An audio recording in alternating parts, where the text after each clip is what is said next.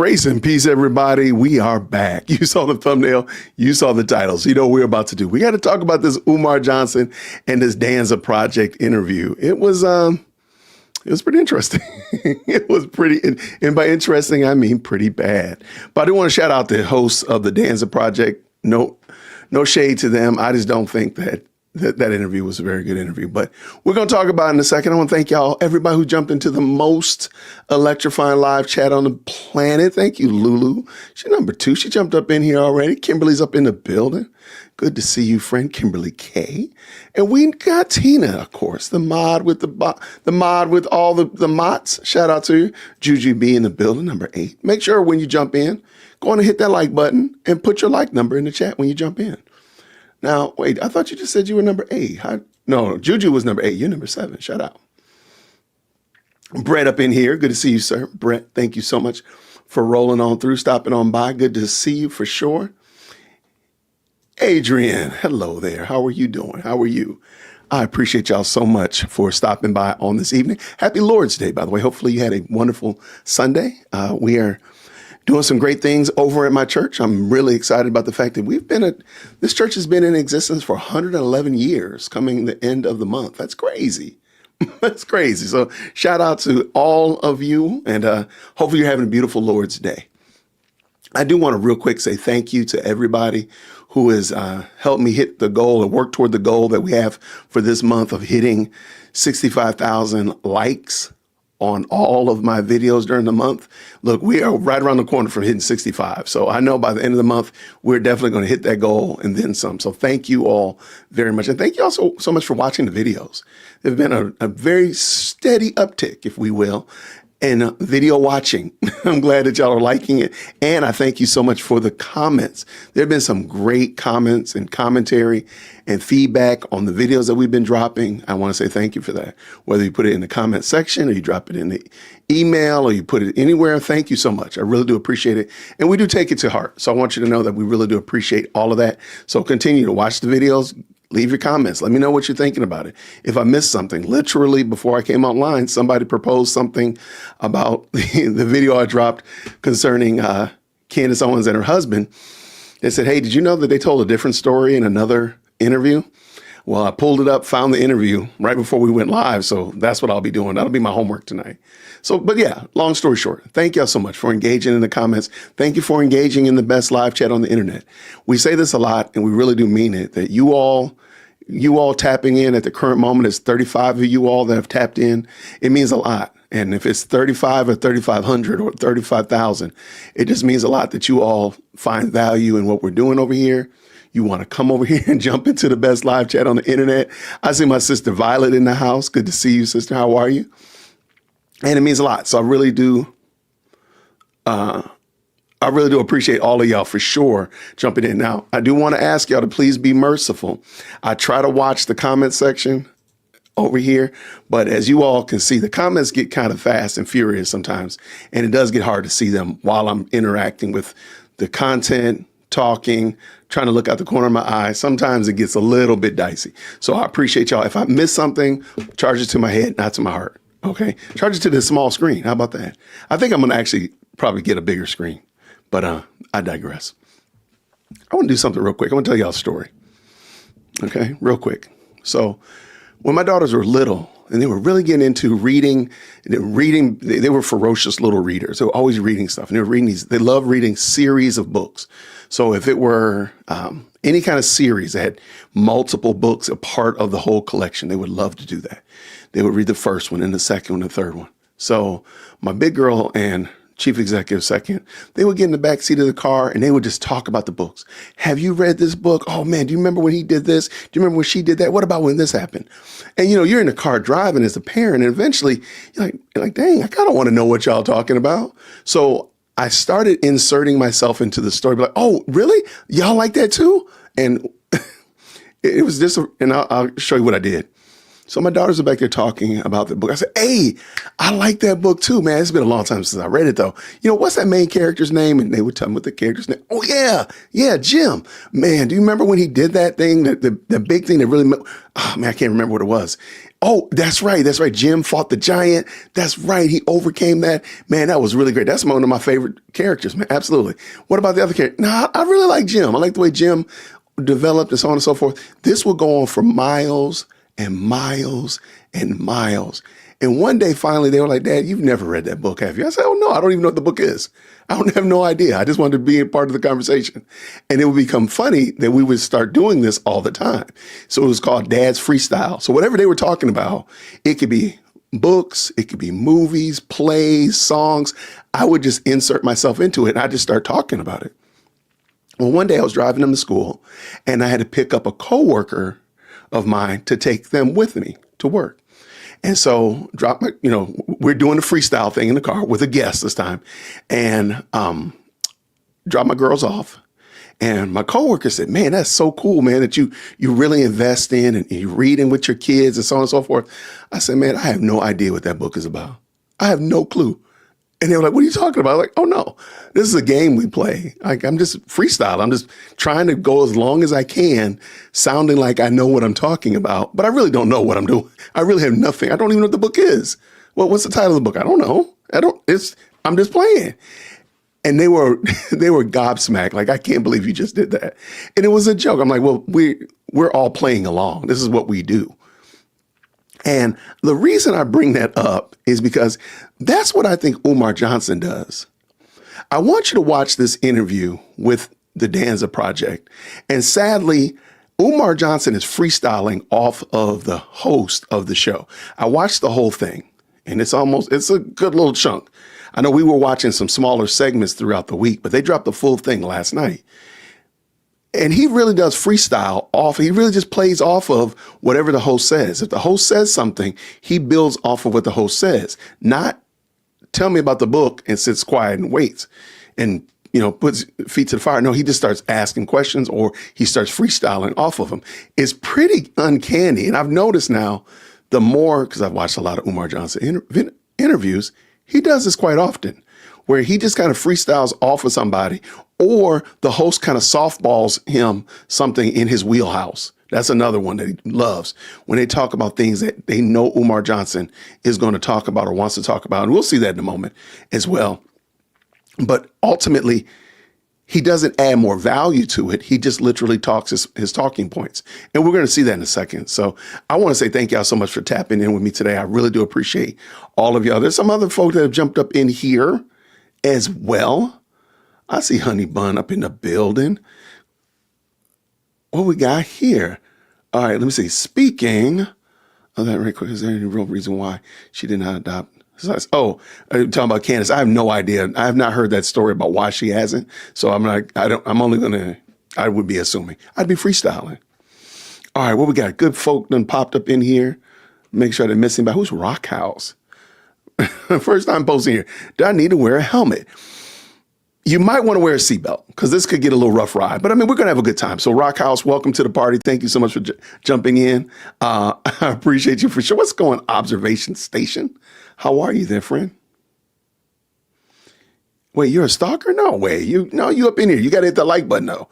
Make sure you jump in and put your number in for sure. Lots of good folk coming up here. What's Boston, man, talking about grace and peace to you, friend? Good to see you. Thank you so much for jumping in with us tonight. All right. We're going to jump in.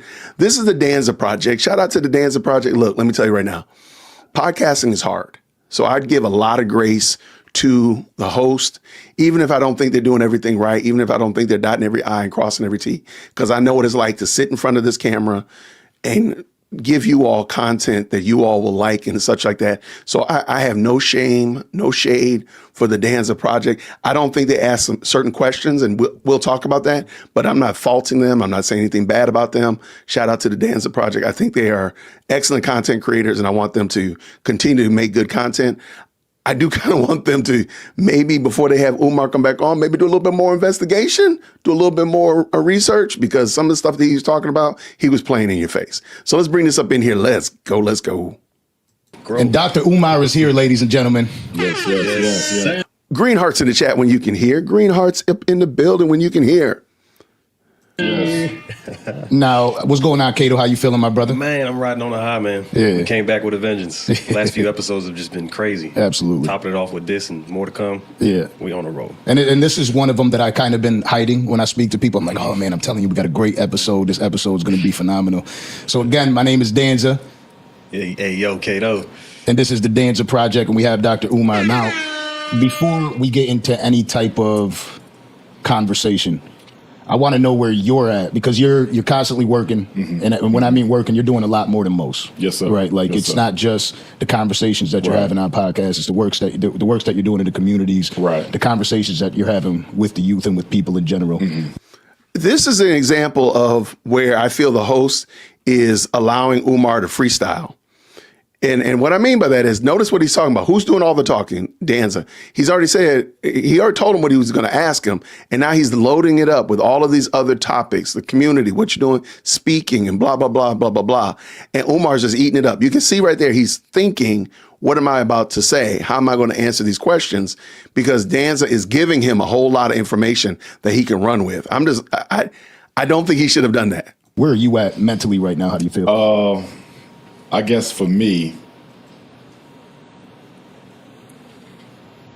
the one thing that I just want to finalize is the renovations on the FDMG Academy. You know, we've been almost done for so long, and now we're at the floors, but I'm still scared to say we done, because every time I say we done, something else comes up. So, you know, I ain't been saying nothing. My thing is, That's not true. You've been saying a whole lot, but I want to real quick, Ruben Rios, we got to put him in 0-second timeout. We're not starting this tonight. Tonight is going to be a long night. I'm not putting up with this kind of foolishness. Put him in 0-second timeout. Just go ahead and do it now. 0 second. He needs to come sit up in the front of the church too. Ruben, you get up here as well, man. We're not going to start this tonight. We're not going to have this kind of shenanigans. No, sir. No, we're not doing that. I think it's funny because Umar just told y'all that we've had a lot of false starts on the school. I think Danza should have immediately said, tell us why you keep having these false starts. Like, tell me more about these false starts. And going back to my freestyle story I was telling you with my kids, the success of the freestyle storytelling is that you don't say anything concrete. You don't say anything concrete. You say a lot of, there was this major character and he did some phenomenal things that really caused the people of the community to really be happy and excited and blessed. But the person really, truly didn't want to do that because he felt like he lost a part of what he was really about. And he really lost some favorite people because of that. And that's it. I said absolutely nothing. That is 100% word salad. That is 100% word salad. And Umar is about to do that. when it's done, that's when I'll announce it. You know what I mean? I was supposed to go back to the Breakfast Club. And I text Charlamagne, I said, I'm not coming back up there one more time to tell people we almost done. You feel me? Yeah. When we done, I'll schedule with you. I'm not going up to Power 105 again until we done. I'm tired of saying it myself. Absolutely. You know what I mean? So when we done, that's when I'll do it, man. But we real close. When I fly back home tomorrow, I got to get to the school. They laying the floors now. And once that's done, we'll be applying for a certificate of occupancy. That's going to be interesting because the city has not been our friend. They tried to sell the school behind our back last month for some. Well, wait, see, again, Danza should have said, well, hold on, wait. They only sell your property if you have delinquent fees or taxes. Why is it that you have delinquent fees and taxes? And just wait. Why did they say that? I've done my research. I saw the filing. I saw the munition report. Why is it that you didn't have these fees paid? You've been getting X amount of dollars for however long you've been getting it. Why is it that these bills are not paid, sir? That should have been the follow-up tertiary question. But he just lets him say it as if, again, like the whole community is against him. The city has not been our friend. The city is not my friend. I don't. Where I live, my city, I never saw the city as my friend. I see them as the ones who do the right things, taking care of my roads, keeping criminals at bay, so on and so forth. But they're not my friends. The city's not coming over for the cookout. Okay, they probably put raisin and potato salad anyway. I know where I live. But why would you propose that? Frivolous expenses that we should not have even owed. So I'm going to stay positive, but I'm not looking forward to the inspection because, they can nitpick you to death on that. Absolutely. So when people say when you're going to actually be done, that's not in our hands. We have to see what the city says, but I'm hoping after all we've been through, they just say, go ahead. If it's all in order, just pass him, but that hasn't been the experience. Like everything we've been through with the city has been a fight, even to get a permit for the festival. They ain't want to give us that, so it's really been a tug of war with them. I'm just hoping that we don't have to have a protest. I'm hoping we don't have to take them to court for this. Y'all remember what he said about protests. Just, write that down and put it on a sticky note. Just put it somewhere on the side. We'll come back to that protest comment in a moment. And this is where I've said this before. Umar Johnson just be glitching out. He just shorts out and just starts talking and just goes hard. And he kind of forgets what he says. And again, look, I have ADHD, so I fully understand and appreciate trying to manage the mindset and your mind going 1,000 miles per hour. I can understand it. I totally get it. He does it so much, though, I don't think he fully understands and grasps when he goes out and glitches out about something and says something like in a moment when he talks bad about protests in a moment. And I'm like, well, remember what you said about 30 minutes ago, my guy. Let's continue. Discrimination. The bureaucracy is mostly black. The mayor's white, but the bureaucracy is black. But discrimination is discrimination, even if you're the same color. So I'm just, I'm gonna just put it in the Lord's hands and see. But we knock it on the finish line. So if all goes well, we should be able to apply for the inspection before the end of the year.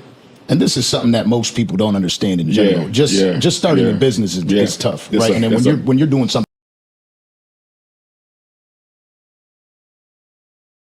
Dang it. This is where Danza gives him all the information. He's talking himself up, and Umar says, yep, you're right. Yep, you're right. Yeah. And because he literally said starting a business. What business has Umar started? That should have been a first right off the bat disqualifier of that question. Danza, you shouldn't have asked him about starting a business because he ain't started one. Just like I wouldn't ask Umar Johnson about raising a family because he ain't raised one. It's really that easy. I'm not trying to be ugly and mean. I'm just being mean and ugly about it. Like, dude, you don't have a part or parcel in this discussion because you haven't done it. You haven't. Because you filed for a 501c3 or an EIN number does not mean you started a business. And you ain't running nothing. You've not hired anybody. No, sir, you ain't hired and fired anybody. So therefore, sir, go kick rocks. And in the community. Yes. It's going to be a lot tougher when you're dealing with that much square footage. Yes. They could find something wrong anywhere. Oh, well, in this corner here. Yeah. But a lot of people that have never started a business. Yes. Have never gotten any type of education, what it's like. They have no idea. Never opened a school, never ran a school, but they're experts in our school. Yeah. I've said this before. He said, never opened a school, never ran a school, but the experts in your school. Sir, no, I've never opened a school. I've never ran a school. I'm an expert in your abandoned buildings because that's all you have. You don't have a school.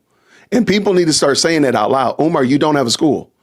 Not until it is actually a school. At the current moment, it's abandoned buildings. Dare I say, abandoned crack houses. That's what they are. They're not schools. And you're just sitting there playing in people's faces. Danza invited you down there to Texas to play in their face, which I don't know why somebody would do that, and allowed you to come in here and just lie to them. And I don't get into it, but I hear a lot of it because my supporters send me the clips, and I've heard ridiculous things. I heard people say you can get an HVAC for $5,000. That's a $50,000 unit up there, and that was the cheap one. You feel me? Yeah. This is not a house. This is a school. You're not getting no HVAC for no $5,000. You know what I mean? Every utility that we had repaired, plumbing, HVAC, electric, every one cost us well over $100,000. Nothing was under $100K for repair. So when I hear people say he could have got this done for $5,000, you don't know what you're talking about. Yeah. You know what I mean? It's a whole nother level. But my thing is, look, boss lady, I agree. I always err on the side of trying to be gracious to content creators because I am a content creator and I know what it's like and how difficult it is. We got 84 people in this live chat, and probably before the end of the night, it might bubble up to 200. I know what it's like to keep people engaged for that long. I thought it was hard when I was a school teacher, but this is much harder than when I was a school teacher. I'm telling you, I will take 22 first graders over and try to keep the live chat going. Let me tell you something. So I totally understand them. I'm not mad at them, but to your point, I don't think they came there to really push back against him. But keep in mind, they funded this. A lot of the time, if I'm not mistaken, Umar Johnson charges like $3 to $5 grand for an interview. So they paid him to come. So they didn't come there to fight with him because they need to make their bread back. I understand that. I disagree with it, but I understand it. And if you want to, go look at the comments on all of their videos about Umar Johnson. The comments are horrible. Those people are not having this at all. So there is a nose blindness from the Danza Project and Umar Johnson because the audience didn't seem to want this. If you look at I think he did 6 little clips from this. The comments are brutal. So I totally get you, boss lady. You're correct. Okay, let's rock and roll. Let's go. If you never did it, why are you speaking on it? And if you're not doing anything for the people, why are you speaking on it? See, that's my thing. Definitely I don't think people who don't do work could criticize people who do work. Now, Okay. I hope you got your little sticky note. You have a sticky note that talked about protests. Put that over to the side. Now I want you to write on your sticky note, people who don't do work can't criticize people who do work. Take that note, sticky note, and put over on the side as well. Put a pin in it because we will be coming back to that one real soon. if you're doing the work, you say, look, I built me a relevant institution. You can speak to it because you did it. We're being questioned and criticized by people who do nothing. And that's why I'm so tight-lipped on it, because I'm like, I don't owe you no answers. On top of the fact you never donated, on top of the fact you never drove by there and picked up a piece of trash, you questioning something that Why am I responsible to go by there and clean up trash on your property? I'm not responsible to go to Kroger and do that. I'm not responsible to go to Morehouse and do that, but I expect accountability from my alma mater. I expect I mean, that's a crazy flex. Like, oh, you didn't pick up any trash at the Apple store, so you can't ask Tim Cook for any questions. Man, get out of here. Man, boy, if you don't stop with your crazy self. But even worse than that, again, why do people allow Umar to use the word institution as if he's actually done it? I don't know what an institution is, because clearly at this point in the game, the word doesn't mean what it means. I don't know what an institution meant. I don't know what it means to Umar, but neither of them are present in this group chat. None of them are.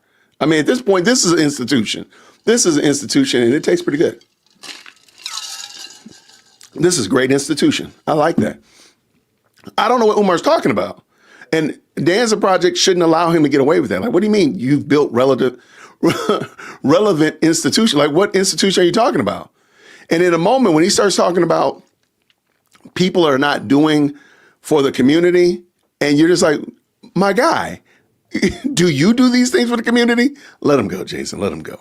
you don't support financially, you questioning something that you've never been a part of in your entire life. You've never been a part of anything that progressive as building an institution. So why are you expecting me to be accountable to you? And so how do you keep it together? Back to that mental health thing. Like, how do you feel? I'm going to be honest with you.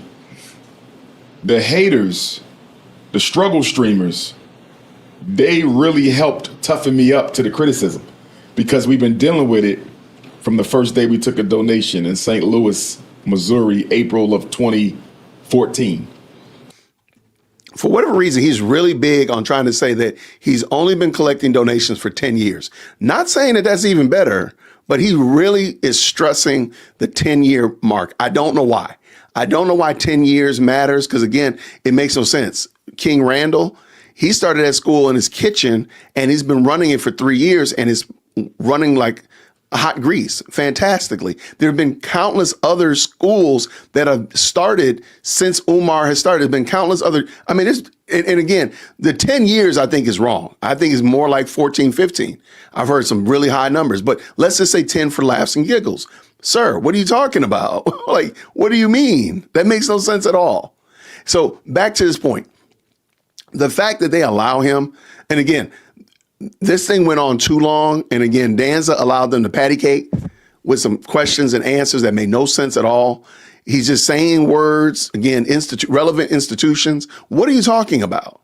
Why are you not accountable to the people that would potentially be funding your mission? Because please keep in mind, the lion's share of the funds for the school are going to be through donations. There's going to be tuitions, I guess, but a lot of it to get off the ground is going to be donations. There's no way he's going to get that from tuitions. He's going to need a huge influx of money to hire professionals to stock the classrooms. The lunch lady going to need that. I mean, there's going to be so much. It's insane. So go back and get done, Jason. Let's go. When the St. Paul's College in Virginia went up for sale, because that's what we wanted. We wanted that HBCU, but they wanted $2 million and we couldn't raise it in time, so they sold it to the Asians who currently have it now. So then that's when we said, well, we just gonna find us a regular school. So from 2014 till 2019, we school hunted. We found FDMG in 2017, but we couldn't afford it at the time. So we just stayed in negotiations with the owners, and then finally, February 2019, they gave it to us. So 5 years to find a school, which in my opinion, that's not a long time. To raise the money and find it, 5 years ain't bad at all. And then you go from 19 to 25, right? So you're looking at 6 years of us renovating. It should have only taken us 2 or 3, but there was a lot of scamming going on with the contractors we were. Okay, and we're going to tackle all the scamming in a second. However, if you go back and watch The Breakfast Club, if you go back and watch the El Jamar interview, again, I've watched a lot of Umar Johnson interviews. This building has gone from state of the art, well-maintained, to completely dilapidated, falling down. It just depends on who he's talking to. I've heard, literally, I have a clip of him saying that the building was in pristine condition. It had received a $13 million renovation before it closed. And now he's saying that they had to do all this work in order to get it up to code and up to snuff. Which one is it? Which one is it? But let me just ask you a question. Am I to believe that somebody has gaffled, somebody has scammed, hoodwinked Umar Johnson to the tunes of several tens of thousands of dollars, and he ain't putting their name out there?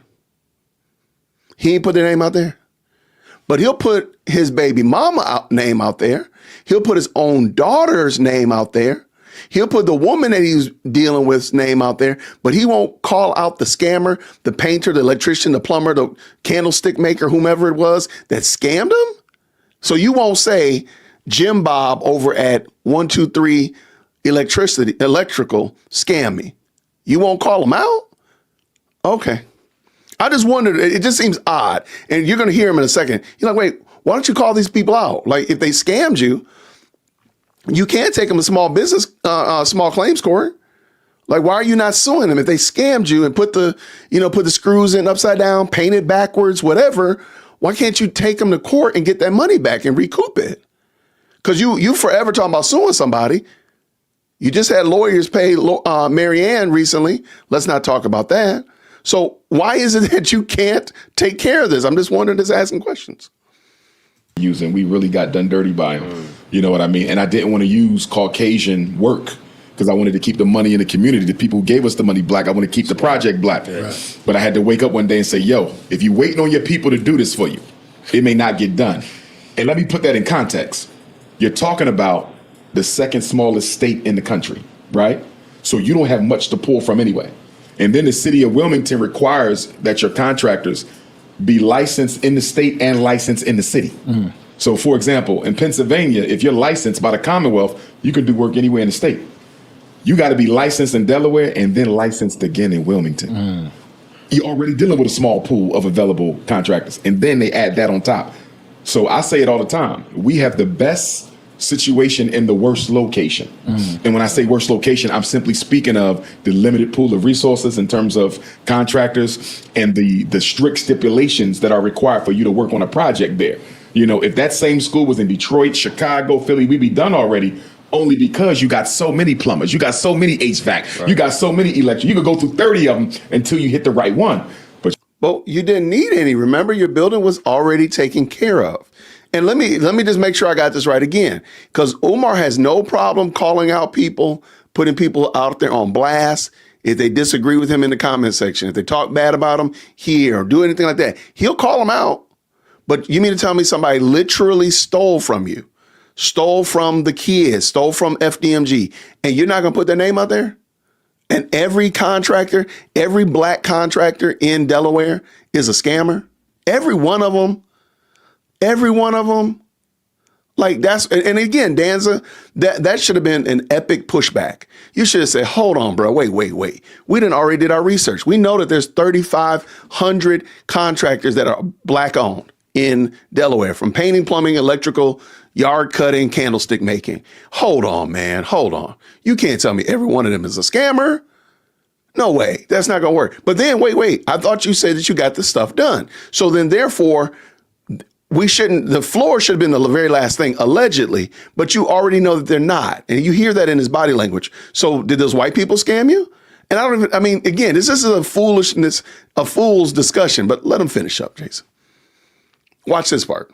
You in the second smallest state, only a handful of black folks, you know what I mean? Yeah. Contractors that you can really, go to. And everybody we used came highly recommended, by the way. We didn't just grab people. These were people said, get him, get them. We got the people we were told to get, and they still didn't do us right. But when the pool is so small, when the pool and the competition isn't great, it's tough, And Danza is feeding him. See, this is my problem. This is a feeding thing. When this is going back to my story. When I get my kids to start giving me information, like what was the main character's name again? What was his? Oh, yeah. And he went to what school? Oh, that's right. I forgot about that. Danza's feeding him the information and Umar's running with it. We ran into situations where sometimes if I don't take the plumber, the electrician say I can't take the job. You feel me? Because that's my man. Right. So since you're not taking him, I can't do it. I'm like, damn, what that got to do with you? I need this. You know what I mean? So it was a lot of that. Where I like the electrician, don't like the plumber. I like the HVAC guy, don't like the electrician. So, it's networks. Yeah. And you're dealing with a really small city and you are outsider coming from Philly. I had to deal with some of that too. You know what I mean? Because even though I get a lot of love in Wilmington and a lot of love across Delaware, you still got them people say, we don't need him here. You know what I mean? We don't need no big city dude coming down here. We can handle our own business. But I'm not here. Who in the world does that? Who press F for doubt. Or press X. Press X for doubt if you think that Wilmington, Delaware says we don't need some big city slicker from Philadelphia coming down here. Press X for doubt if you disagree. There's no way you can make me believe that. Bro, we are not in the 1912s, okay? No, sir. No, I don't believe that. I do not believe the Delawareans. I don't believe that the people of Delaware said, we don't need no city slicker here. Dude, go somewhere, man. This is crazy work. I'm here for the kids. You know what I mean? Yeah. Because people say, why did you choose Wilmington? And I like Wilmington. I love the energy there. I really do. But people say, why did you choose Wilmington? I didn't choose Wilmington. I chose the school that was in Wilmington. In other words, we wasn't shopping for cities. We shopping for building. Yeah, right. And that had the best building that we found. We should have been in Detroit. But once the Archdiocese found out who. Okay, I got to stop because this is delusion of grandeur in a second. Talking about the Archdiocese put the kibosh on him buying a building in Detroit. I do believe that there are certain questions that are off limits. Because if you look at every one of his interviews, they all ask relatively the same questions. There's very few, except for that young guy that Daniel Soda, the guy from Nigeria that interviewed him. And I did a response to that video this week as well. He's probably the only person I know that's ever used the word scam in an interview. I can't find another one that I can remember, or push back and ask tertiary and developmental questions after the first initial question. That's the only one. I do believe that they have a list of questions. But if you go back and watch the Daniel Sada video, it's highly edited. I'm not going to say anything about it because, again, but I'm wondering were they required to take some of those things out of it? Because you can see clearly that there's something is said between the cuts. You can see that pretty clearly. So shout out, great question, Anita. Let's go. Who I was, they wouldn't sell me none of the schools. I knew we was in Detroit. Me and my mother was preparing to move to Detroit. I said, Mom, we going to Detroit. We out. It's going to be cold. She said, I don't care. Let's go. And then the Jewish realtor for the Archdiocese, and I thought that was interesting that the Archdiocese had a Jew, because if you understand that history, but he said they want to see your curriculum. I said, we buying the school cash money.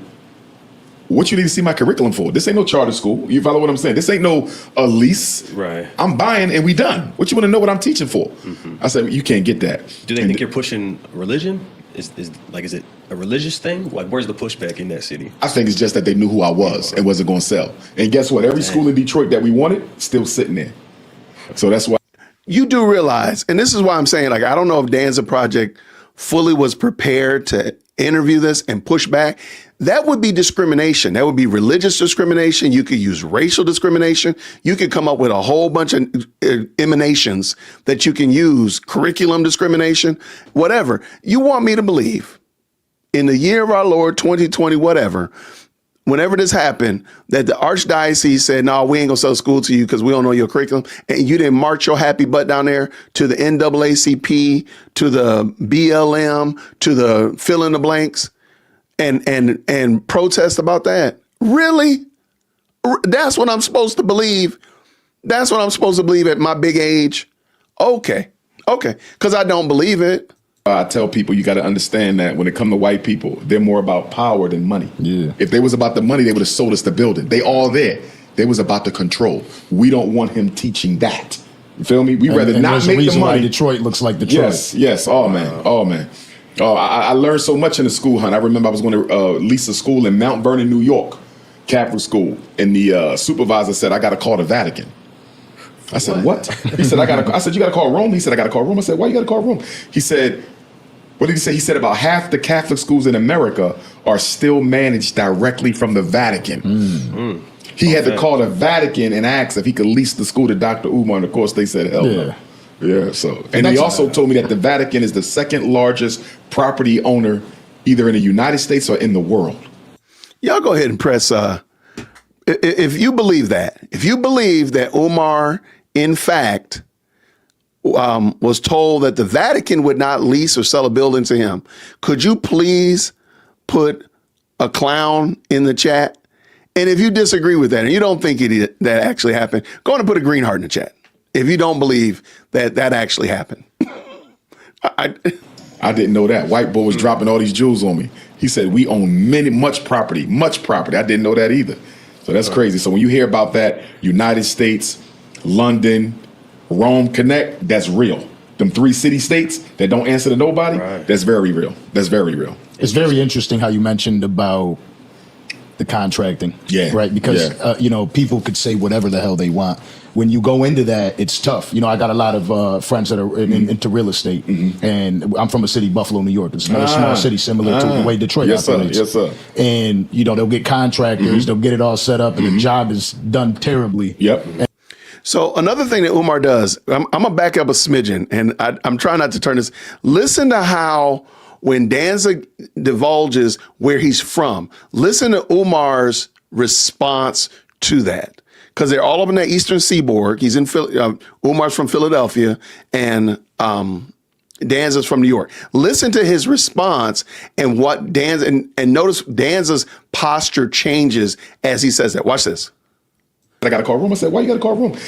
When you go into that, it's tough. I got a lot of friends that are into real estate, and I'm from a city, Buffalo, New York. It's another small city similar to the way Detroit operates. Yes, sir. And they'll get contractors, they'll get it all set. He's actually smiling more. Again, I'm not a body language expert. I'm just looking at this, and he's smiling because Umar, like, oh yeah, I know where you're from, and he feels comfortable, and he's actually smiling. If you go back and look, he wasn't smiling a second ago. Not trying to make too much out of it, but it's just something I noticed. Umar does this a lot. Set up, and the job is done terribly. Yep. And it's just war. Yep. It's just like, okay, well, what do I do about this? Now we gotta rip it out. Yep. It's just a thing that most people don't have a clue about. They have no clue about it. And then when somebody don't finish their work, so let's say the electricians don't finish their work, you got to get another electrician. Come behind. No contractor, what I saw, they never want to say the previous contractor did a good job. You know what I mean? Yeah. It was like, we got to do it over. You know what I mean? I'm like, I can't build from where they slept. Nah, they didn't do that. Nobody was able to say we could pick up where they started. You know what I mean? The plumbers, nah, they didn't do this right. And I know they did it right, but you just want to get paid the full thing. Yeah. Project. I'm not saying that Umar's lying, but I do want y'all to go back and watch. Where did Umar get the story about the contractors not doing the things correctly? Because he had not mentioned that prior to. He got it from Danza. Danza mentions, hey, you got to be mindful of contractors, blah, blah, blah, not doing everything right. And Umar riffs off of that and goes into a whole nother angle about all of this stuff going on. He never mentioned that prior to until Danza said it. Just something I noticed. So we had to deal with that, But the white folks, they did it. They charged us up. They overcharged us, but at least they finished the job. You know what I mean? So that's where we at. And then you had people say, well, if he's on his Pan-Africanism and his Garveyism platform, why would he let white people do the work? You have to distinguish and differentiate between charity and business. We don't accept donations from non-Africans, right? But if I have to pay a non-African to do a job, that's business. That's not a handout. They're not volunteering. They're not giving us nothing. We're paying them to do a job. You see, it's like if I have a store and a white person comes in and buys from my store, that's no contradiction. That's business. But if I got white folks coming in there financing me, that's a contradiction. You see, so people say, well, that's a contradiction. You got white folks doing the work. That's called business, bro. That's just. Well, then you could have been doing that from the beginning. I'm following your logic. Again, I don't believe in racial profiling my plumber, okay, or racial profiling my AC guy. But if you're going to do that, then, sir, you could have gone ahead and hired the right person from the word go. It really was that simple. You really could have did this. So all of this, all this internal navel gazing that you're doing is for naught. Just saying. Business, fee for service. It's not a handout. Fair exchange. Now, if they was financing us, that would be a contradiction because you give up your sovereignty with them. And so how do you keep it together? Because that sounds mean, extremely stressful. I tell you how I keep it together. Number one, I believe I was born to do the work that I do. Okay. That's the priority. The number one, people say, how you keep going through this. Somebody texted me today when I was on my way here. They said, I'm trying to understand how you continue to keep going after everything people throw at you. Like your bounce back game is crazy. You know what I mean? And for me, I know I was born to do what I'm doing. When you know why you here, you can put up with any what. It's not a thing where I'm like, maybe I shouldn't be building no school. You feel me? I don't have that. No doubt. I know I'm supposed to do it, so I got to deal with whatever comes with it. So number one, I know I'm doing the work I was born to do. That's number one. Number two, I've never cared about what people thought too much. You know what I mean? Like some people, they got to be viewed positively by outsiders. I don't. They want to be like. I don't care what people think or what people say. And I believe my popularity had a lot to do with that too, because I'm just going to tell you the truth. I don't know if it's going to hurt your feelings. I don't know if you're going to like. I don't care what people say or think. I'm popular. I just wanted to say that. I don't care what people think about me. My popularity. Okay. Like it. I don't know if you're going to love it, but I'm going to be honest. And I think people have grown to appreciate the honesty of my message, because I get people stop me in the airport all the time. I don't agree with everything you say. You know what I mean? But you're consistent. Whereas a lot of these other guys out here who claim to be into the conscious movement, they not consistent. They'll flip-flop. 1 minute they this, 1 minute they this, 1 minute they this, based on what gets the attention, what gets the money. I've never capitulated my position. You know what I mean? And I think thirdly, you know, I practice Yoruba spirituality. And in Yoruba spirituality, you know, you're born with a guardian angel, guardian spirit. Mine is Ogun. Ogun is the spirit of war, iron, perseverance, determination. Don't quit. Work hard. Come on. That's my guardian spirit. You feel me? So I got to keep going. You know what I mean? So I think that's how I'm able to put up with it. Strong. Now, you've been one of the more consistent voices in our communities. Okay, and I'm going to stop right here real quick. As far as I know, Danza is a Dominican. I don't like getting into, again, if you want to help grow a community, do whatever. But Danza's a Dominican. Umar Johnson is a Black American, and I don't think their communities are the same. And so for him to use terms like our community is kind of wild work, in my opinion. But again, I'm not invested in this argument. So I just kind of like, it doesn't make sense to me, but I'm not going to invest any time, patience into it. But it just seems weird that he would say, our community, this is not your community. Just my little 2 cents right there. Let's go. Over a decade. Yes, sir. What keeps you motivated to be that voice, although there is so much pushback and people misunderstanding your message? Because there's not another one of me. And what I mean by that is, even though I'm the most popular person in the conscious community, Pan-Africanism is a minority. By the way, real quick, let me before he gets into this, because this one is hopefully, you know, we're right around dinner time and most people eat, you know, a salad before they have their main course and whatnot like that. Don't make your salad.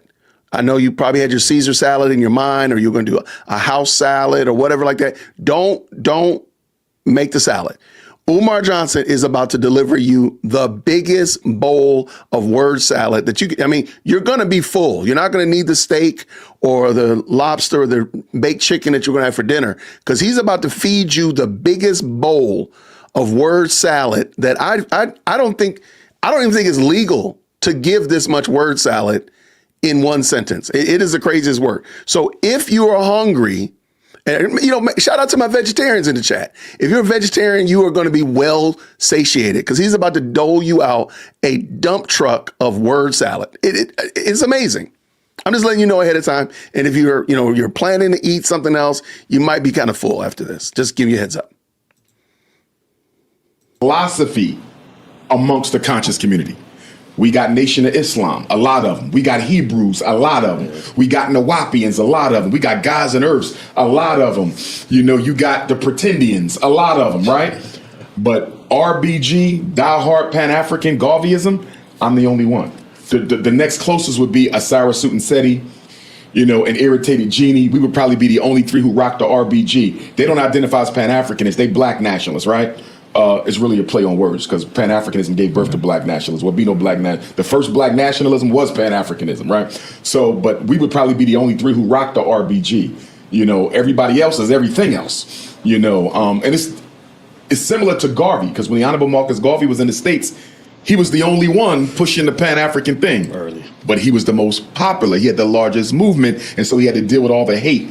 So there's a lot of this. I don't put myself on his level at all, right? I can't walk in them shoes, but I see a lot of the same similarities. Where was the Black Star Line Steamship Company Incorporated? Delaware. 1919. FDMG, Delaware, 2019. It's the same thing. FDMG is my Black Star Line. It's the one thing that people try to destroy, because if you succeed, it puts you over the top. You see that? Now, that Black Star Line was successful under Garvey, but it was short-lived because of the sabotage. You see what I'm saying? Yeah. So they're trying to recreate that with me through the FDMG. What would you? I told you you're going to be full. Shout out to my vegetarians and my vegans. Hopefully, you can still eat your dinner tonight. Shout out to all my carnivores. Hopefully, you can still get something to eat tonight. That was a mean word salad right there. What the devil was he talking about? But also, notice here what he said. He said Garvey was able to get this Black Star Line up and running, but it was defeated because of sabotage. Just like what they're doing to me. So he's already laying out the groundwork. I'm telling y'all, he's already telling y'all in 4K, this is never going to happen. FDMG is never going to happen. Umar Johnson has already laid out the groundwork. He's already put the excuse landmines out there. He's already fortified himself with these excuses. Because earlier he said that the city is not their friend. Remember that? And he's talking about how they're going to nitpick when it comes time to do the certificate of occupancy. Why? Because he knows he's never going to get it. He's going to call them and they're going to say no. He's going to call them and they're going to ask about the sprinkler. He's going to call them. They're going to ask him about the black mold. He's going to call them. They're going to ask about this, that, and the other. And he's going to get shut down. And then he's going to go ahead and say they're trying to sabotage me. That's it. That's all it is. Continue. You say, go ahead. Just for our audience, if you had to define Pan-Africanism versus Garveyism versus black nationalism, okay, how would you explain that? Okay, first, I would say that Garveyism is the highest stage of Pan-Africanism or revolutionary Pan-Africanism or revolutionary Pan-African nationalism, right? Right. And sometimes we distinguish. They should not be saying right. If they don't understand, they should not be saying, right. No, it's like, what are you talking about? I don't understand what that means. I'm sorry, because they're sitting there saying, yeah, and he's just feeding into it. Now, this is him riffing, but this is one of his major talking points. This is his jam, if you will. So he can talk about this every day, all the time, for 2, 3, 4 hours a day, easy with no problem. So I totally get it. This is his wheelhouse, if you will. So they're just walking right into his wheelhouse, catching it. Because you have Pan-African socialists, right? They are class first. They target capitalism as the enemy, not racism, white supremacy. So for the Pan-African socialists, it's not a contradiction to sleep with white girls, because white people are not the enemy. Capitalism is. You see that? So this is where you see people with the red, black, and green, but the red ain't on top and the black ain't in the middle and the green ain't on the bottom. They might got the green on the top of the. Always pay attention to the order of the colors. Right. The Garvey flag is RBG. If you ever see GBR or BRG, you're probably dealing with some socialists. who are revolutionary integrationists. But for the term Pan-African, just so we Right. can Stay understand with it. me. Stay Yeah. with me. So I want to. It's very important that we clarify. Right. The socialism, capitalism is the enemy, versus the nationalism. White supremacy is the enemy. You feel me? Right. The socialists say if we kill capitalism, we automatically destroy racism. And we say, have you been to Russia? They communists. Racist as hell against blacks. Have you been to China? I've spoken there several times. Racist against blacks. So I don't care if you change the economic system, there will still be racism against African people, right? Now, let me go back to your question. Garveyism is the highest stage of it. What I mean by that, we're the strictest. So we're going to say no snow bunny hopping. Other Pan-Africanists might not say that. We're going to say that the international government for African people must be on the continent. Not every Pan-Africanist will say that. Some Pan-Africanists will say we can have the international government in the United States. We can have the international government in Jamaica. We can have it in Haiti. Why got to be Africa? We say Africa because number one, it's the motherland. And number two, it's the richest piece of real estate on the planet Earth. Why would you give up all those resources? Why would you give up all those resources just because you hate yourself? Because whoever controls Africa controls the world. Right. It's the cradle of civilization. Exactly. So the Garveyite, we're the strictest. If I was to give you a religious comparison, let's go to Islam, right? You got the Sunni Orthodox Muslims. Then you got your Shia Muslims. Right. The Shia are only 5%, right? But they are very, very strict in what they do. Their women cover their faces. It's a stricter form of Islam, right? Right. Garveyism is a stricter form of Pan-Africanism. Now, black nationalism, which is Pan-Africanism's child. There's no black nationalism before Pan-Africanism. Henry Highland Garnett, Pan-Africanist. Paul Cuffey, Pan-Africanist. Alexander Crummell, Pan-Africanist. Bishop Henry B. Mill Turner, Pan-Africanist. These are the fathers of black nationalism. They were all Pan-Africanists. The difference between Pan-Africanism and black nationalism is black nationalism don't deal with the international chessboard. They deal with the domestic chessboard. You feel me? Right. The black nationalist says, I'm looking out for blacks in America. What we going to do for us here? We deal with Africa later after we fix this. So my question to you is this, right? Just so for everybody to understand. Yes. So when we say Pan-Africanism, Global. Are you talking all Africans? But are you talking about repatriation, meaning that all black people need to leave and go back to Africa? So let's go back to Garveyism, being the highest stage, right? Right. Okay, I gotta stop because I feel like we're eating our word salad from a fire hose. This is, I didn't realize just how long this segment was. I'm like, again, the host, they did not tap in for this. They did not come here for this. I did not wake up this morning to eat this much word salad. What in the world are you talking about? This makes no sense at all. And they just letting them off the hook. Man, shout out to Maddie, to you for becoming a new member. Welcome to the team. Welcome to the family. I appreciate you. Yo, what are we seeing and hearing, y'all? And again, this is the guy, man. He swear up and down, left, right, and center that he's going to teach this at the school. And the school is the high watermark of all clownery, but Umar Johnson deserves it from so many different levels. So many. In a moment, we're going to talk about his ideas about politics and religion and relationships and all of these things he has no business even talking about. But let's let him finish. Let's go. Most Pan-Africanists believe in some form of repatriation, but you don't have to be a supporter of repatriation as a Pan-Africanist. Okay. You must be a supporter of repatriation as a Garveyite. All right. You follow what I'm saying? Understood. It's not an option for us. Right. But some Pan-Africanists will say, I don't think you necessarily got to go back to Africa or deal with Africa. But for Garveyites, absolutely repatriation. But let's be clear, though. I want to clarify. Marcus Garvey never said take everybody back to Africa. He never had a back to Africa movement. The media called it that. Marcus Garvey said, some of you are no good in America and will likewise be no good in Africa. I have no intention of resettling every African in the diaspora back home, and neither do I. What I want to take blonde wigs and bunny hoppers, basketballs and footballs and weaves and perms and Air Jordans, hell, video game systems. Africa got enough problems as it is. She don't need us coming over there with more toxicity. I believe in a scientific, strategic Pan-Africanism where only those who are in their right mind and who are going to the mother continent to contribute something should go to Africa. I don't believe you just go because you African. No. What are you going to do when you get there? And I don't know. I don't subscribe to this ideology that Umar has. I believe that we are right here. I live right here in Atlanta, Georgia, and I need to do my very best to be a blessing to the community that I'm a part of right now. I'm a blessing to my family. I'm a blessing to my church community. I'm a blessing to my HOA because I keep my grass cut. All that kind of stuff like that. That's my focus. And I'm being as industrious and as I can possibly be right here. I don't need to go to Africa to do that. I can be a blessing right here. And I've said this before, and it's funny because I hear a lot of people talking about it now. I can be a blessing to my neighborhood by taking care of my yard right here. I heard somebody literally today use my example of being a blessing to my neighbor on one side and my neighbor to the other side by getting rid of the weeds in my yard. And I heard somebody use it today. I said, shout out to you. I love that. Hey, praise the Lord. It wasn't an original idea, so holla back. But my point is, why worry about something over there? Because again, Umar Johnson is not trying to actually do something that could benefit people. It's always some pie in the sky. That's why I truly believe that this has always been a scam. FDMG has always been a money scam. It never was intended to be a school. Never. It was a scam from the word go. It was a money grab from the word go. That's just it.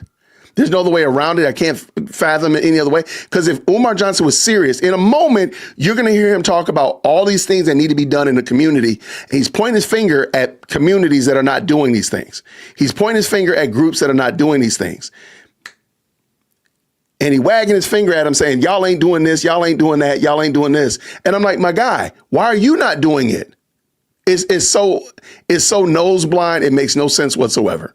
So I just want to point that out because in a moment when the word salad buffet ends, hopefully you didn't he didn't die of word salad poisoning. But that's what I'm getting, like, my guy, why are you not encouraging people to do right here? We live right here in the United States, the best country in the world to be born in, bar none. Why not take advantage of where we are? Why are you talking about something over there that most people are never going to go to? Oh, because you just want to keep the pie in the sky to carry on the stick to keep getting that money, because this has always been a money grab. That's it. Shout out to Amethyst. Amethyst says this: you say the same thing about Mrs. Farmer. Candy, that's a very true point. Candace and Umar say a lot of things that are very similar. They're very similar. Uncannily similar. Shout out for that. And thank you so much to Jean Lee for blessing 5 people with memberships. And by the way, if you got a membership from Jean, you were just gifted, can you please say thank you, Jean? As my mentor likes to say, we're Southerners. We got good home training, good hospitality, and we say thank you. So please let her know. Thank you so much, Jean. Let her know that you appreciate that because you didn't have to do it. Thank you so much for blessing them. And everybody, thank you so much. Let's keep this going. Let's roll. All right. Big. Boom. I was talking to Cato earlier, and I'm like, it's just he's just better than a lot of people at communicating his message. Sure. Now, if your younger self could see the man that you've become today, what would you think?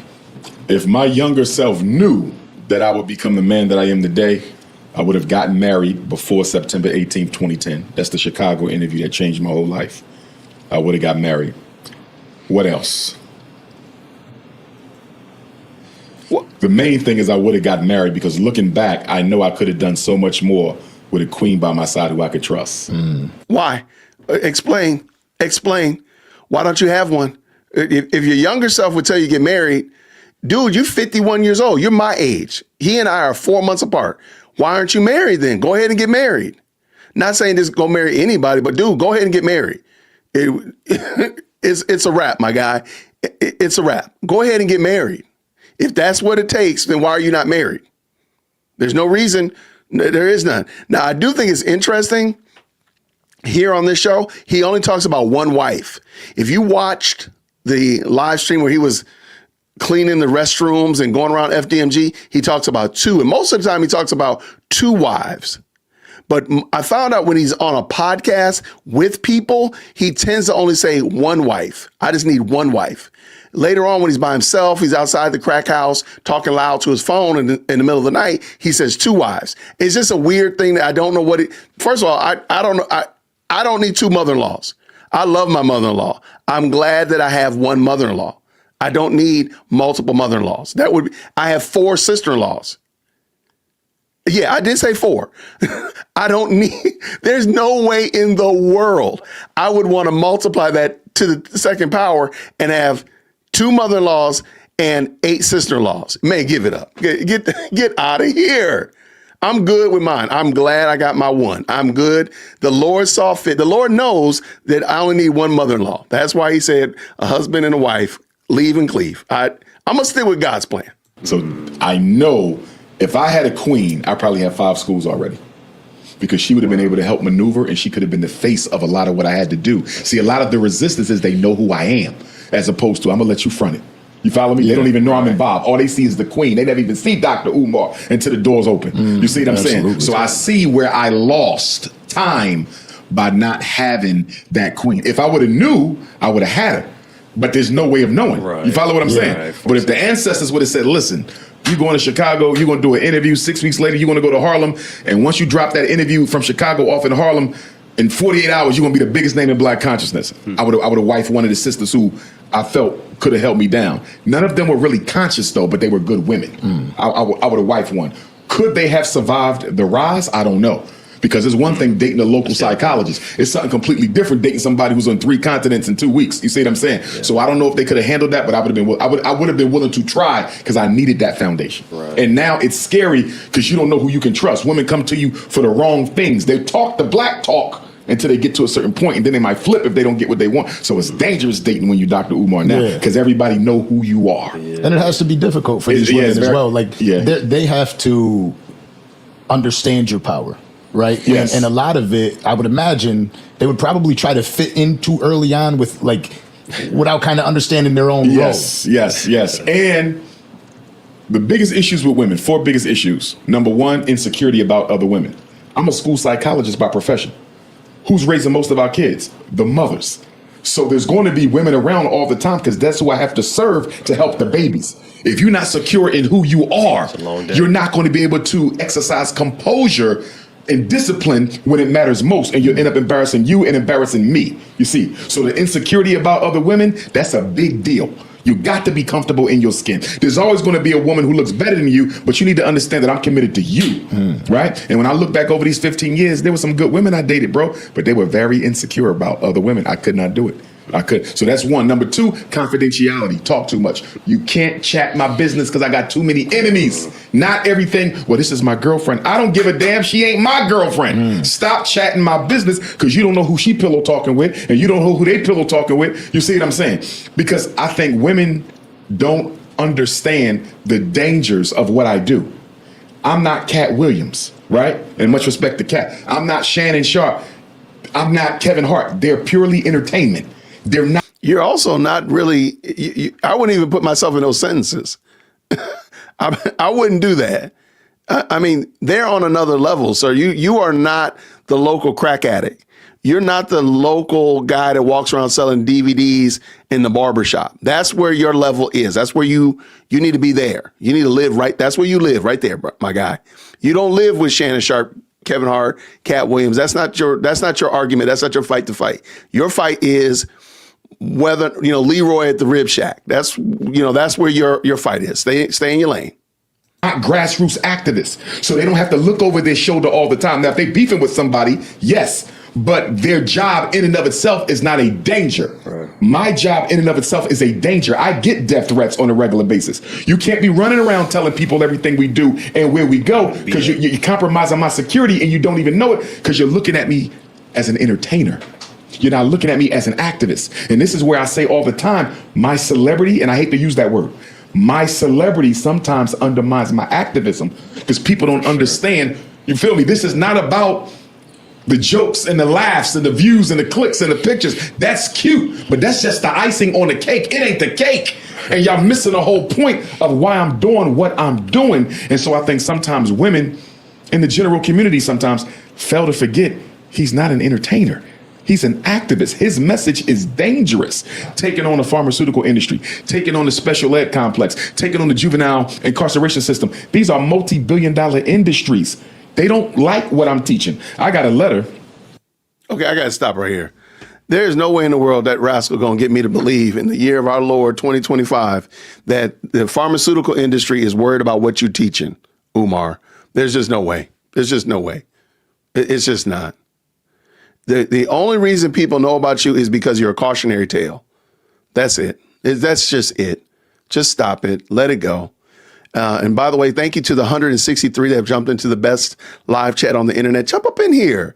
Go and say what's up to the people. What's happening? Go on and say, hey, make sure you hit that like button on your way in the door. I appreciate you. And if you are an Umarian, if you are one of the Umar supporters, you have a seat in the front of the church, so you can come right on up here. We got room for you because I got some stuff I got to say to you a little later anyway. So if you're Umarian, come on up here. We got room for you. We left you the whole front row.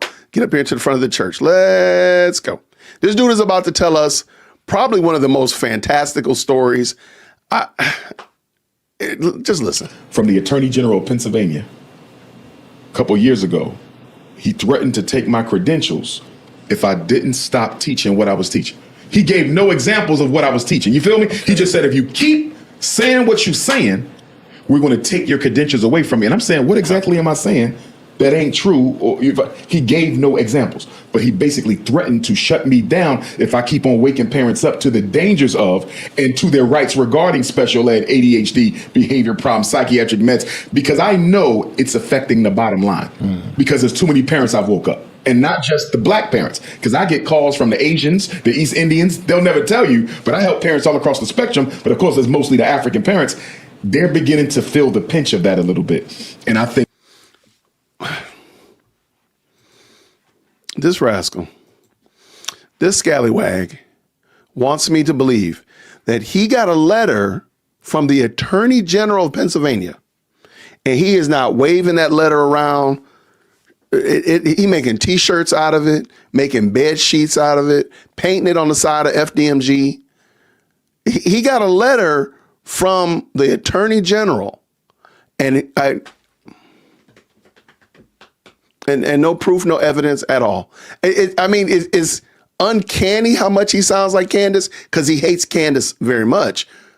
But the problem is y'all must be brother and sister because your father is father of lies. You just lying, like my guy. Stop it. I know the Umarians. I know y'all jumped up in here. Y'all got up here to the front of the church. You mad? I understand. Get over it. Breathe. Take a deep breath. Belly breaths. Let it out slowly. Let it go. The dude lying to you. He just lying. He playing in your face. He got a letter from the Attorney General of of Pennsylvania, to tell him to stop teaching what he's teaching, not telling him what he was teaching. For real. That's what I'm supposed to believe in the year of our Lord 2025. You can believe that because you a fool. I'm not believing that. I need to see evidence and proof. I'm sorry. At this stage of the game, if you taking Umar at his word, then that's your fault. No. If maybe it was a cease and desist, let me tell you, I would have that thing tattooed on my back. I would have had it painted on the side of my car. My whole driveway would be I would have it painted on my driveway. Absolutely. My garage doors would have it on there every time you see when I roll down the garage. I'm sorry. Y'all would see it everywhere. If that's what I'm supposed to believe in the year of our Lord 2025, if that's what I'm supposed to believe, then, sir, I can't believe it without evidence. I need proof. I mean, we got, come on, man. Just drop some proof up in here. Like MT dropped some proof. He dropped the $5 super. And he said this, popping in to tell you that your instinct from yesterday's video was right. Raheem Kassam, a UK politician, accused farmer of, SA, Candy blocked him. I'm going to be digging into that a little bit more. Somebody's asked me, thank you so much, MT. I really appreciate you always supporting the channel. I really appreciate the support. I'm going to do a little bit more digging into that because that story has gotten weirder and weirder. The more I watch my own video, I'm like, wait, that just doesn't make any sense at all. So shout out. We will definitely be coming back for sure. Tina says it didn't never happen. It just never happened. I'm sorry. It never happened. And we're going to bring this back in. I promise y'all. But y'all, come on. If you are Umarian, I got some Umarian anti-fans. You know, they don't like your boy. They don't like Jay Witt. They don't like me. But I'm just telling you, like, come on now. Why do you want to believe this? What is the evidence that you have to believe this? That's all I'm saying. And y'all better not ever say something to me about Sunday school teaching about Noah's Ark and Noah taking 120 years to build the ark. This dude is the modern day Noah's Ark with no mandate. Nothing is getting done. Nothing. Just stop it. Okay, let's get done. They have the state trying to crack down on me because of it. So I need people to understand that I may have the mainstream popularity of a celebrity, but my work is that of a Malcolm and a Martin and a Garvey and a Megger and a Huey. That's the work. You follow what I'm saying? Don't lose sight of the work because you're caught up in the appearance of things. Remember in the beginning when I told you I did that story with my kids? And I would just ask them questions like, hey, man, tell me about the character. And I would just kind of riff off of it. And once they finally figured it out, it just became a game for us, right? Why is nobody asking him what is the work that he does? Like the work. Those 7 words, 7 letters, 2 words, the work. Why are you not asking more developmental questions about that? What is the work?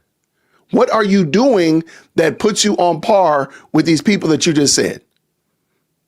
Like, well, how do you put yourself on par? We know what their work was. What is your work in cohesion? And then my very last question, how is it that Umar Johnson has helped so many families that the Attorney General has said, you better stop preaching. You better stop teaching that. Okay. The Attorney General of Pennsylvania said, you better stop. The Archdiocese said, I can't sell you this building.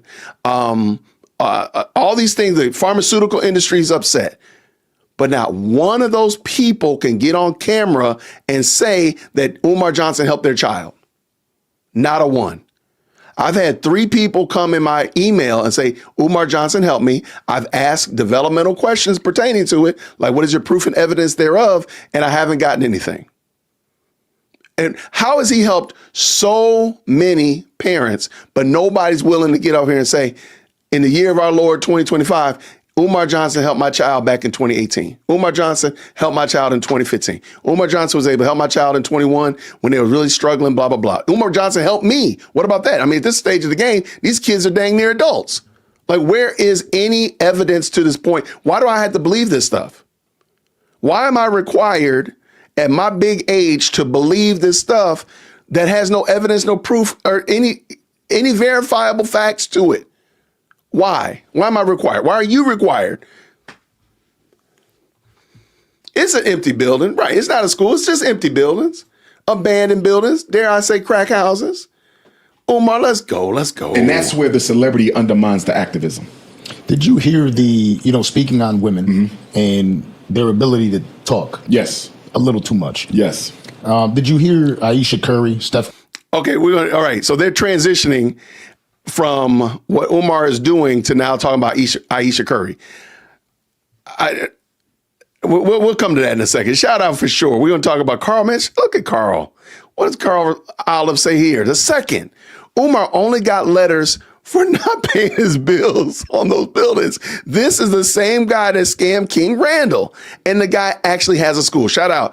And we talked about that. I did a whole video on Umar Johnson taking a $3,000 speaking fee and then never came to speak.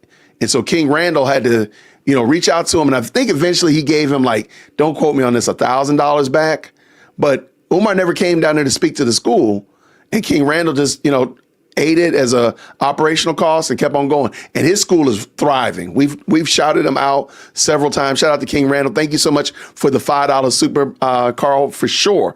What does Amethyst Angel say here? See your email. Oh, goodness gracious. Okay. I will be. Thank you so much for the $2. And we're about to go. Let's talk about Aisha Curry. Let's go. Curry's wife. She recently had a podcast where she was speaking to the people. It seems as if there was a bit of a misconception in what she was saying. What she stated, and look, there's 2 sides of it, and I understand both. From what I gathered from what she says is she meets Steph Curry. She's a 22-year-old girl. She wasn't expecting to be all this. I didn't expect to be a mom. She feels like she kind of lost herself in this, although she's, dating a superstar. She's got she's got all the money. She's got the beautiful kids. She's got the life. But she's saying, like, this isn't the life I wanted. Not her identity. And what she stated, from what I gathered, is I wanted to be, the queen, the businesswoman that helped, not the one that just was the mother at home. I wanted to be able to build a career and be able to help build up my man. And it just so happened that this is my path. I guess my question for her would be, why couldn't you still have done that? Mm. You see what I'm saying? Right. Why? I don't see. Are you not in a better position to do so now? Yeah, I don't see why she could not have still done that. I would be confused about that. Now, if she was dating an activist and said that, that would be different. Because if you Betty Shabazz or Coretta Scott King or Amy Garvey or Anna Douglas, your whole life changes because of the mission of your husband, because he's serving the people. Right. She ain't married to an activist. You're married to an athlete. So who's rich? So why couldn't you still have done that? I don't understand. You know what I mean? Yeah. I understand what she's saying, but I don't understand why she could not have still led that life. Yeah. And it seems to be the issue right now. And I'm going to be right there. I've been throwing a whole bunch of smoke at Umar. I agree with him. I don't understand Ayesha Curry. I personally think that's a horrible relationship. And I have she's given some pretty serious Jada Pinkett Smith energy, if you will, or vibes, if you will. I hate that because I'm like, that dude, you got a man that don't have any scandals under his name. He don't got any baby mamas chasing him down. And you busy out here mad because you can't be a boss chick and run I don't know, she want to be a chef or something or open a restaurant. Like, ma'am, enjoy where you are. Like, people would literally kill to do what you're doing. They have the lifestyle that you have, Ayesha Curry. Like, that's just crazy work. So I do agree with Umar in that regard. So let it be known, let it be said. With podcasts and media just all over the place, because you can go down the street and there's media there. There's somebody there, just as we are today. Yes. The voices are outspoken, and it seems, a lot of people sit there and they look at it and they say, well, man, what it must feel to be like, even though they don't know how Steph Curry feels. Oh, man, it must suck that he has to go through that with a woman saying, it's kind of like that Travis Hunter thought. So you're saying that maybe you meeting me kind of thwarted your life in a negative way. I would argue Steph may not mind because he knows she's not going anywhere. I don't mean that in a negative way, but I think they have a pretty good marriage. Yeah. So he's probably at the point in his life where he's like, let her talk. Right. You know what I mean? Let her get it off. Because what y'all don't know is she really enjoying the benefits of being Miss Curry, despite all that. You see what I'm saying? I think Umar should have just tapped out of this conversation. And you see it in the beginning, like he doesn't know what to say. And I think it's fair to say, like, I would like and I would appreciate if Lady Dearworld Christian wasn't out there burning me down on podcasts. Okay. And I think it's fair to say, I don't need to know much about Steph Curry to say, yeah, I would probably assume I think fairly, he doesn't like that his wife is burning him down. And you know what? Y'all pray for him and let's keep it moving. Like, just leave it alone. I don't know. He gonna read a whole bunch into this. I'm like, how do you even know this? Because I'm about to say it in a second. You're not anybody's husband. So you don't know what it's like to be committed to a woman, to promise her father that you are going to cherish and defend and protect her till death do you part, and live with her for 23 years, 24 this coming February. Like, you don't know that, sir. So why are you even talking about this? You got 2 baby mamas and you be fighting with they kids on Instagram. My dude, you don't have a stake or lot in this argument. Tap out. Just tap out. Just tap out. Just get out of it. Enjoying the benefits of being Miss Curry. So I think he's good with it at this point. It almost harkens me back to what Jada Pinkett Smith was saying about Will, kind of on the same Oh, sorry about that. lines. Yeah. You know what I mean? And I really don't like when the women publicly go against their husbands. It's so distasteful. I don't mind a little bit of it to let people know you still your own woman. Right. I understand you got to do that for the feminazi. I get it. Especially if it's real. Right. I understand. But to constantly, But you don't have to. There are a slew of professional celebrities that the husband is married to just an average Jane wife. You don't see her dragging her husband. The professional actress is married to just an average Joe husband, and you don't see him dragging her husband. You don't have to put it out there. You really don't. Ayesha Curry is out of pocket. You don't have to try to, doll it up or anything like that. No, she's out of pocket. She's wrong for that. She's wrong for putting him out there on front like that. Whether she likes him or not, deal with that at home. We don't need to know that. We really don't. Isha, this is becoming a pattern. Well, yeah. Jada, it's a pattern. Ain't like that. You know what I mean? Like, are you emasculating me in public? Well, like, then after that, I saw a clip of her on, I think it was The View, Mm-hmm. and they had some guy, buff black dude, shirt off, bring out some drinks. They said, I think it's time for us to have a drink. And the topless dude come out with a tray full of drinks. She did one of these gestures like, oh, he's here. which one? Which one? Aisha. Aisha. Aisha grabbed the ring. Did you actually see the clip? I heard about it. I didn't see it. yeah. I'm gonna have to look. Hopefully she was joking. Still inappropriate though. Yeah. Back Still to back, and now the narrative is out there. And this, I don't think this is the first time she's expressed this taste about being the famous person's wife. Yeah. Well, if she wants an open relationship, and I couldn't have that with my woman personally, I just couldn't. But them celebrities. Then what's having two wives, sir? See, that's what I'm saying. Like, I don't think Umar even listens to Umar. I don't think he even pays attention to what Umar don't even pay attention to what he's saying. He just said he couldn't have an open relationship, but he wants to have two wives. Just leave it alone. They do that. If she wants an open relationship, bring it to your husband and see what he has to say about it. I heard Will and Jada has an open relationship. I don't know if it's true. Allegedly, they have an open relationship. It might not have been by so choice. maybe Aisha wants an open relationship. I don't know if Steph is into that, because his parents were married. They divorced, but they were married a long time. Yeah. So normally when you come from that type of foundation, you want a traditional foundation, not no crazy stuff. You know what I mean? But it sounds like she needs to get back out there to revalidate her femininity again. Yeah, it sounds like where she's going. You know what I mean? Because, in marriage, you can grow apart. And, I've done a lot of therapy, a lot of life coaching. People can Y'all, if any married couple goes to Umar Johnson for marriage counseling, you deserve exactly what you get. You deserve what you get. I don't care if you just got a parking ticket because you parked outside the office. You deserve what you get. If you went to this rascal for marital advice or marriage counseling or fine tuning, anything, that is your fault. You deserve what you get. You do not take advice from broke people. If you did that, that's your fault. You get that yourself. Eat that whole thing, that whole cake. You deserve it. My goodness, in the morning. sometimes grow apart. It's not that he wrong. It's not that she wrong. We just not the people we were before. Is she there yet? You know what I mean? That would be the question. Yeah. Are you there yet? Are you ready to start dating outside this marriage? And if you are, that's the conversation you got to have with your husband. I support the black couples. I don't want to see them break up. I love the Steph and Aisha thing. You know what I mean? I'm glad Will and Jada's still together through all the crazy stuff. You know what I mean? I love the Nelly and Ashantis. I love the LeBrons and his queen. Jay-Z and Beyonce. Jay-Z and Beyonce. We need those examples of young black love. When Offset and Cardi B broke up, I was like, damn, because y'all was... What would have been great is if Umar had said, me and my wife. See what I'm saying?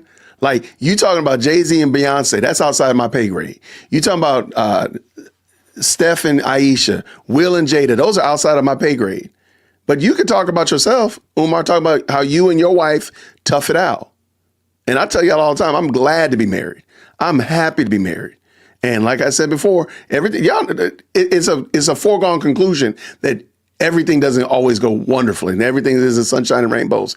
Okay, and there's two sinners. God done brought two sinners together and they created two more sinners. What am I supposed to expect?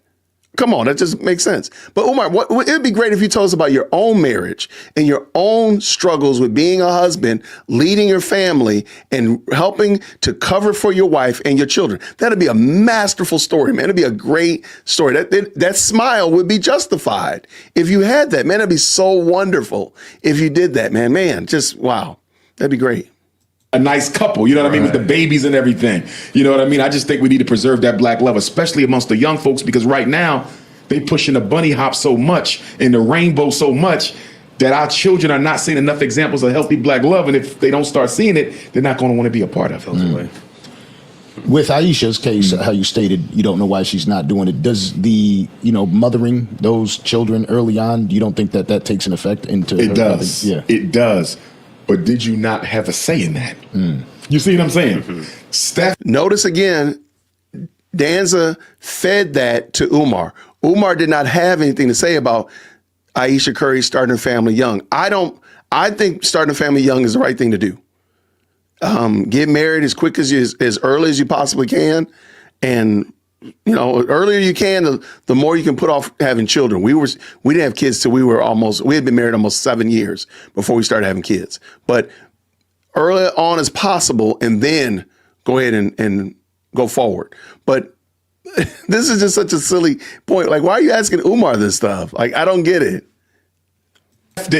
I don't know the dynamics of the relationship, but Take this baby. that's what I'm saying. Like, you wanted that baby because part of having that baby was locking in the bag. Like, let's be real. Business agreement is official. First to the ocean gets the drink. You know what I mean? Your contract's $450 million.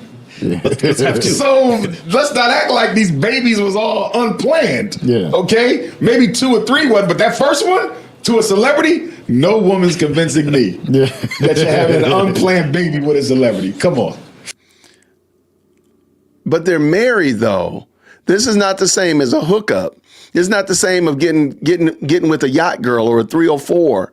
No, they're married, and you wouldn't say the same thing about. I guarantee you wouldn't say this about LeBron James or somebody else that has a vibrant marriage. Why would you do that? Like, and yes, and I was going to say that first to the ocean. The ocean is salt water, sir. Like, that's just so, again, it's these little tiny ignorant things that he says, like, sir, you gotta be kidding me, man. You gotta be joking with me. You cannot be serious. You are so unserious that I don't believe you. But let's finish up. It was planned. I want him to stick together. And I think they will, because he seems to be defending her. Okay, in good. this, Good. I like so that. it's like, let her. I like that. Let her go. Now his mom might need to have a conversation with her though, from mother-in-law to daughter-in-law. Like, listen, That's a good one. Yeah. you know what I mean? Here's how we handle You it. better leave my baby alone in public. Save that. Come talk to me. Yeah. But you can't keep running on these little shows, you know what I mean, taking hits at my son because he's held you down.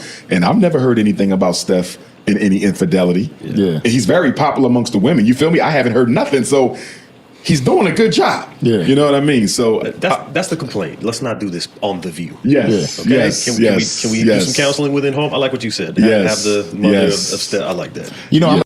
Well, that's a stupid statement. My mom goes to church with us. We see my mom probably twice, sometimes even more a week. My mom would never say a word to my wife about anything that my wife says. My mom, no, that's Jason.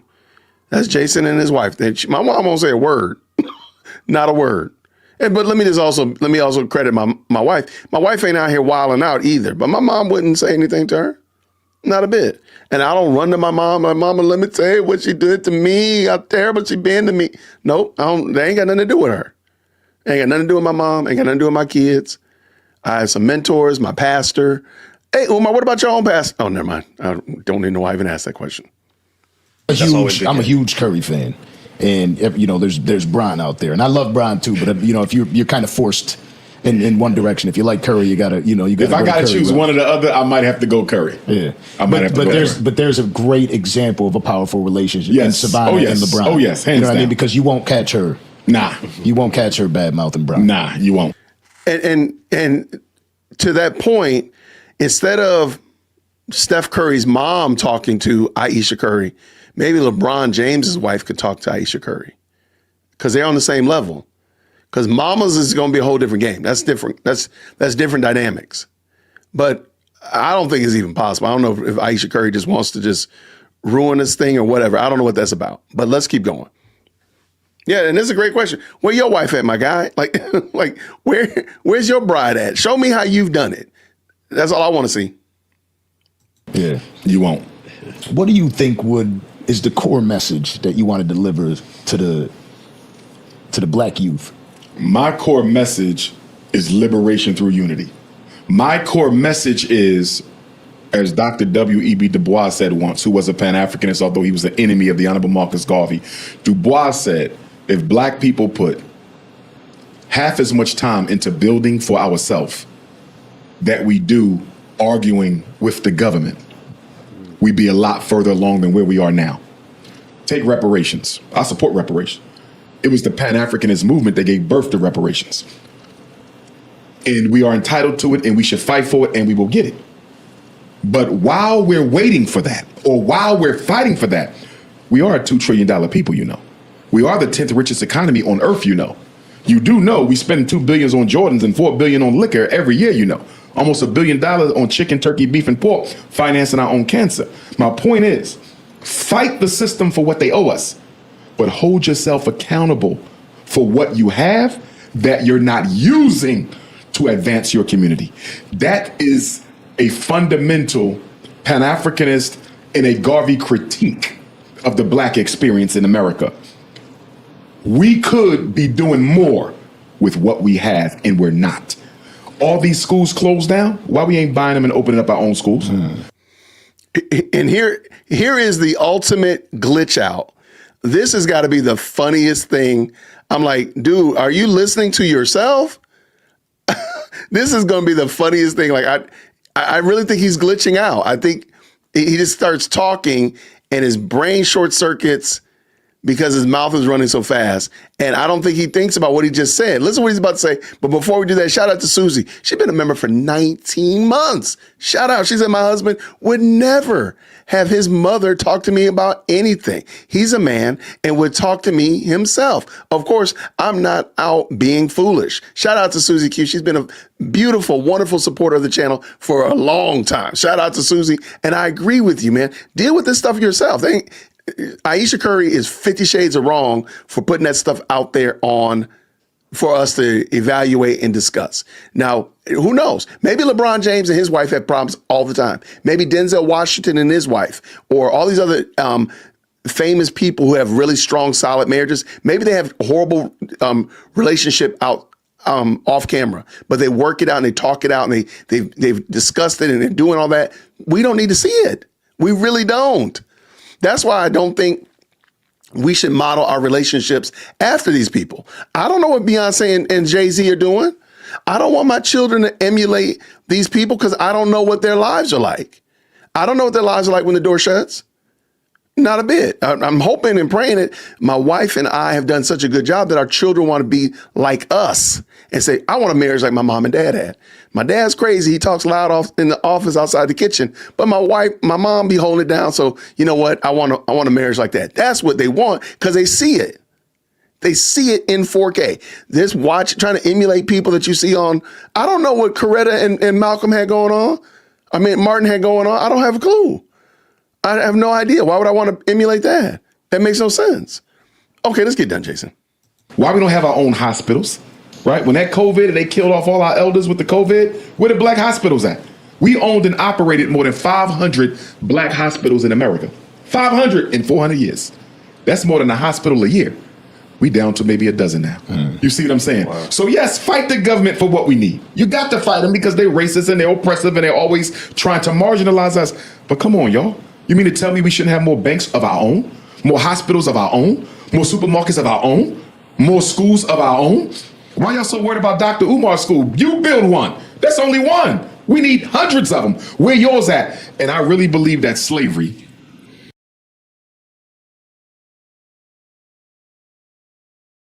He's glitching out, but now he's going to go into glitch on crack cocaine. Umar, all these things that you're talking about are great, but you've done none of them. You're literally just like us. If you're saying that we haven't done anything, sir, full disclosure, neither have you. You have not done anything except talk. Prove me wrong. Show me where you've done anything different. Show me where you've done it.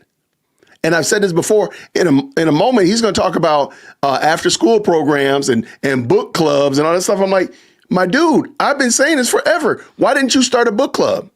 Why have you not started a gardening club at the FDMG abandoned crack house? Why have you not been doing these things? Something simple to get it going on and build some interest, if you will, for the school. Okay. I guess that's what we're doing in 25. Stole from us our natural God-given desire to control our destiny. We are not stingy about power. We are not selfish about control. Every other community is. And I think a part of that stems from the religious indoctrination that has made the American African people feel like they have to love everybody as much as they love themselves. When you love everybody as much as you love yourself, you're never a priority, not even for yourself. So we can't. That's such a. I'm telling you right now. Let me just tell you real quick. I don't know where you land spiritually. I don't know where everybody, there's 190 people, 169, sorry, 169 people in this live chat. I don't know where you land spiritually, but I'm going to just tell you right now, never get spiritual advice from a man that stands outside of an abandoned crack house in Wilmington, Delaware, talking to his phone late at night. Just don't do that. Do not do that. And if you watch the video of him cleaning the restrooms, don't take your spiritual advice from people that clean restrooms like he did. I'm just saying that probably would be a good indicator that I should not get advice from this person.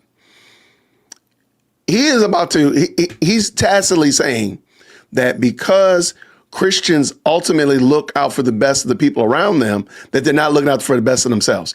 That is probably the most spiritually, theologically deficient statement that Umar has said. And he does say a lot of them. He does say a lot of ignorant things. That's some high grade ignorance right there. I don't really know how to take that I don't know where else to go with this. Again, because we as Christians look out for the betterment of our neighbors as well as ourselves, as I gave the example of my yard, because my yard is weed free, it's a blessing to my neighbors on both sides. And probably neighbors across the street too, because we don't got no weeds running around here. Trying to cut the weeds down. Because I took care of my yard, it helps my neighbor. Now, if my neighbor comes knock on the door and says, Jason, what are you doing to get these weeds out your yard? Your grass looks so fantastic. I can share with her because I've also taken care of my own yard. So this is just ignorant. But Umar just says dumb stuff in 4K and they allow him to say it. Greenheart's in the chat. Just Greenhearts. Unless we get undivided attention. Look at our professional organizations. Congressional Black Caucus, they for everybody, not just black people. They rewrote their mission statement a few years ago to reflect we're for everybody, not just blacks. NAACP, we're for everybody, not just blacks. Urban League, we're for everybody, not just blacks. The fraternities and sororities, the Divine Nine, I love them, but they're for everybody, not just for blacks. What organization has an undivided focus on the liberation and salvation and emancipation of African people in this country? You can hardly find them. Liberation, salvation, and emancipation of black folk. I'm not going to even waste my time. I'm not going to even do it. Never mind. And a big part of that is so many of our organizations are financed by white philanthropy. If they're funding you, you can't be pro-black. Can never be greater. You can't, because we are not popular in this country.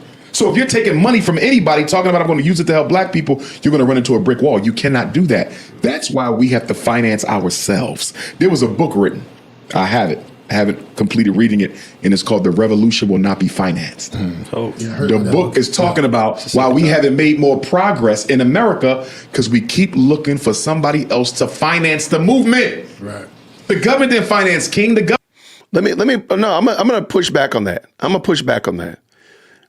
We don't make more progress because we're looking for an excuse for why we can't do it. And this is to the highly melanated community. I know you're going to be mad. So y'all come on, all the colors, all of us come on up here to the front of the church because I'm going to say something that's going to make you mad. Instead of us dealing with the fact that we have a scam artist in the black community that has been scamming the black community for better than 12, 13 years. Let's just say 15 for easy math.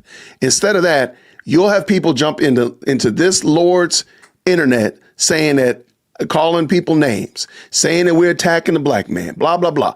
Y'all will let this man play in your face, go on this podcast and say some of the most ridiculous stuff in 4K that he himself is not doing.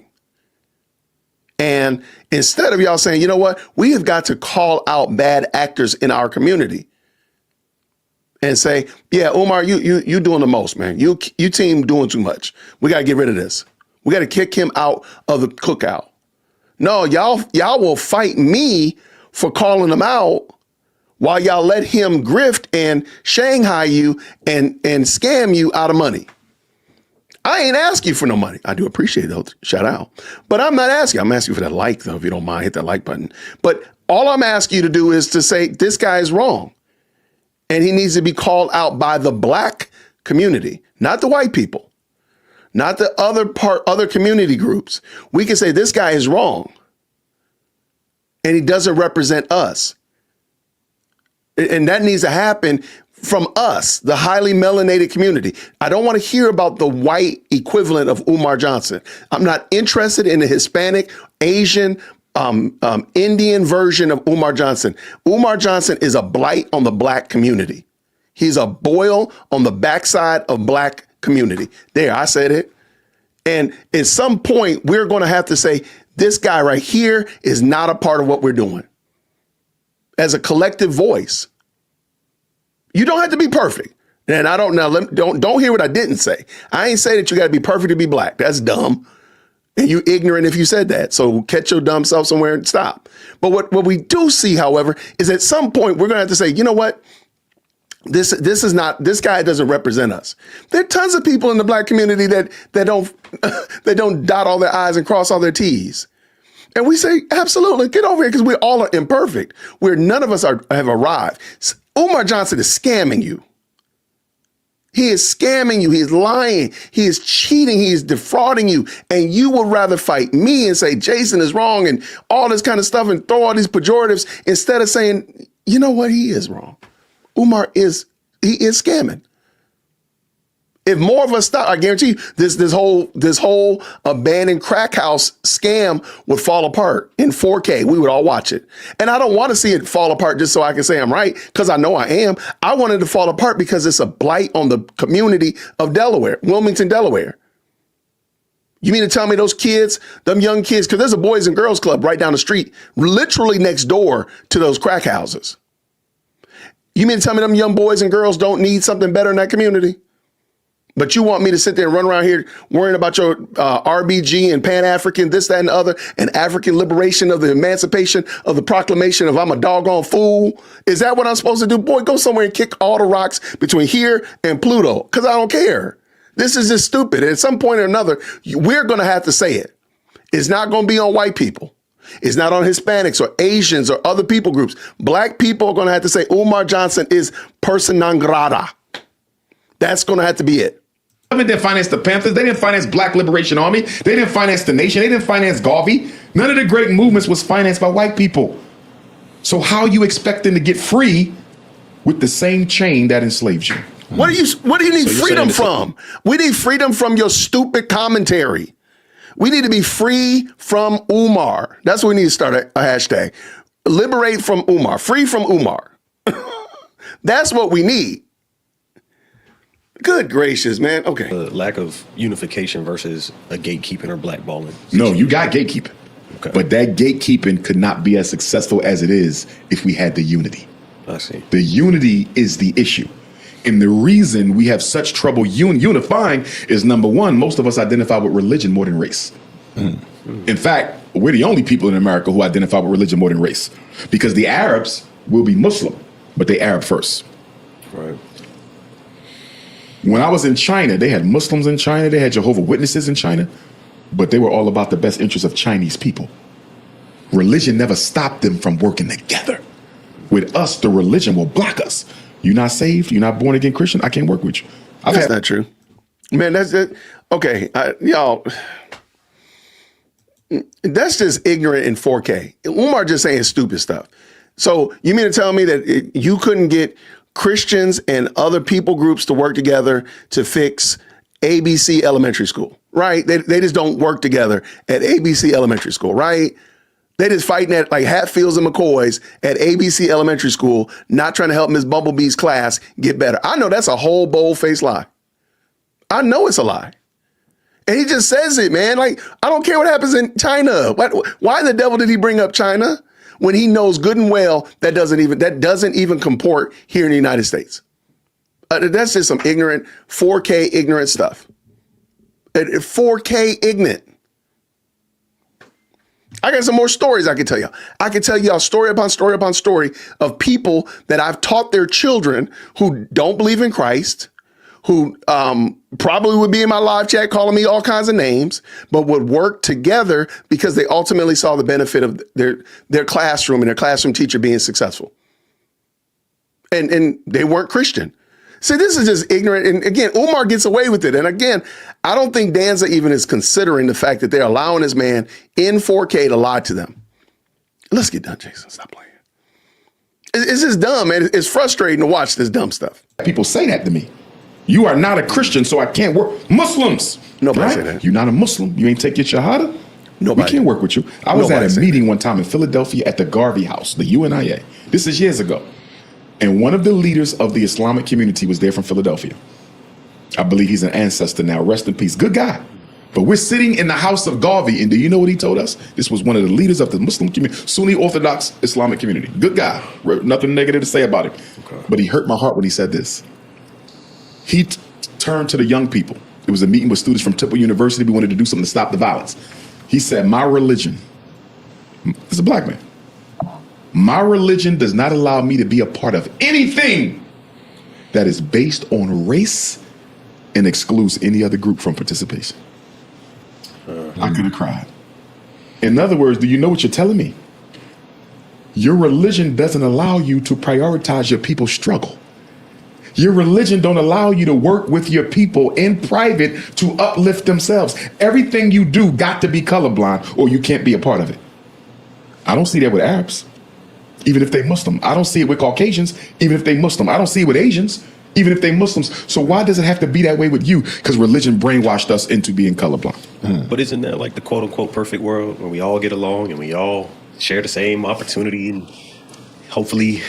If you don't understand white supremacy, it's very easy to fall for that. But when you understand white supremacy, you will understand why that can never happen. Remember, biochemically, I understand why white people can't stand us. Because I can reproduce you out of existence. You see that? I understand segregation for white people. If I let you move amongst me and reproduce with my women, you will kill us off. There will be no more white folks. Literally, yeah. Because we are genetically recessive. So I understood the racism, but I won't condone the tactics that they employed in order to protect themselves. The lynchings, the killings, the beatings, the indoctrination, denial of opportunity. That's unacceptable. I understand you want to keep yourself to yourself. Because you see, the white man can only reproduce with a white woman. He can't reproduce with no other woman. And the definition of white is extremely narrow. Exactly. Because for instance, This is what happens when literally your whole shtick, everything that you're about, is about race or ethnicity. I don't believe in races. So your whole shtick is about race. And at some point it just becomes kind of silly. And we're now entering into, we've turned off of just kind of weird avenue. Now we're down silly drive. Like, this is just silliness, what he's about to say, because it doesn't even make sense. But again, like, this is the bondage that Umar wants to be in. He chooses to be in this level of bondage. I choose not to participate in this. I choose to make fun of it, and I'll do a 3.5 hour video making fun of it and mocking it because I think it's kind of dumb. And I think people enjoy making fun of it, but I don't subscribe to it. I mean, marry the person that you marry. Love the person that you love. I mean, good gracious alive. Didn't you say you wanted strong families? Like, why would you even remotely insert this into the discussion? But I digress. Let's go.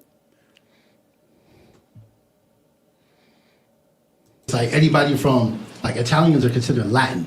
Like, if you look at the census, they're not considered European white. Like, the definition of European white is very narrow. It's basically anybody west of Italy, and it stops at England. Right. Hold on one hot second. Well, that's actually a different faith system then. So why would you expect a Christian to work with you in teaching a different religion?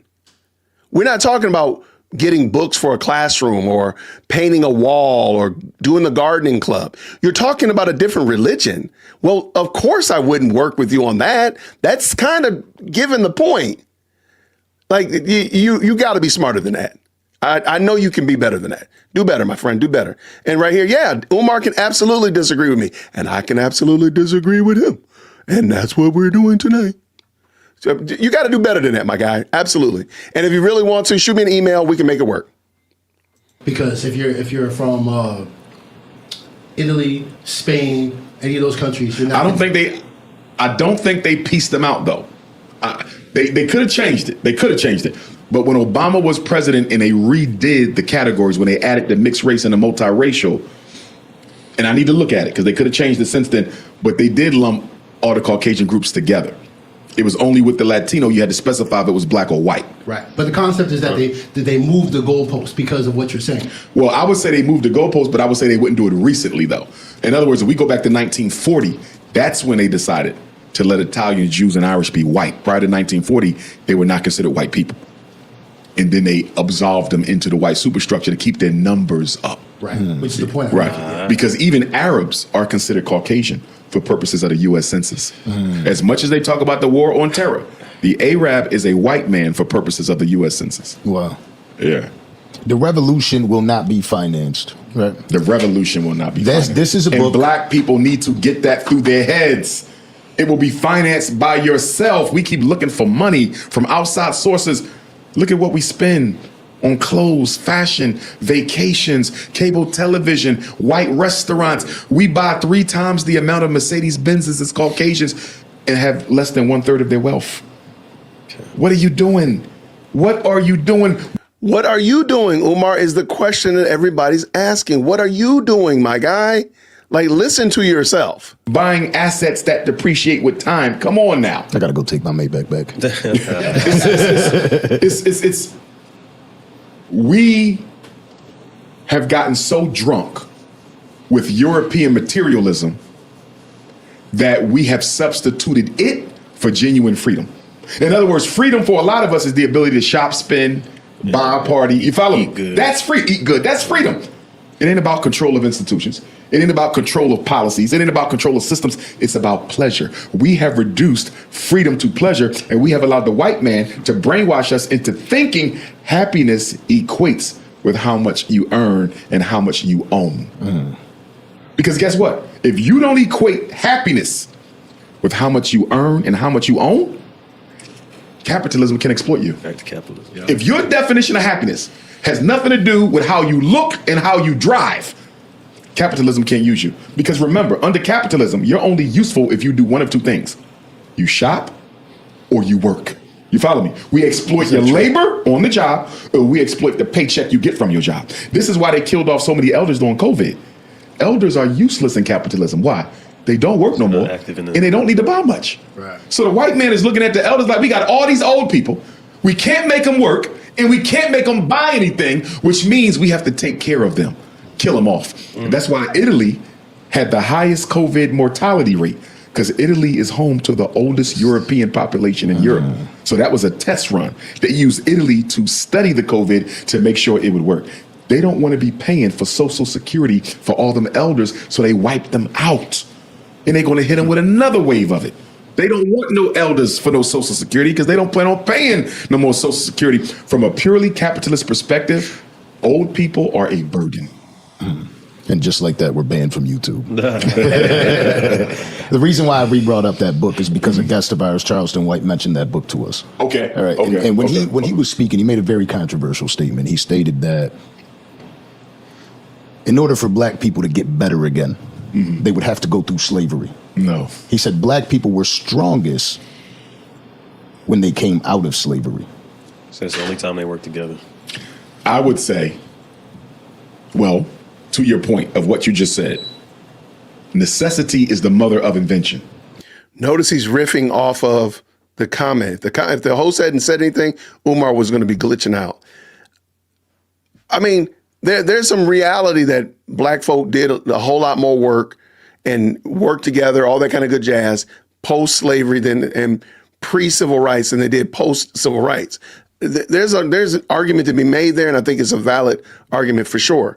But let's see where Umar goes with this. Let's go. There may have never been a Black Wall Street in Tulsa, or a Black Wall Street in Rosewood, Florida, or a Black Wall Street in Charleston, North Carolina, or Charleston, South Carolina, or Wilmington, North Carolina. There may have never been a Black Wall Street if white people allowed us to participate in their society. Necessity, the mother of invention. You couldn't go to their schools. You had to make your own. Had to figure out. You follow me? You couldn't work at their businesses. You had to make your own. Right. So would we have created these great black communities if white people never segregated us? I don't know if we would have. Right. I mean, to Charles's point, what I think he was getting at was that in the antebellum period, right after slavery, that generation was extremely prosperous. And that's where the Black Wall Street and the Rosewoods and all that came from. And the reaction was the Jim Crow laws, which led to segregation and so on and so forth. But again, we were so focused after slavery because we understood white supremacy. Right. Right? So number one, you had the consciousness. And number two, you had the work ethic right? You didn't have all the schisms and isms you got amongst us now. There was no stratification of oppression. Everybody was broke. Everybody could be hung by the Klan. Everybody was unemployed. Everybody's children need to be taught how to read. You follow me? Right. Today we have stratification of oppression. You got upper middle class blacks, you got middle class blacks, you got millionaire blacks, you got billionaire blacks, right? So if the white man's saying, we about to do something to the 5 of them brothers in that room, he might say, wait a minute, I got a little bit more to lose than him. You feel me? I'm gonna try to talk this out. Right. And he like, I got a little bit more to lose than him. You follow what I'm saying? Right. So black people don't move out on blackness no more. They look at their social economic position first. And then they decide what they're gonna do as a result of that. There was no upper middle class, right. working class. Everybody was the formerly enslaved class. Right. You see that? So the unity was automatically there. But again, if white people did not deny us the opportunity to participate in their society, would we have built Tulsa? I don't know. I don't think Umar actually realizes what he's asking. And this question is very interesting because the question that he's asking is if white America had embraced the former slaves, once they were emancipated, would they have built their own thriving and bustling communities? That's a valid question. I don't think he realizes, though, that same question can be turned on his head and say, if the civil rights movement had not happened and desegregation become the law of the land, would black communities be thriving and bustling now? I don't think he realizes that question can be asked another way. And I think he would probably have, I don't know what he would say. He would probably have to eat some crow or he'd start buffering out. All of those cities were the result of the fact that we were segregated out of white life. Now, since desegregation has come, we ain't built a black Wall Street nowhere. And then you get black people who say, well, desegregation destroyed us. I understand what you're saying, but what you're also saying is we need white people to separate us again in order for us to do for ourselves. I got a problem with that. Nope. Nobody cares what you got a problem with. Nobody's saying that. Nope. We're saying that because if he does accept that desegregation ruined the black community, he's going to have to go back and say, where did desegregation come from? And there it is. It was the Martins. It was the civil rights movement. It was those individuals, SNCC, and those movements and those leaders that brought us to this place. So he would actually have to. Nobody's saying we need white people to segregate us, because we have black communities all around the nation, and we got black communities all around the nation. You follow what I'm saying? People say they need to separate us again. Why does your enemy have to deny you the right to live amongst him in order for you to do right by yourself? Nobody's stopping us from building our own communities right now. You got over 10 cities for sale in this country right now. I don't think anybody's actually saying that. Now, maybe they are. If they are, let me know. Email me, dearwokec@gmail.com. I don't think anybody's saying that we need them to separate us. No, we can do that, but we have thriving communities right now. That's the thing. You have communities that are all one ethnic group, and you got them. So we don't need that. And I don't think anybody's saying that. There's over 10 cities, the whole city for sale. As little as $250,000, $500,000. You got Hell, Michigan for sale. It's cities all over America. Everything's there for you. The post office, the hospital. You got to clean it up, fix it up, build it up. But it's there. If we wanted to be independent, we could. We full of shit. We're not looking for freedom. We're looking for more comfortability under oppression. Follow me? Right. I don't mind white people being in charge. I just want to be more comfortable. As long as you give me a few more niceties, you can keep on running the country. I don't care. We not serious. We haven't, look, it's been 57 years since Dr. King. We haven't had a significant, sustained, protracted movement for change in this country since Dr. King. 57 years. We are not serious. Think about that. Black people don't want to be free. Some of us do. Most of us don't. We don't want the responsibility of freedom. What if the white man came to Fort Lauderdale right now and said, listen, y'all, I'm tired of y'all complaining about white supremacy. We leaving Fort Lauderdale. It's y'all's. And we ain't helping you do nothing, but everything is here. Black folks will go get them white folks and tell them to come back. We ain't trying to run them hospitals. We ain't trying to run that school system.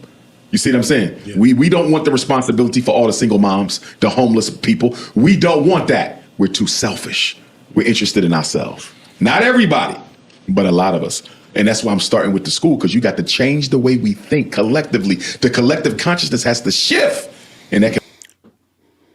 You do realize that following that logic, I don't know what black people he's talking about. I don't know. He talking about the black people in his own head. I don't know who these people are that he's talking about.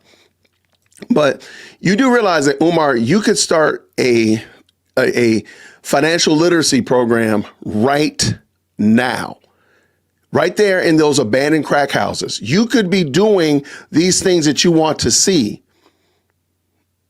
right? Like you could see this, you could do this right now. Nothing's impeding you from doing this right now.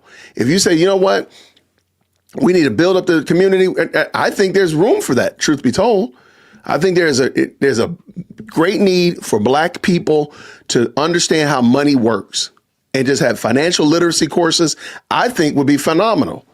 Every black community needs to have a financial literacy program. Okay, fine, Umar, roll it out. Let's go. Nothing's stopping you from doing that because you're going to teach that. Because remember, you're the one that got the curriculum for this Pan-African scam that you're doing, the Prince of Scan Africanism. You could do that right now. Nothing's impeding you and stopping you from doing that, except you. Can only be done with education. Our most progressive time since the great empires of Africa was 1800 to 1899. The 19th century, 1800 to 1899 was the greatest century for black people since the fall of the great African empires. We did more of that century than any other time during these 400 or 500 years. Shaka Zulu, Frederick Douglass, Harriet Tubman, Elijah Muhammad, Haitian Revolution. You follow what I'm saying? Look at all your great leaders and events. Most of them was between 1800 and 1899. Leaders were born during that time. We got out of slavery during that time. Right. You follow what I'm saying? Yeah. That was the greatest, and I mean globally too. Whether you go to Africa, whether you go to the Caribbean, whether you're here in the States, from 1800 to 1899, that was our greatest period. And then after that, we began to wane off because the more we got acclimated to white society, white consciousness, the more we started losing ourselves. And I'm gonna be honest with you, when we talk about desegregation, black people keep talking about put us back in segregation, right? Because deseg hurt us. And nobody forced you to desegregate, by the way. All the government did was remove the barriers to access. They desegregated. They never integrated. Do you feel me? Yeah. Do you feel me? Yeah. They said you could go to the white hospital. They didn't make you go to the white hospital. We gave up the black hospital. We gave up the black schools. We gave up the black supermarkets. You follow what I'm saying? Right. The white man did not force you. He simply removed the barriers to access. We voluntarily gave up what we had. It's the mindset. It's the mindset. Change it. And you got to do that with the children. What do they say about, like, it's not let them eat cake, but it's like give them sports. Well, what is it? It's like let them have the things, and they'll forget about the macro. The sports and entertainment hurt us a lot too, and I'm gonna tell you why. I don't know what that young blood was trying to say, but Umar is going to riff off of this and go in a whole nother direction. But please understand, I don't know I don't know what year he's living in. Like there's, instead of him saying like, we need to be held accountable, this is an unaccountable man. And I've said this before, Umar stays unaccountable. He does not want to be accountable for anything. He doesn't want black people to be accountable for anything. He just wants to say, hey, we're unaccountable. We're going to stay unaccountable up in these streets. And that's some nasty work, man, for real. If we didn't have as many athletes and entertainers as we do now, the racism would be more obvious. The athletes and entertainers are the argument that the white man uses to say, we're not keeping you down. You follow me? Because we let you. You have a billionaire, you have a billionaire, you have a millionaire. But what they're not focusing on, all these rich blacks, the celebrities and the entertainers, those are not high opportunity careers.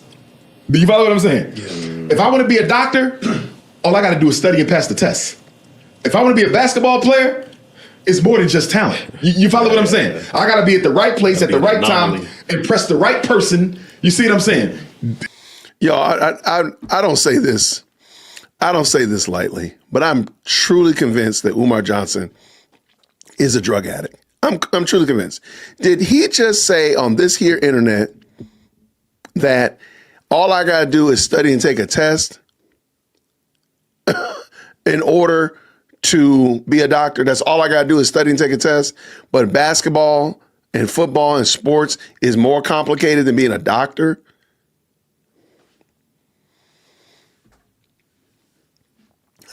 You can't take this man seriously. Genetic predisposition. You have a greater chance of being struck by lightning than becoming a multi-million-dollar athlete or entertainer. So you can't hold that up and say everybody could be a Jay-Z, Tyler Perry, LeBron James. No, they can't. Right. No, they can't. That's not realistic. You're not going to eliminate poverty by telling people to go and try to be a LeBron, a Tyler Perry, or a Jay-Z. You see what I'm saying? Yeah. But This is the other problem. Umar thinks as a collective. And so let's think about your family. Your family. You have your family that you live in the household with. Okay. You have, and let's just say you got some cousins and a couple aunts and uncles that live in town, right? But then you got family that lives maybe in another state or a couple states over. So you got like some super extended family. Umar thinks that only, like, you can't prosper in your own domicile unless all of your family prospers. That's just silly thinking. Like, I don't even know, like, that's not even adult thinking. I don't know if I don't want to insult children, but that's not the way adults think. Like, again, take care of your own home. And I think part of the problem Umar has is that he presents these grand ideas that really truly can't come together. You really can't do that. I can't take care of all of my extended family. That's wild. But I can take care of everybody here at Whitaker Park. And by God's grace, I've been able to take care of everybody here at Whitaker Park. That's my duty and responsibility. And hey, do a little bit of love for my mom down the street around the corner. Take care of my niece. Saw her yesterday. So again, like, you can do a little bit more, but my primary responsibility is my family right here. And Umar thinks in this large collective sense that literally I have to think about everybody that shares the same skin tone as me. That's crazy work. That's some nasty work, and that's not realistic, and therefore is the problem. So rather than teach people how to fish, he wants you to be able to build. You've never fished before. He wants you building a whole fish industry. Like, well, if you can't build a fish industry, then you fail. Like, no, I could just like feed my family if I learned how to fish right here and take care of my family. And I think that's part of his problem. they'll use them as examples of Black progress, while at the same time not pointing out the fact that these are very difficult industries to break into. Facts. And by the way, we no longer have an academic gatekeeping elite. The Negro aristocracy is no longer dominated by academicians. 50 years ago, it was the presidents of the universities. It was the politicians. It was the preachers. They ran the show. They were the Black bourgeoisie. They don't hold no weight no more. What scholar you know college students are listening to find out how they're going to think on certain political issues? They don't listen to them. They listen to YouTubers and shit. You see what I'm saying? Yeah. Think about it. What Black pastor holds sway over Black youth? None. None. What Black politician holds sway over Black youth? Name an elected official that holds sway over Black youth. None of them. So now Do you think Obama once had that for a bit? Obama a little bit. There you go. Obama a little bit. But it's over with. Yeah. So guess who the new bourgeoisie is? The same people our children look up to. The athletes and the entertainers are the new Black bourgeoisie. They are the new gatekeepers. And when America tells them to take a certain position on something, they're going to take it. Because if you notice, most of our athletes and entertainers, they're not revolutionary. You have your David Banner, you have your Killer Mike, you have your T.I., you got a few of them, right? But most of them do not get involved in any radical politics. They are very conservative. You feel me? Because they don't want nothing to mess up that bag. And even when they do, it's at the height of their success. Yes. They're all controlled by white folks. They're all controlled by white folks. When you were mentioning Black couples, one of the couples that you mentioned with Cardi B and Offset. Yes. Cardi B is Trinidadian and Dominican. Okay. I'm Dominican and Puerto Rican. Okay. When you think about the Latino community, what is your thoughts on that as far as everything? It's diverse, like the rest of the race. So my great-grandfather was Cuban, right? Spanish-speaking Cuban. I met him on his deathbed many years ago. I know Puerto Ricans who identify with the African race. I know many more who don't. I know Dominicans who identify with the African race. I know many more who don't. Trinidadians, right, generally, they will identify with the African race, right? So you really have to ask, right? I don't make assumptions. When I meet Latino men and women, I ask them, how do you identify? Some will tell you, I identify more with the indigenous people. Some will tell you, I identify more with Spain and Spanish, right? And then some will tell you, I'm black, my ancestors black, I identify with Africa. So you got to ask, because Latino is not a race. It's a culture, it's an ethnicity. So you have to inquire who they identify with. And so we know. Isn't that exhausting though? Like, I left from church today, and by God's grace, we have a very mixed population of people, different skin tones. And I could assume some things about some of the people that attend. I can assume some things about them, but I never do. It never became a thought like, I need to ask this person about their ethnicity. I need to ask. That would just be exhausting. That would just be so, like, come on, why would you want to live like that? I don't understand why one would want to live in a place, in a mindset where I need to ask people what they identify as, rather than just celebrate that we're worshiping the Lord together. Let me tell you a story. There's a story. And there's a couple that have come to our church, and the husband, he's every bit of 7 feet tall. I've never seen a man this tall before. Like, good gracious, this dude is tall. And some of you all know that we are in the process of doing a build out at my church proper. So we've actually left campus, and now we're at another facility doing service on Sunday and Sunday evening. So I know, because doing security at church, I see him walk in and out, and he literally has to turn himself down to walk through normal doors. I mean, it is crazy how tall he is. If he's not 7 feet tall, he's got to be 6'10". It's insane. So the facility that we're at now, they have these gigantic doors. These doors are every bit of 10 feet tall. Okay, so I was doing security last week, and I saw him walk through a door, and I said, I bet you enjoy having a door that you don't have to duck through. And we laughed so hard because I don't think he noticed that I noticed that he ducks when he walks through the door, like literally ducks. I mean, it's pretty serious. And we just had a good laugh. I've never asked him. I know he is not American, and I do know where he's from because I know the couple that introduced him and brought him to the church. So I know where he's from, but it's never got in my mind like, oh, I need to ask him about his ethnicity. I just laugh about the fact that he's tall and he's got some cute kids. Him and his wife have some great looking kids. And I just, why? Why do I have to worry about his ethnicity? Like, why? Why? What kind of bondage are you in? I don't want to be in that kind of bondage. I just enjoy the fact that he can walk through the door, and I'm kind of wondering, are we going to make our doors a little bit taller now? Because this cat is a giant. Like, are we going to make the doors taller? Maybe with my next deacon meeting, I'm going to ask him about that. I need to see his blueprints. Can we make sure that my man don't have to duck has to crawl through the doors, please? But why? Why would you want this kind of bondage? Umar wants you in full on bondage. I don't want to be in bondage. I'm in Christ. I used to be in bondage to my sin. And, I used to be in bondage to my sin, but by his perfect and wonderful grace, he saw fit to save me and remove me from that. I don't want to be in bondage again. So I'm going to try my very best to keep the bondage level very low because I like being free. So I'm not going to be sitting here acting like a doggone deflected person like Umar over here saying, I'm asking the people, what do you identify as? What? and trying to sound scholarly, you sound like a clown. In 4K, you sound like a 4K clown. Okay, let me get done with this. Know that the famous narrative, the big argument with Ish, right? The snow bunnies. Okay. So when it comes to a Latino, if you see a black man dating a Latino woman, does she identify okay as African full time? Would be the question. Because I've dated Latino women, right? And once I came to realize that you don't really identify with the African race, I had to end the relationship. You see what I'm saying? So, and brothers text me all the time, right? Oh, I'm dating a Latino woman. Is that okay, Doc? Am I bunny hopping? Why in the world? Why are people asking Umar, is it okay to date when he ain't dating nobody?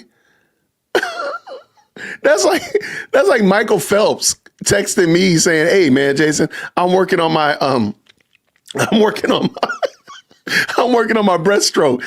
I can't swim like Michael Phelps. Why are you asking me? Why are y'all asking Umar anything? Let's be 100% honest. What is he actually an official in?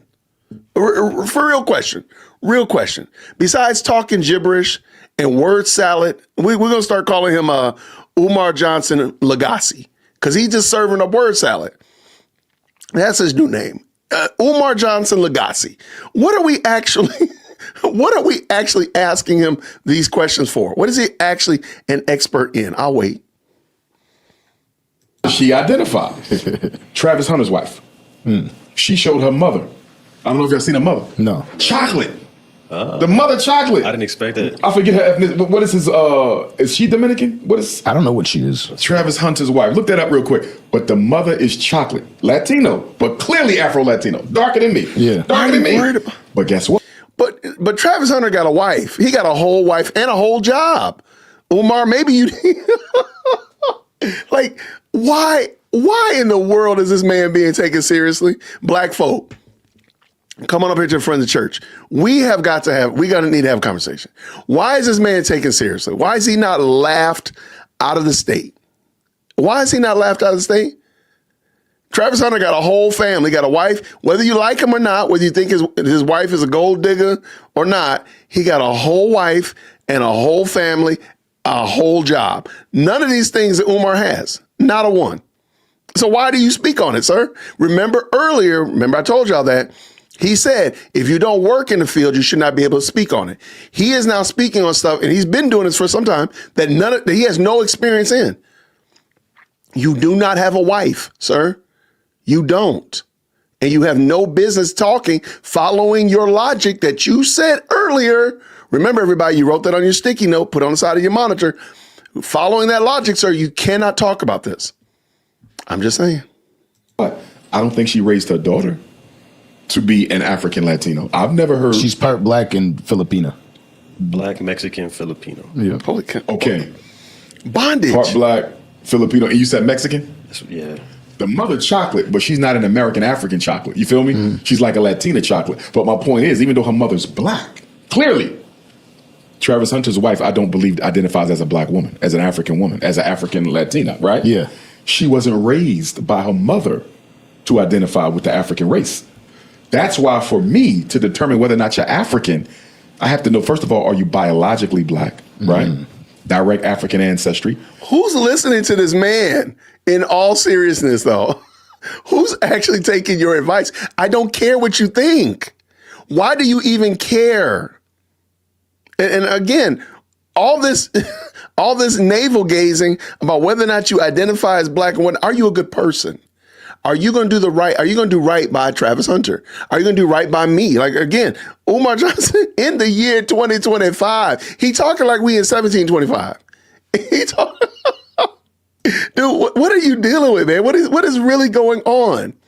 Well, God is no respecter of person. The problem is this false God, Umar, is a respecter of persons and the ancestors. That's the problem. Oh, he a struggle streamer. That's for sure.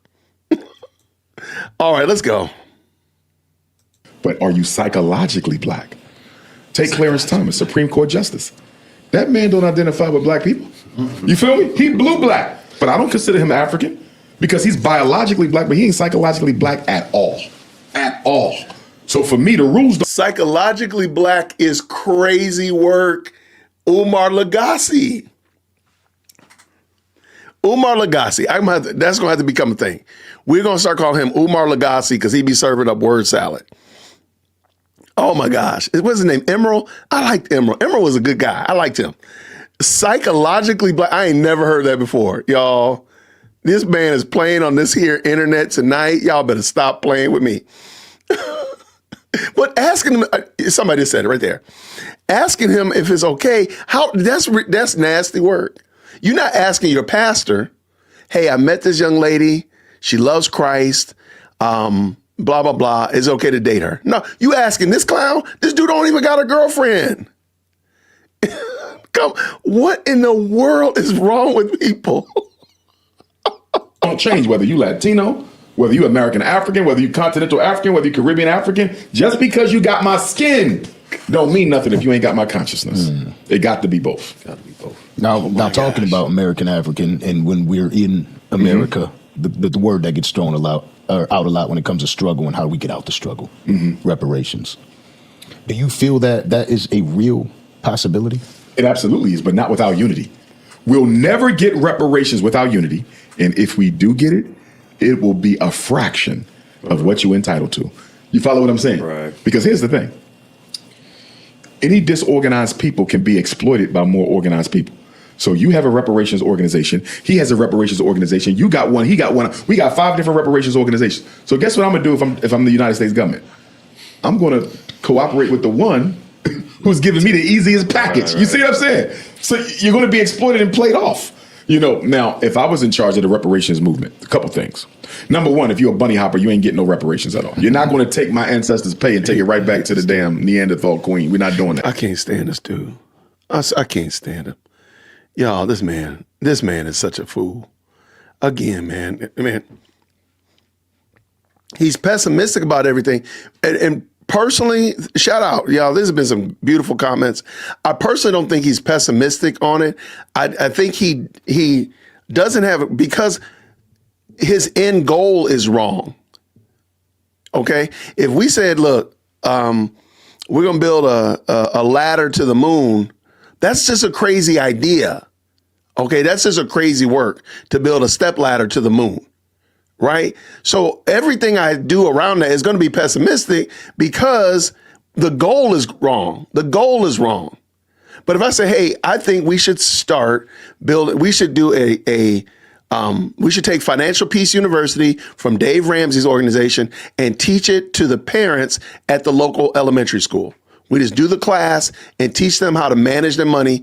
And we just do this 4 days a week. We just have class upon class upon class. Every afternoon we do that class. That's a very reasonable goal. That's a very obtainable goal. And there's no reason to be, and we could be very optimistic about, yeah, if we have 100 parents come through here, they're going to be blessed and they're going to understand how to handle their money and they're going to be better stewards of their money and so on and so forth. That's going to be a good idea. See, there's optimism in that because the goal is not insane. Okay. Umar's goals are stupid.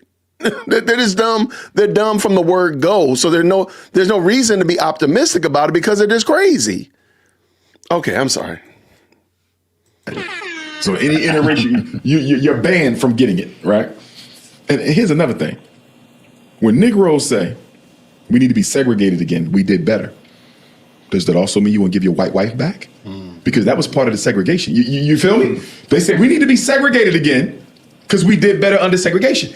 Is anybody really honestly saying that? Y'all let me know. Email me if somebody's really truly saying we need to be segregated again from the governmental level.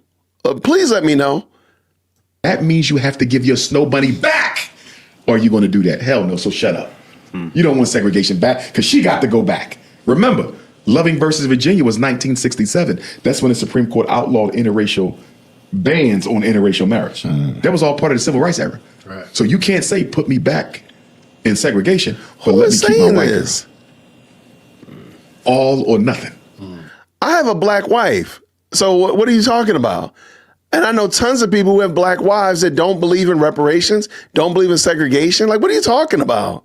Man, he just be saying stuff to hear himself talk. They're not going to give up that white girl. In fact, a lot of them Negroes fought for deseg so they can desegregate the pale vagina. Let's keep it a buck. Let's keep it a buck, right? So we're going to the reparations. Oh my gosh. No bunny hoppers get money. But this is what I would require on my reparations demand list. Control of all black music forever. No Jewish companies or any other company can sell it, market it, produce it. Game over. You follow me? The music is ours. Because black music is one of America's largest export industries. If we control our music, we can build Black Wall Street in every city. That's how popular black music is on the world stage. I want Michael Jackson's music, Prince's music, Tupac's music. You follow what I'm saying? All of it. From the beginning, all of it. Nobody but us. Game over. Number two, America has natural resources. She sells energy, she sells oil, she sells gold. She got about 10 strong natural resources that she sells. We get a 25% cut forever. 25% cut forever. Number three, there are 10 states that make up 60% of the black population in America. All of them are seaboarding states. California, Florida, Texas, Virginia, New Jersey, Maryland. There's about 10 of them. We own the major seaport in all 10 of the cities where we predominate. Anything coming in, we get paid. Anything going out, we get paid. The only one that's not on the sea is Illinois, but you still have the Great Lake out there. That's the third. Number four, all black inventions. Everything we ever invented becomes a permanent patent. You can't use it unless you pay us for it. That's the technology for the cell phone. That's the technology for the internet. That's the refrigerator truck. We'll be here all day. You feel me? You feel me, right? The lights, right? It was Lewis Latimer, even though the white man is given credit for discovering the light, it was Lewis Latimer who came up with that incandescent bulb so they don't blow out or run out. That's always why you can turn on the lights all night. That's us. So all the inventions got to come to us. Another one is land. All the land that was stolen from black people during slavery, during Reconstruction, pre-civil rights, and black power, because y'all know they stole hundreds of thousands of acres of land from us. Put together a research team, find out all that land that was stolen from us, we get it all back. If we can get all the land back that we lost, we have enough land to do everything we want. And this is perfect timing. Why? Because we got the highest black homelessness rate in this country since Dr. King walked the earth. Homelessness is, and it's mostly single black mothers with children, nowhere to live, right? Getting priced out of the hood because of gentrification, putting them on the street. The moratoriums on COVID is over. The rent moratorium, remember they said you can't evict nobody? That's over. They evicted everybody. Give us all the land back that y'all stole. Those would be some of the things that's at the top of my list. Now notice I didn't mention cash. And I didn't mention cash money on purpose because cash runs out. The benefit of slavery to America can never expire. So whatever you give me as restitution can likewise never expire. Why would I accept a cash payout for slavery when this country will always benefit from what they did to us? That money will run out. I don't know if y'all remember a couple years ago, Bob Johnson, former owner of BET, who sold it to Viacom for $2 billion. He came up with a reparations plan. He said every black person should get $350,000 apiece. He's a billionaire. And this is the ridiculous solution he had. Give every black person 300. Is that even a house down here? No. Is that a house in the car? I don't think you can get a house in the car with that. Why would I accept that for reparations? The cars they're buying, it's over. It's gone. See, and there's a lot of dumb stuff that Umar said here, so I'm just trying to let it go because I don't want to be here all night, but we can be here all night. I don't care.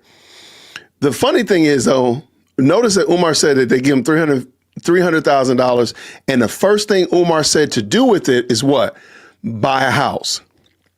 See, so he's just as much a consumer as anybody else that he's wagged his finger at about being a consumer. Why didn't you say, hey, we're going to save this money and do something else with it? $300,000, if you give it to a savvy person, $300,000 is going to go way further than you give it to a broke mindset person. So why not say, hey, let's go ahead and teach these people how to handle their money in the right way? Guess what? They might actually learn how to save some money and do some great things with their bank accounts and not even be sitting there looking for reparations. If reparation came, okay, fine, whatever. But I've been able to learn how to save my money and make good decisions. And I'm actually making way more. I'm finding myself doing a whole lot more with the money that I've been getting.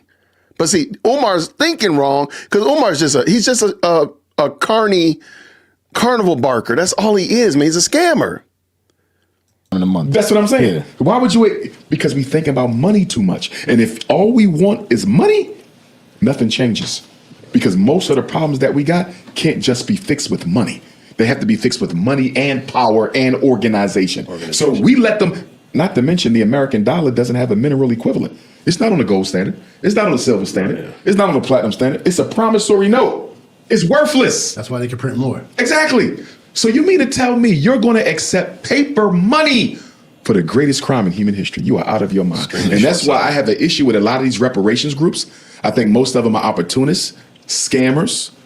Okay, they're not serious, because if you're serious about reparations, you will talk structural change. Right. Look, if I give you $1 billion, even if they say I'm gonna give every black person $1 billion for slavery, right? You still don't control the schools. You still don't control the jails. You still don't control the courts. Think about about this. I'm going to give you money. But we still control all the structures and institutions. So you can spend it on with it. But, sir, why don't we just stay with schools? Stay with schools, Umar. Where is your school? What's your school, man? Like the nose blindness is really staggering. Like, you got to be kidding me, my guy. You got to be kidding me. Like, you have the opportunity to build a school. Do it. Build a school, Umar. Nothing's stopping you going and do it. Thank you. You're going to give it right back to the people who gave you the money. Listen, I'm not against cash being on the list, but it better be at the damn bottom. If money is the most important thing on the list, we sabotaged our own reparations. And here's where a lot of people get mad at me. I am of the position that we are not a responsible enough generation to accept the restitution that is owed to our ancestors, right? So I'm of the position we can fight for the reparations. And if it gets disseminated, it goes into a trust. This generation does not touch it. And it will not be touched until a more progressive, responsible generation comes along who will properly handle that settlement. Do you follow what I'm saying? Yeah. Negroes went crazy on me on YouTube. So, as I said before, Umar sets up these untenable situations. He sets up these crazy scenarios, like the only way he can build a school is he has to have 2 wives. The only way he can build a school is he's got to have black contractors that are willing to work for free. He creates these situations that, dude, that's not going to happen. That's building a ladder to the moon. That doesn't work. Like, what are you talking about? And this is yet another example here. So he tries to have his cake and eat it too. He wants to say, I'm against reparations because this generation is not mature enough to handle it. We should put it in a trust. So basically, I'm for reparations if you put it in a trust because this generation is not mature enough to handle it. But he just gave off that whole list of things that he wanted them to do, by the way. But I digress there. But again, like, he does this all the time. He creates these situations that can never happen. This is never going to happen. And he's okay with that. They still talking about it. Dr. Umar said we shouldn't get no reparations because you damn right I said that. Here's my question. Reparations are not just for us. It's for everybody who came before us and everybody coming after us. Yeah. What have we done in this 25 years of the 21st century to justify us handling something of responsibility that important? No. What have you done, sir? What have you done? Like, what has he done to justify being able to speak on behalf of anybody and not just talking to Leroy the crack addict down there in the corner of the FDMG building? Like, what have you done in order to justify you being able to speak, sir? Nothing at all. We haven't even built any institutions, but you want to handle the reparations package? And how much of the reparations package are we going to put away for future generations? I ain't heard nobody say one word about unborn. Everybody think about their damn self. What are we going to do for the ancestors? Are we going to build something for them? This is for the race. It is not just for those of us walking the earth. My personal vote is keep fighting for it. But if we get it, we don't touch it. Maybe our grandchildren may have the right mentality to deal with the reparations. This generation, we will blow that. We will blow it. It'll be blowed and destroyed in 20 years. No way. Absolutely. No way. The closest reference. But you could do reparations literally right now. If you want to follow that logic, then why don't you teach the people in the immediate drop zone of FDMG, you do a class on how to save $500 and you partner with the local credit union, black-owned credit union, if you want to help them save that $500 and have an account to save it in and keep it in. And each year you just keep doing that over and over and over again so that the whole community eventually will start saving money. I mean, saving money is a big deal. I think that's a big deal. And no, you're not going to get rich saving money, but will it not help? Absolutely it will. So why not do that? Umar, you could do that right now. I bet you could do that tomorrow. I bet you could. That I could think of is how, like, the Seminoles in Florida got their reparations. I don't know if they call it that. But they were given an allotment based on a percentage of the original Indian blood.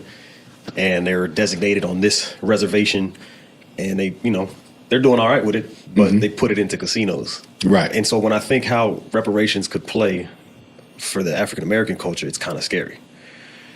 Because unfortunately, there's a lot of Indians that receive those reparations, and they have not been made whole.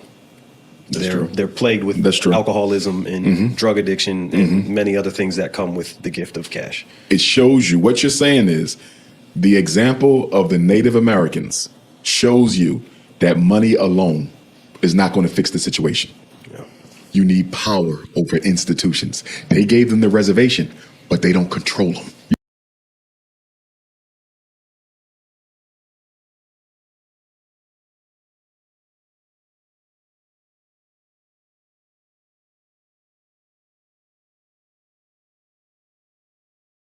Breakdown. We had a technical breakdown. What happened there? Oh, let me see what happened. My bad. I don't know what happened there. Let's find that. Why is that doing that? I don't know, Jason. I don't know. All right, let's see what we got. Some reason or other that it looks like the clip froze. Okay. I don't know why. Pull it back in. Okay, let's see if it.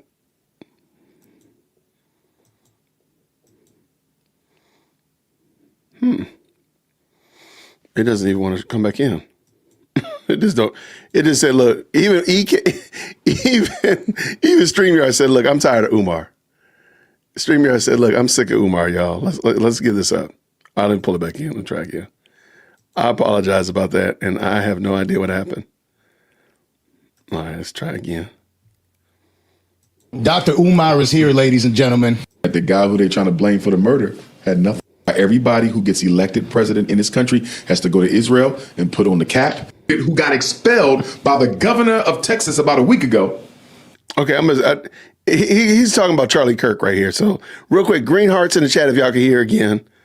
Let me real quick, while this is playing, I want to say thank you so much. Amethyst says this: why doesn't he do like those white folk did and create black-only homesteads? Too much work, no donations. Hunt what you eat what you hunt. I agree 100%. Thank you for the $5 super for sure. Umar is nothing if he's not inconsistent. If he's not inconsistent, I don't think it's even possible for him to exist. He is an inconsistent fellow. So I apologize about that. I think it's okay to jump forward. He's talking about Charlie Kirk now. Jump back. Let's go. Because he mocked Charlie Kirk. He didn't have due process. He didn't have an expulsion hearing. They broke the law. But guess what? Did it matter? He's home. No due process, no right to appeal or nothing because the governor said he did not like it. What happened to his constitutional rights? You follow what I'm saying? All right. You don't have no damn constitutional rights. The Constitution is only used by the power structure when it benefits them. Right. When it does not benefit them, it don't matter to nobody. Look what they did with the Charlie Kirk in the aftermath. They're trying to deify Charlie Kirk, and anybody who goes against it, they will destroy you. Yep. But I got a First Amendment freedom of speech. What happened to my First Amendment freedom of speech? Donald Trump has made it crystal clear you do not have a First Amendment in this country. That was all propaganda. Look at all the people got fired, kicked off TV, lost their job for expressing their opinion, not on a slain politician, on a YouTuber. He was a social media influencer. And the president of the United States says, if you speak against a social media influencer, we will take away your livelihood. You don't have no First Amendment in this country. Yeah, you never did. Definitely a show of power. You never did. And don't get me wrong. I don't think nobody should make fun of anyone losing their life, especially in that situation. Right. I ain't got nothing good to say about Charlie Kirk. Nothing. But I'm not going to laugh at somebody losing their life like that because I wouldn't want nobody to do it to me.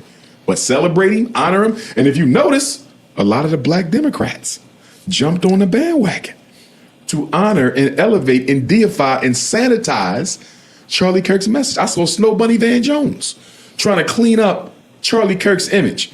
And Van Jones is one of the biggest Democratic Party plantation slaves in the country. But guess what? He jumped on that Charlie Kirk bandwagon real fast. Yeah, they want to make him a saint. Yeah, they want to make him a saint. But the deification of Charlie Kirk is not about Charlie Kirk. The deification of Charlie Kirk is a social experiment to see if the government can force the people to sanitize the history of anybody they choose to turn into a hero. Because if we can force you to sanitize Charlie Kirk, we can force you to sanitize Donald Trump when he's no longer in office. And why is this important? What is America celebrating next year?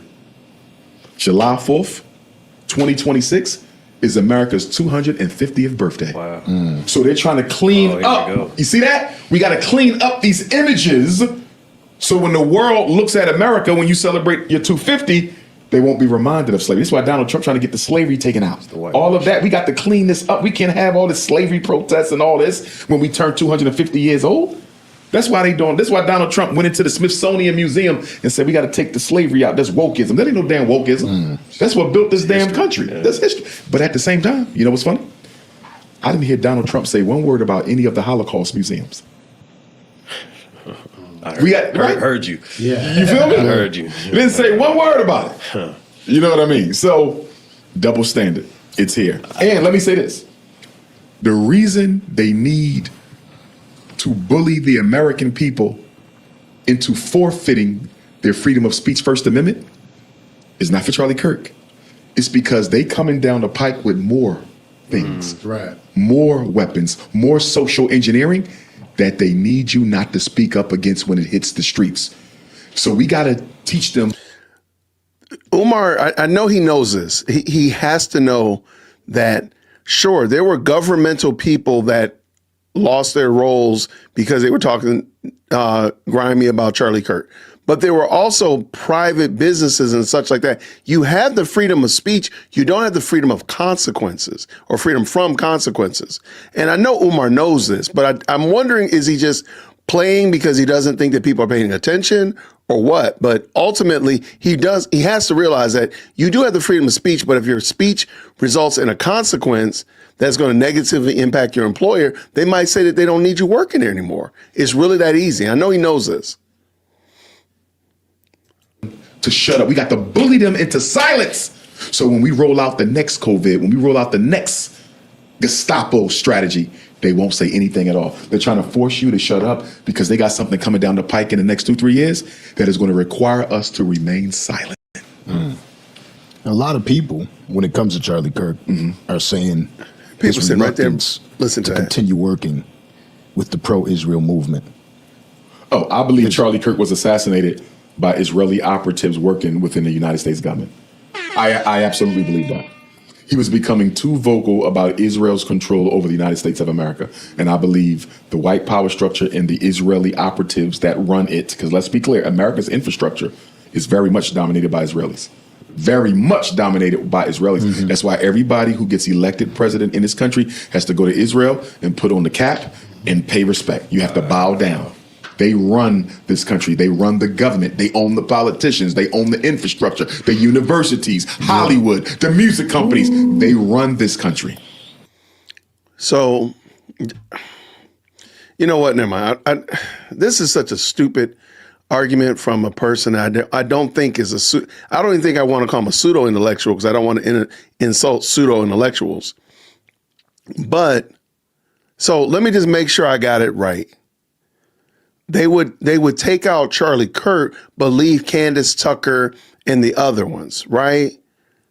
This dude is ridiculous. Yeah, I mean, you're talking about other media companies. Look how tough Donald Trump is, right? He's supposed to be this maverick, right? Cowboy. Yeah. Why he never flexed like that with Israel? Do you realize Donald Trump has not went against a single thing yet that Netanyahu has done? Yeah. And you can't tell me he liked the Israelis, because guess what? I don't think he does. He's scared of them. Yeah. He saw what they did to Charlie Kirk, they can do to other people. They did it to John F. Kennedy. And it's a lot. I mean, you got Larry Ellison with TikTok. You got CNN. You got Paramount. You know, All the there's music companies. Yeah, it's just they influence the voice. You know, okay, well, this is what you're going to listen to, and this is what you're going to grow up watching, and this is how we're going to keep you controlled. Yep. Don't forget, the Federal Reserve is a privately owned bank.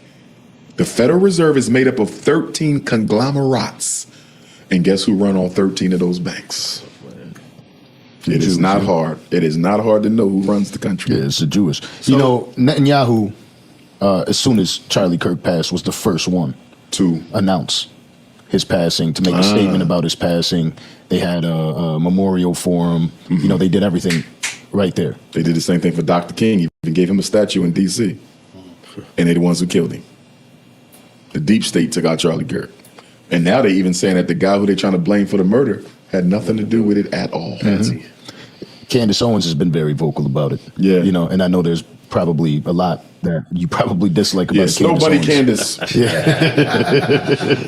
But I want to say this though, and I hope she see this clip. Nothing would hurt me. First of all, I don't want to see nothing happen to my sister. Yes, she's a coon, but she's still a black woman. I don't want to see nothing happen to her. When I heard her say that Charlie Kirk was her best friend, my whole stomach turned, because I don't know how a black woman has a racist for a best friend. But then again, Barack Obama said President Abraham Lincoln was his hero. He got sworn in on the Abraham Lincoln Bible, and Abraham Lincoln couldn't stand black folks. And during the Civil War, Abraham Lincoln was trying to find another country to send us all to, right? But I would hate to see anything happen to my sister, so I hope she's safe. But I'm disappointed that she could be potentially risking her safety to protect the right-wing conservative agenda. You feel me? You're not risking your safety struggling for black people. You're risking your safety struggling for conservative white people who don't give a damn about black people. That does bother me a little bit.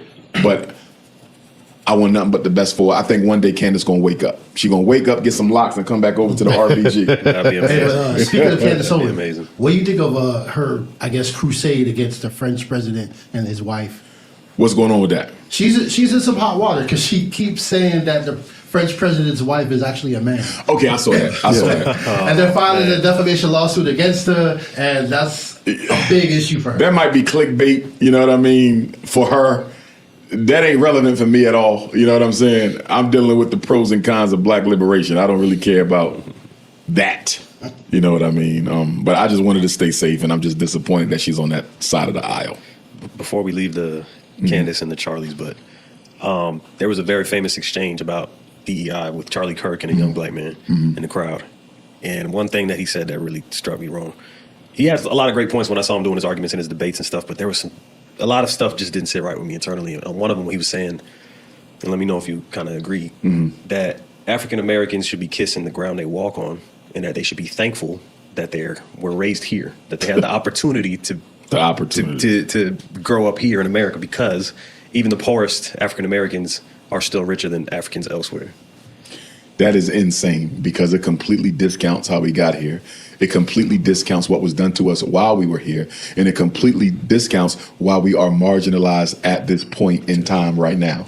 Whenever you hear the white supremacists, whether they be liberals or conservatives, one thing you always have to pay attention to when they have these conversations, they always divorce their analysis from the immediate history. They never deal with the history. Convenient. Exactly. And they always tell black people what? Stop bringing up the past. Right. And the reason they love to tell black people to stop bringing up the past is because if you bring up the past, you will clearly see who caused the problems that we got in the present. Right. You see that? That's not true. So I just happened to look up and I found the quote by Charlie Kirk. It's actually a pretty long video. Maybe I'll do a response to it or whatever like that. The problem is, and Umar is just prolific in this situation. When we're dealing about something in the past, you cannot change the past. That's why it doesn't matter when you do those Civil War reenactments or Vietnam reenactments and whatnot like that, because the results are still going to stay the same. So it doesn't matter if you win the battle of this or you change up the battle of there. It doesn't matter. The war still is over and we know the results. So and Umar is really good at this. He keeps projecting into the past, and because of the past, that's why the future. No, that's not the case at all. He removes responsibility. This is the unaccountable psychologist. Like there's no accountability for us. Like I'm accountable for what I do now. It doesn't matter that my dad might have not had. My dad had a third grade education. My mom has an associate's degree. I'm responsible for me. It doesn't matter. It doesn't matter what I've done or what was done to me. I have a free will to make good decisions on this here internet today. But see, Umar doesn't have that. And he just goes, this is just ridiculous. They don't want you to do a history on poverty. They don't want you to do a history on mass incarceration. They don't want you to do a history on wealth ownership. Because if you do a history on it, the further back you go, the more obvious it becomes who started these problems. The Kerner Commission. I don't know if y'all read it. I recommend you read it. The Kerner Commission was a presidential study commissioned by President Lyndon Baines Johnson in 1967. In 1967, there was over 100 race riots in America. This is the year before they killed King. And then when they killed King, there was more race riots, right? Right. Lyndon B. Johnson put together a commission that was headed by a Caucasian named Kerner. So they called it the Kerner Commission. It was a report on the civil disturbances. Why were so many riots happening in America? And you know what the Kerner Commission said? Kerner Commission said, what black America will never forget, what white America cannot understand, is that white America is deeply implicated in the ghetto. They created it. They maintain it, and they condone it. And guess what? Lyndon Baines Johnson was so mad at the results of the Kerner Commission, he never spoke on it publicly. And Dr. King was partly murdered. But isn't that funny, though? Umar is the exact same one that just a moment ago in the year of our Lord was busy talking about moving out of the ghettos. He was saying it was bad for you to move out of the hood. It was bad for you to move from a predominantly black neighborhood to somewhere else. So apparently, I guess you can't move. You got to stay there in his mind. No matter if the schools are better somewhere else. No matter if you got more grocery stores somewhere else. You got better roads somewhere else. Crime is less somewhere else. It doesn't matter. You got to stay there, and then you got to bellyache because white people form the ghetto. Okay. Murdered because of the Kerner Commission. Because had he got his hands on this report, the government agreeing with everything he'd been saying, he would have been unstoppable. So they had to kill Dr. King to make sure he didn't get to the Kerner Commission report and add that to his repertoire of information against the U.S. government. The Kerner Commission, if you read the Kerner Commission, ain't nothing no Charlie Kirk, Donald Trump, or anything else anybody can tell you about why black America is in the condition she in. Every problem we got, they created, and they say that in the report. Do you feel as if some black Americans, right, because this is a big problem, right, and a lot of people speak on it, and there seems to be a lot, when I speak to certain people, it seems like they have the thought process of, I can't go get that job because I am a black American, or I can't go pursue that career because I'm a black American. Give me a job or a career example. This is a very interesting take. And I want to hear, remember a moment ago, Umar said to be a doctor, all you got to do is just study and take a test. So I guess you can get over a weekend, apparently. So this is going to be interesting. Let's go. Just being selected at any job, when they put in their resumes, they'll feel like they'll be last, right? Like they won't be considered. And that's largely true, though. Yeah, and here goes why I'm saying this. I feel as though there's a huge disconnect of people that have the intelligence and the wisdom, that were raised with the intelligence and wisdom, and then there's people that just will not pursue something because of it. And I want to know how we could fix that. Okay. Right. Okay, first off, without question, there are structural inequities in career opportunity and employment opportunity. In America today, a white man with a high school diploma. Y'all, just type in the chat, unaccountable. Just type unaccountable in the chat. Like the fact that this man just asked you, what can black people do if they feel like they can't get a job? And the first thing Umar Johnson says out of his mouth is white man. Like, dude, at some point, man, this has got to be exhausting. Maybe that's why his shoulders be hunched over, because he's exhausted, because all he does is blame it on other people. Put the burden back on yourself and say, we need to do this thing. We can do better. Like, you're just unaccountable. You will not hold somebody accountable and say, maybe your resume, maybe you misspelled the name of the company. Maybe your phone number wasn't right. Maybe you don't have the job experience and the doggone background that they want. Maybe you need to start somewhere else. But why do you put it on a white man? That's what I'm saying. Like, at some point, this has to become exhausting. Shout out to all the Umarians in the chat. I know y'all came up to the front of the church. Are y'all exhausted? Are y'all tired? Are you tired of this? Let go of this. The burden of running after another people group in order to justify why you can't do something has got to be exhausting. And we're not even in the Boston Marathon. Makes more than a black man with a master's degree. A white man with a master's degree makes more than a black man with a doctorate. You follow what I'm saying? So that is real. There was a study that was done not too long ago. That's got to be where white men who had a prison record, and that's got to be the dumbest thing I ever heard in my life.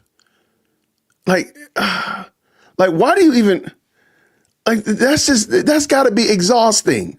Let it go, Jason. Let's let it go. No college degree were called back for a job more often than black men with master's degrees with no prison record at all. right? There was a sister who just did a study. I just saw it the other day. She changed her name to a white woman's name. So I know I keep stopping because it's frustrating because instead of looking for real bona fide solutions, the Danza Project is allowing Umar to play the word game shenanigans that he has. Do you realize when Umar actually knows something, he lists the name of the book or the study? When he doesn't know something, and dare I say when he's making up something, he doesn't? Because he's just listed three studies. And he's given again, like the Harvard study, the Pew Research, 1995 or something like that. Nothing. Because he's more than likely making it up. And these guys are not going to check him in real time. They're not going to sit there and check it.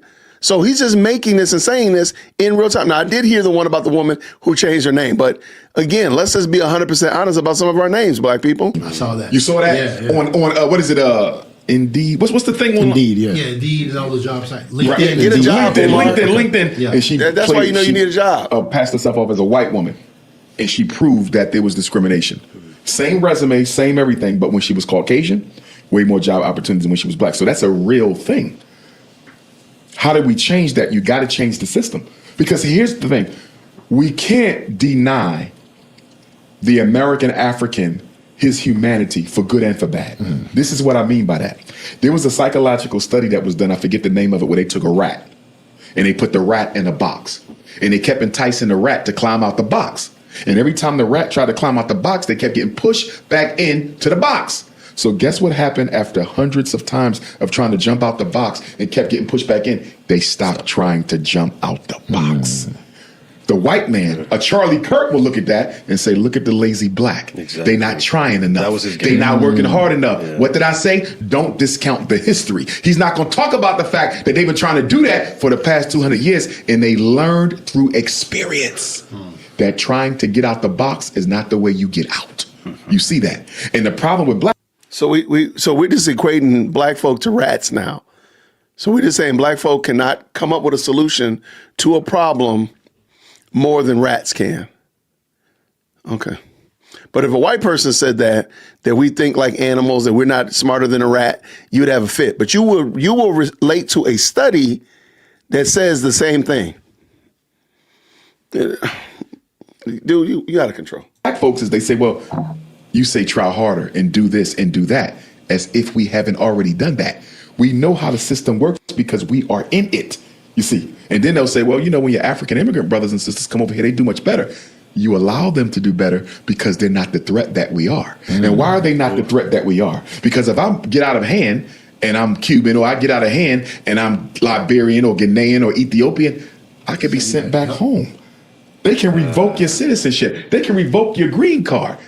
But when you American African and slavery destroy your natural connection to your land of ancestry, you cannot be deported. The American African is the only group in this country, the only non-white group who cannot be deported. And that's why they have to destroy us from within.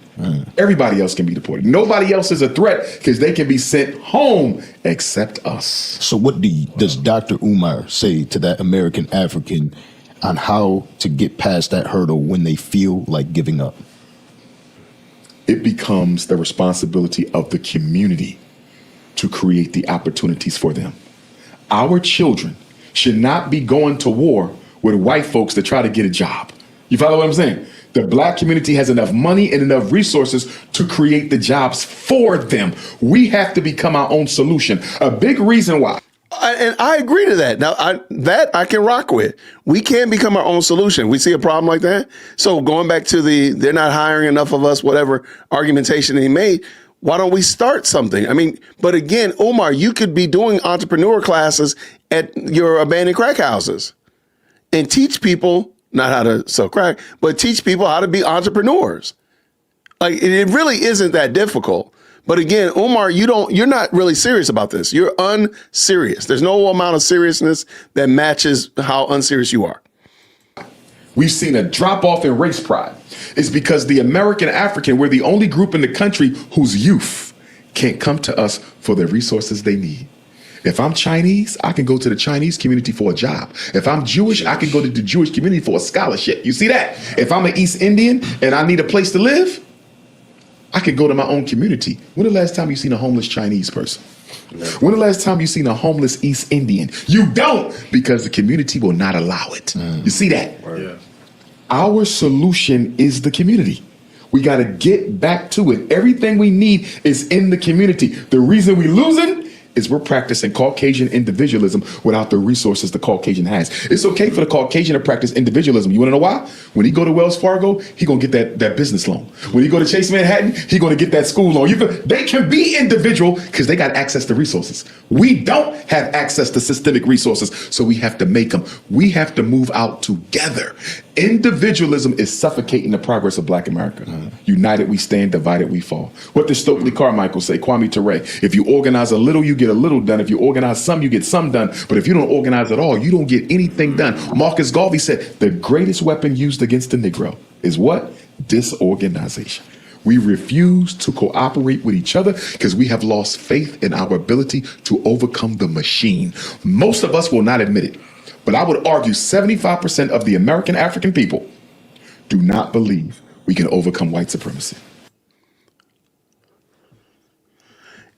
Is the biggest issue, I'm just wondering, is the biggest issue white supremacy or the fact that Umar Johnson is scamming this community with this phony, false, and fake intellectualism and this school? Like, which one is worse? I just, like, dude, at this point, man, you're just exhausting.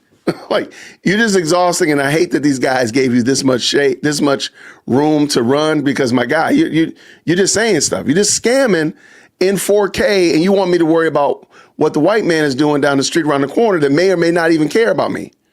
But you are in the community scamming. Like this is amazing, nasty work that you have gotten this many people to look down there at Johnny and Patty down the street and not look at you pickpocketing them in 4K, man. This is crazy work, man. So they have reduced their entire life to surviving the oppressor. Deion Sanders left the HBCU to go coach at Colorado. Did you have an issue with the way that was I did have an issue with that. First, I want to say, shout out to Coach Prime. Okay. Do y'all remember earlier when he said, if you don't work in a field, you should not criticize that field? And we see, he seems that maybe he didn't mean that, I guess. Maybe he meant something different. But it seemed like, y'all remember the little sticky note y'all put on your side of your computer? He said, don't talk about something if you don't do the thing. And now he's talking about coaching, and he doesn't coach. I'm just saying. He's recovering well from all of his medical situation. You feel me? I want nothing but the best one, because even though he ain't got a political activist bone in his body, he's a great father. You feel me? Hello. LeBron James ain't got a political activist bone in his body, but he's a great father.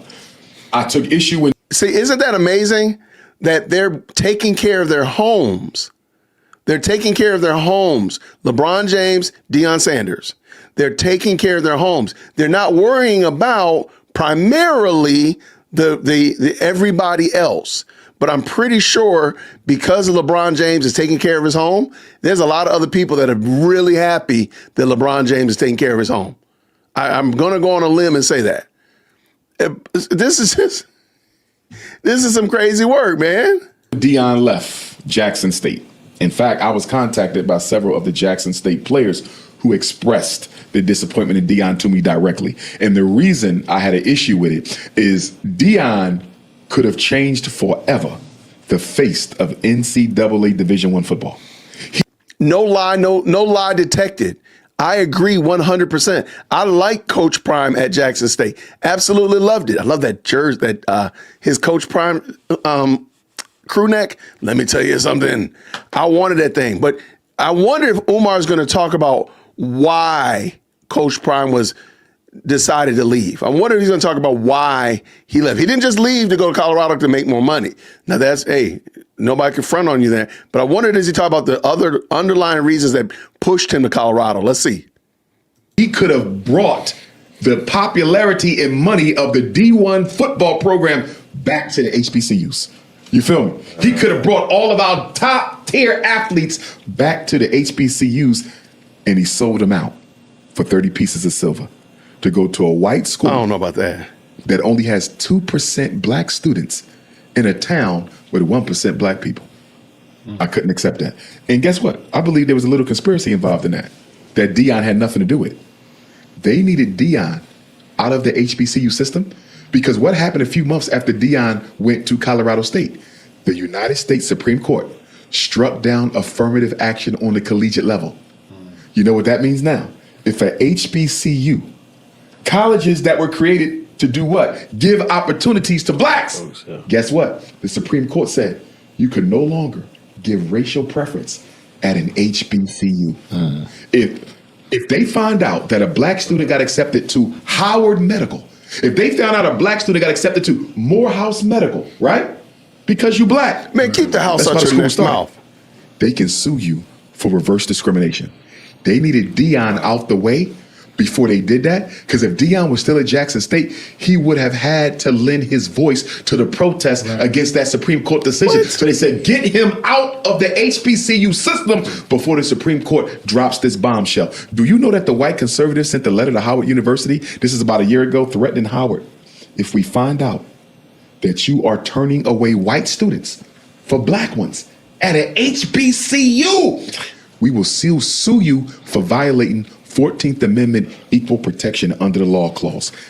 You heard it from me first. So crazy. They're going to try to close down as many HBCUs as they can. And the ones they can't close down, they're going to try to gentrify them by forcing them to accept more and more white students. And let us be clear. Okay, hold on one second. Y'all know where I am a strong alumni of, and, homecoming was this weekend, right? Y'all know how I feel about the house. This is not true. What Umar Johnson is saying is untrue. There have been white students at every historically black college or university since as long as I've known. And there's more every year. And so, no, this is a silly argument that he's making. He's doing his own Candispiracy episode here. He's creating this story out of whole cloth. I'm sorry. He's creating this out of whole cloth. The issue is not, and I was wondering, I wanted to throw this out there. I was wondering if he was going to talk about why Dion said that he left. He left because the school wasn't supporting the program. The school was poorly run. He was talking about the quality of the football field. He talked about how many times his vehicle got broken into and got stolen. All of that stuff like that. There were tons of other reasons why Dion said, okay, I'm going to get ready to hit this road. Ain't got nothing to do with no Supreme Court and all that kind of foolishness. Umar just put that together. He just spun that yarn right in your face, and these guys sat there and ran with it. That's just pure foolishness. And again, I've said this before, pretty much every historically black college and university is in the hood. That's just a reality. So the likelihood of the Atlanta University Center turning now, the area around the Atlanta University Center has gotten much better, has gotten way better since when I was a student there at Morehouse in 99. However, it's not going to change anything. It's still going to be the hood. I mean, I just can't see that. It's not going to turn into a University of Georgia or something. So what Umar is saying right here is not true. Is disingenuous and is just fermenting foolishness. Let's go. Already have an HBCU that is now a PWI. You know which one it is? Which one? No. Bluefield State in West Virginia is an HBCU that is now a predominantly white institution. I visited it. Crazy. Guess who's going to be next? It could be Howard. Howard has the highest amount of non-American African students in its student population. And they are heavily funded by the U.S. government. They're already the #1 FBI recruiting HBCU in the country. Right. More black FBI agents come from Howard than anywhere else, right? Yeah. They're in D.C., so it makes sense. Absolutely. But the way it's going, Howard could very well be the first HBCU this century that is a PWI. Crazy. And you already know that the white faculty professors are overrunning the HBCU professor jobs. Oh, yes. That's where it starts. Oh, yes. You got HBCUs with whole departments. Okay, y'all know I did it real quick.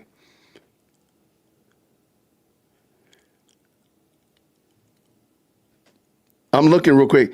I think he misrepresented that story. There is a Bluefield college that's now called Bluefield University, but that's never been an HBCU.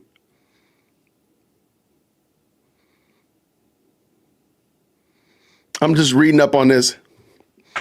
Okay, I'm just looking through. I don't see where he's talking about, but let it go, Jason. Let it go. And all the He just saying professors are stuff. white. The gentrification of the HBCU. And why can't we lose the HBCU? Where do half your teachers come from?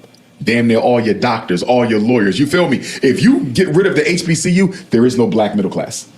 If they destroy the HBCU, they destroy the black middle class. Now everybody is working class, underclass, and poverty. That's not true. Not everybody who's black went to a historically black college or university. That's just silliness. And I went to one. Not everybody went to. This man just be saying stuff, man. This dude just be saying words, man. He just saying stuff. No. I mean, oh my gosh. So there'll be no black middle class, upper middle class, or upper class if there's no historically black colleges and universities. Y'all, make this man make sense. Chess. A famous narrative from a lot of people, especially when you go to social media, is that the African American male runs to the Caucasian women because they're easier to deal with and they support them more. I think that's nonsense. I do think some white women are easier to deal with. I do think some white women may support them more. But the main reason Negroes bunny hop is they value the white woman more than the black woman, which also means they value the white man more than themselves. You cannot show me a black man with a white woman who don't have a self-esteem and racial inferiority complex. So let's just play a game then. Since everything Umar talks about is around race and identity, is it okay to assume that he has some kind of internal consternation with the fact that he's black? And I mean, we've heard the rumors that he likes, because he talks a lot about it. And this man is frustrating because he just talks about foolishness and he says it in an intellectual standpoint. And these gentlemen on the host are just making that yummy sound and just giving him a duck and cover. Like, push back on that. I mean, like, what in the world is this? Okay, let's go. Self-hate is the reason they bunny hop. No, they just love that woman. They love that man. I'm sorry. I don't have a whole bunch of friends that are in mixed relationships. I'm trying to think. I do have some. But my goodness, in the morning, man, let the man just marry the man or the woman that he. Why do you care? Why don't you go find you a black woman and build a family with her and you give us your feedback? Okay, I don't want to hear anything from Umar. Not in the year of our Lord 2025.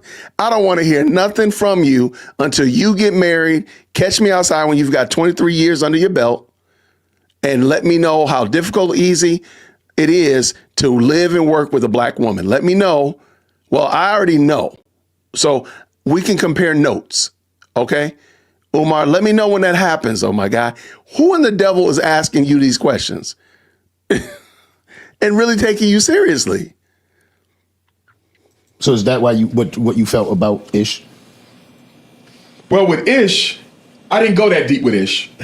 We didn't go, and I like Ish. Ish is cool. I didn't go that deep with Ish yet. We might have to have that conversation. We didn't get that deep. You know what I mean? And I don't know what put the light bulb in my head in that moment to ask him if he was a bunny hopper because it wasn't part of, you feel me? So my ancestors just hit me. Like, it just came out of nowhere. Like, wait a minute. That was fun though. Because nobody was going to tell me. You feel me? Yeah. So, but it was a good back and forth. But we didn't go that deep, but without question. Yeah, because I'm guessing that you could sense it in their behavior and demeanor. Not really. I couldn't pick it up. I still don't know what made me. It just came out of nowhere at that second. I still don't know what did it. Robert Griffin.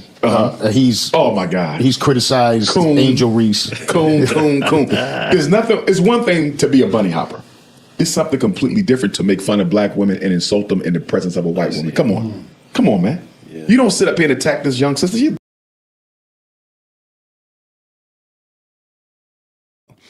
I think the internet is tired of Umar Johnson. That's what I'm concluding. I think they literally decided, like, look, man, Jace, just stop this, man. Stop this dude. This dude is crazy. Just leave him alone. Like, let it go. Why did it keep stopping? Yeah, it's literally stopped. I don't know, man. I think the Lord is telling me, like, let this thing go, man. I'm a glutton for abuse, though. I'm a glutton for abuse. One more time. All right, here we go. Last go around. Goodness gracious, man, where is it? And I have no idea where it was either. They can't close down. They're going to try to gentrify. From the gang culture now. Absolutely. Give them opportunity. Okay. Chicago's been going for a couple of days now. Because that is one of the things, right, where, I look at the comment sections and they're like, they need to get rid of these damn gangs. The worst thing black people can do. The worst thing black people can do. Oh, this is that part. Tell the government. This is a very interesting part right here. I'm glad we jumped back to here. This is a very interesting part because Umar's going to go on again. This is where I think he glitches out and he just starts going in about what the government needs to do and so on and so forth. And they're all things that Umar could be doing. That was the crazy thing. Like, yo, you could be doing these things. Watch this. To come into our community and deal with our children for us. The children are how they are because we allowed them to become that way. And to tell Donald Trump to come into the black community and handle my children because I'm too afraid to is a recipe for disaster. Because guess what? They shoot everybody when they come. Do you feel me? When has that ever worked? When has that ever worked? They shooting everybody. Elders, babies, they don't care. It's a recipe for disaster. That is a problem we should be solving ourselves. Black men must take back the black community, not the police. So the narrative is the YNs, right? I hate that word. I hate it. Yeah, I hate it. I'm not a fan. And when you look in Chicago, they say has, I mean, I don't know whether it's right or wrong, but they say there's over 100,000 gang members out there. Okay. And there's constant shootings, constant killings. And again, this is a narrative, right? But we hear it inside of rap culture. But is it a narrative or is it a reality? You can go to the FBI crime statistics and pull up Chicago and look at them. But if I'm not mistaken, I could be wrong, the Danza project is in Dallas, Texas. Y'all can look at your own numbers. You don't have to look up at Chicago. You can look at your own numbers in Dallas and tell me, are y'all doing the best that y'all can and all that you need to do in your own community? Again, this argument, and I think Chicago is a blight. It needs a lot of help. But I think it's funny that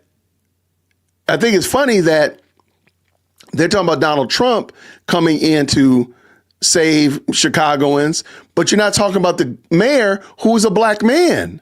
Talk about him. If you're such a big deal, and the mayor makes a lot of hay about the fact that everybody in his administration is a person of color, then why are y'all not concerned about the people of color that are getting killed?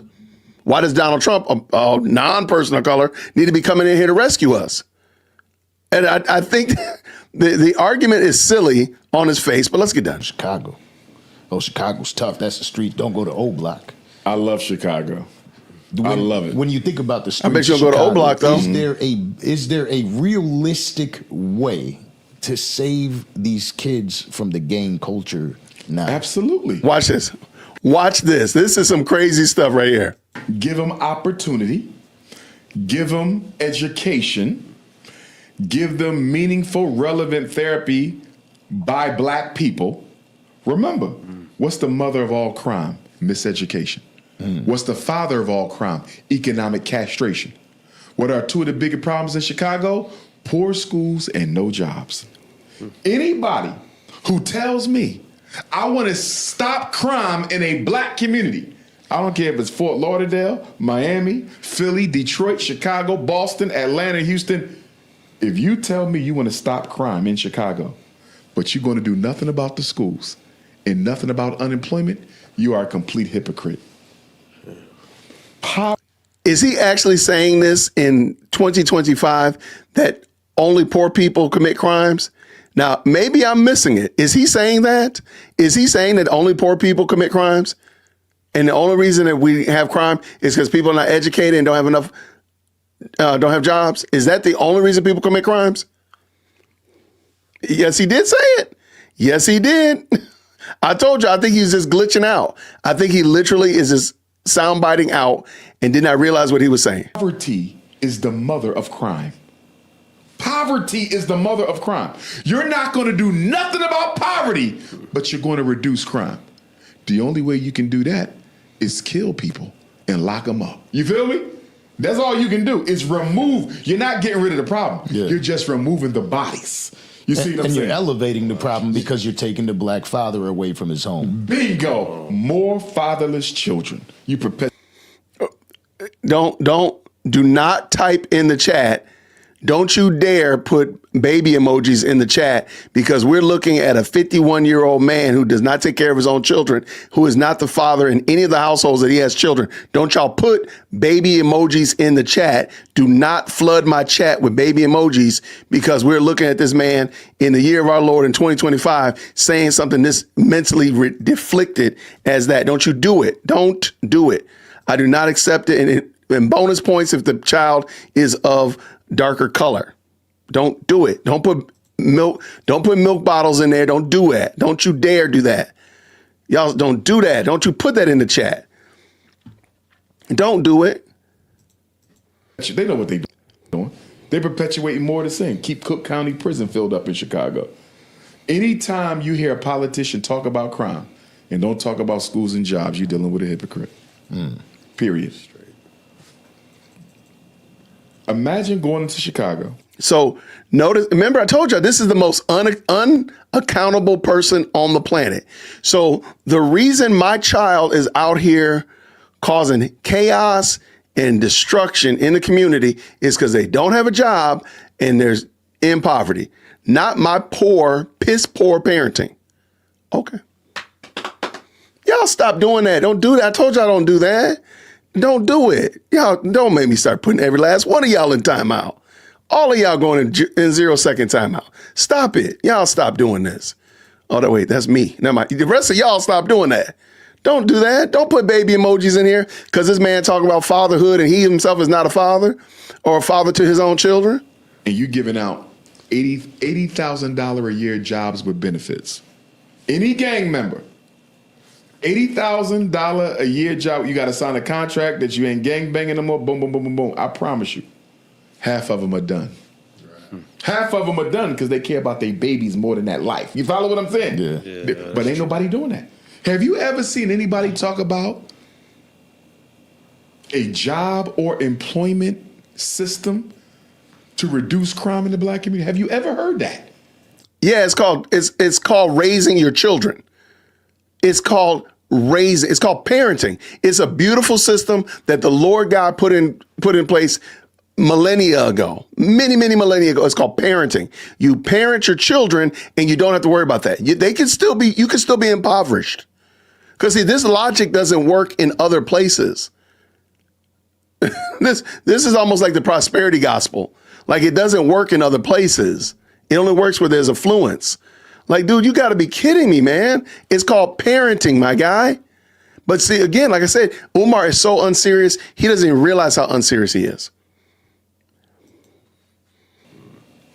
I've never heard it. We're going to create jobs in the black community to reduce crime. You never hear that.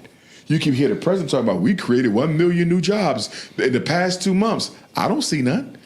Everybody I know unemployed, still unemployed. Where these jobs that y'all talking about? They're going straight to white folks. They don't even hit the ghetto. And you know what? They don't want to employ black people anyway. Why does he always assume that black people are poor? Well, why do black people got to be in the ghetto? Like this level of thinking is going to be studied by science. Like, why does the ghetto mean that you have to be a criminal? Because that's what he said. So you're assuming that people in the suburbs don't commit crimes. See, it just don't work. Wait, you want to know why? Because Chicago, like every other major city, is marked for what? Gentrification. Right. If I give you a good paying job, oh, you ain't heard this one yet. How I'm going to get you out of Chicago for these white folks to buy up all the land, and now you got a job, you can actually afford a mortgage now? That don't work with what I'm trying to do. They not giving black. Why would you employ a people you trying to exterminate? You can solve a problem like that. They don't want to. They did it for the Jews, Italians, and Irish. Remember, the original gangsters was the Jews, Italians, and Irish. They was the gangbangers and the shoot 'em up boys. Yeah. Right. And then they gave the Irish the fire department in the black community. Excuse me, they gave the Italians the fire department in the black community. They gave the Irish the police department, and they gave the Jews the government jobs. Eliminated crime almost overnight for them people. Where's ours at? What you gonna get black folks? You know how terrifying that sounds to me? Because when I hear that, I think, well, it's clear that white America isn't going to provide that opportunity. They're not. We got to So what do are we it. going to just continue? How long until it is a decision amongst black America that says it's enough, this is enough? And that scares me because I don't see that day coming soon. And that's why I can't stop doing what I do, because I'm the one who says, listen, I know the government owe us, but if we're going to sit around waiting for them to solve our problems, we'll be exterminated by then. They don't have no vested interest in solving our problem. They don't want us here. The only reason why we still here is an accident of the Civil War. Abraham Lincoln was getting This his is ass wild. kicked by the Confederacy. And Frederick Douglass and Martin Delany and Sojourner Truth said, listen, you about to let racism cost you your country. You better put black men in this war, and you better put them in quick, because if you don't, y'all going to lose. We saved the country for him, and as a result of that, he couldn't kick us out. And you know the mistake we made at the end of the Civil War? Guess what we should have did? What? At the end of the Civil War, we should not have traded in our guns to become civilians. We should have said to ourselves, if we can beat the Confederacy for the Union, why can't we beat the Union for ourselves? I really wonder what would have happened if we would have said, fuck this, we taking the country. Got the guns. I really would love to see if we could have done it, because I believe we could have. I believe we could have took the whole country. That's one of those things from history where I wish we could relive it. So we only here because we saved the white man.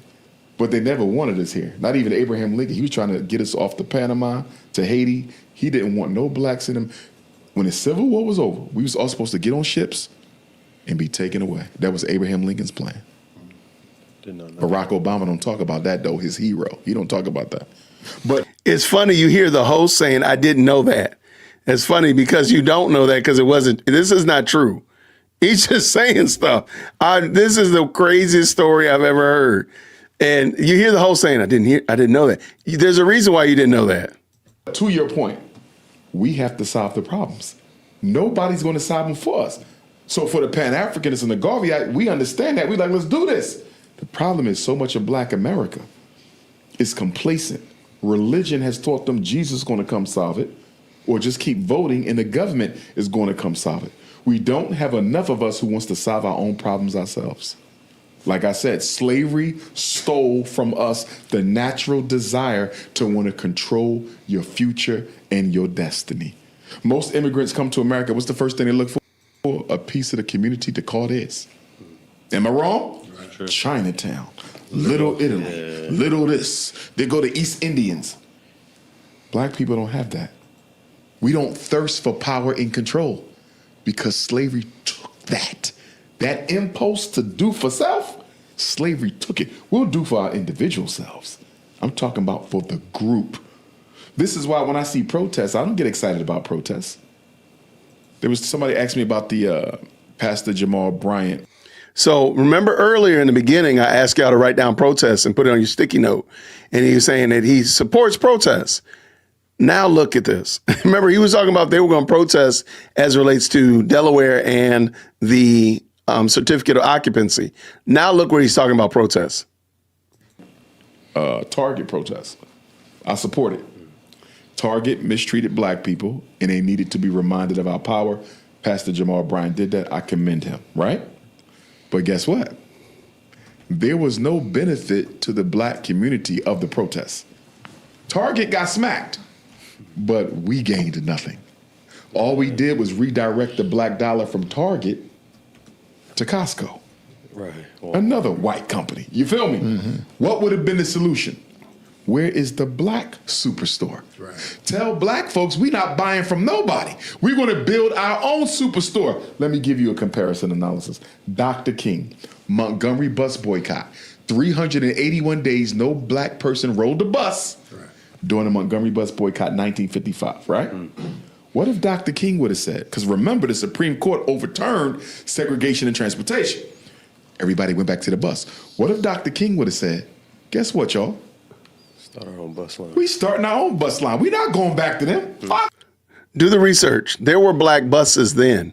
They chose not to support them because they were doing the performative art of protesting. There were black buses and black cabs, all that kind of stuff, black Uber. I'm just kidding. But there were those existed before the Montgomery bus boycott. They just wanted to ride the white buses, and they were performing in that regard. So therefore, guess what?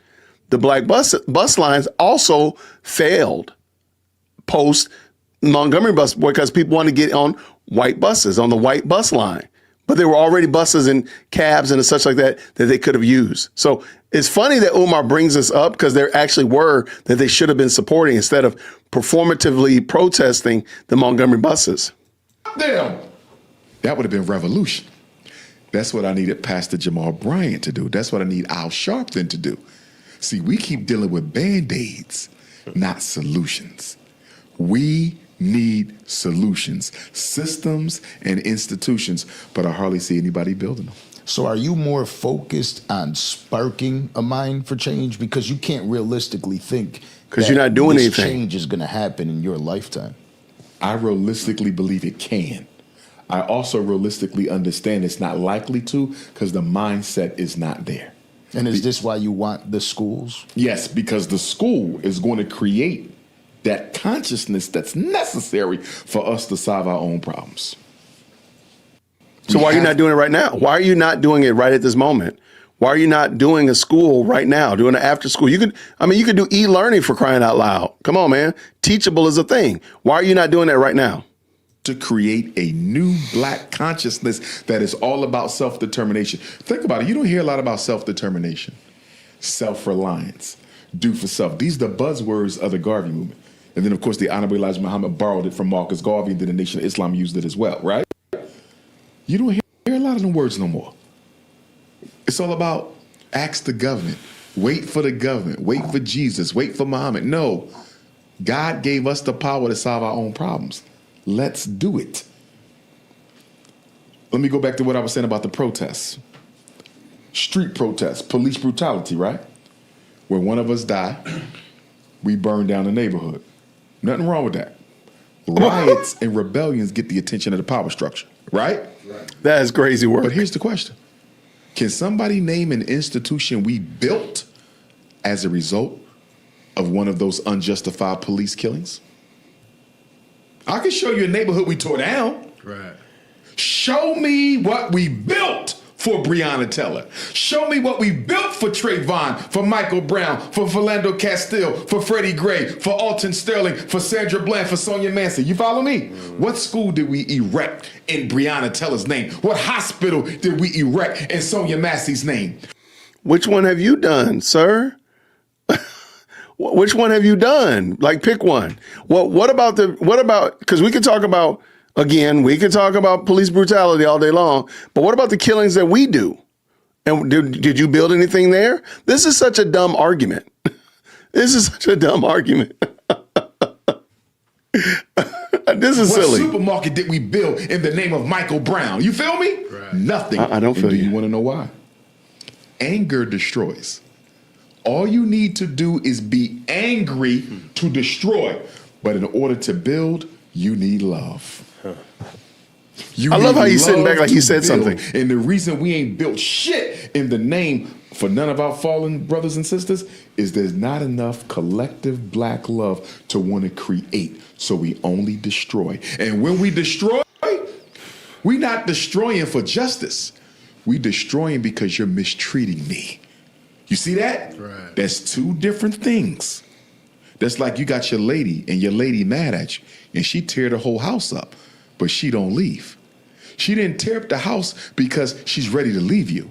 She tore up the house because she wants you to treat her better. We have temper tantrums. We have temper tantrums and tell the white man, treat me better. I don't want you to treat me better. I want justice. Allow me to do for myself what everybody else is allowed to do in this country for themselves. And then What are they impeding you from doing? I would love to know, what are they honestly impeding you from doing? So let's pick, one of the Summer of Love riots. What was done to stop Umar from doing what he needs to do? Like nothing. This is a silly argument. Again, it goes back to the idea that he thinks as a collective.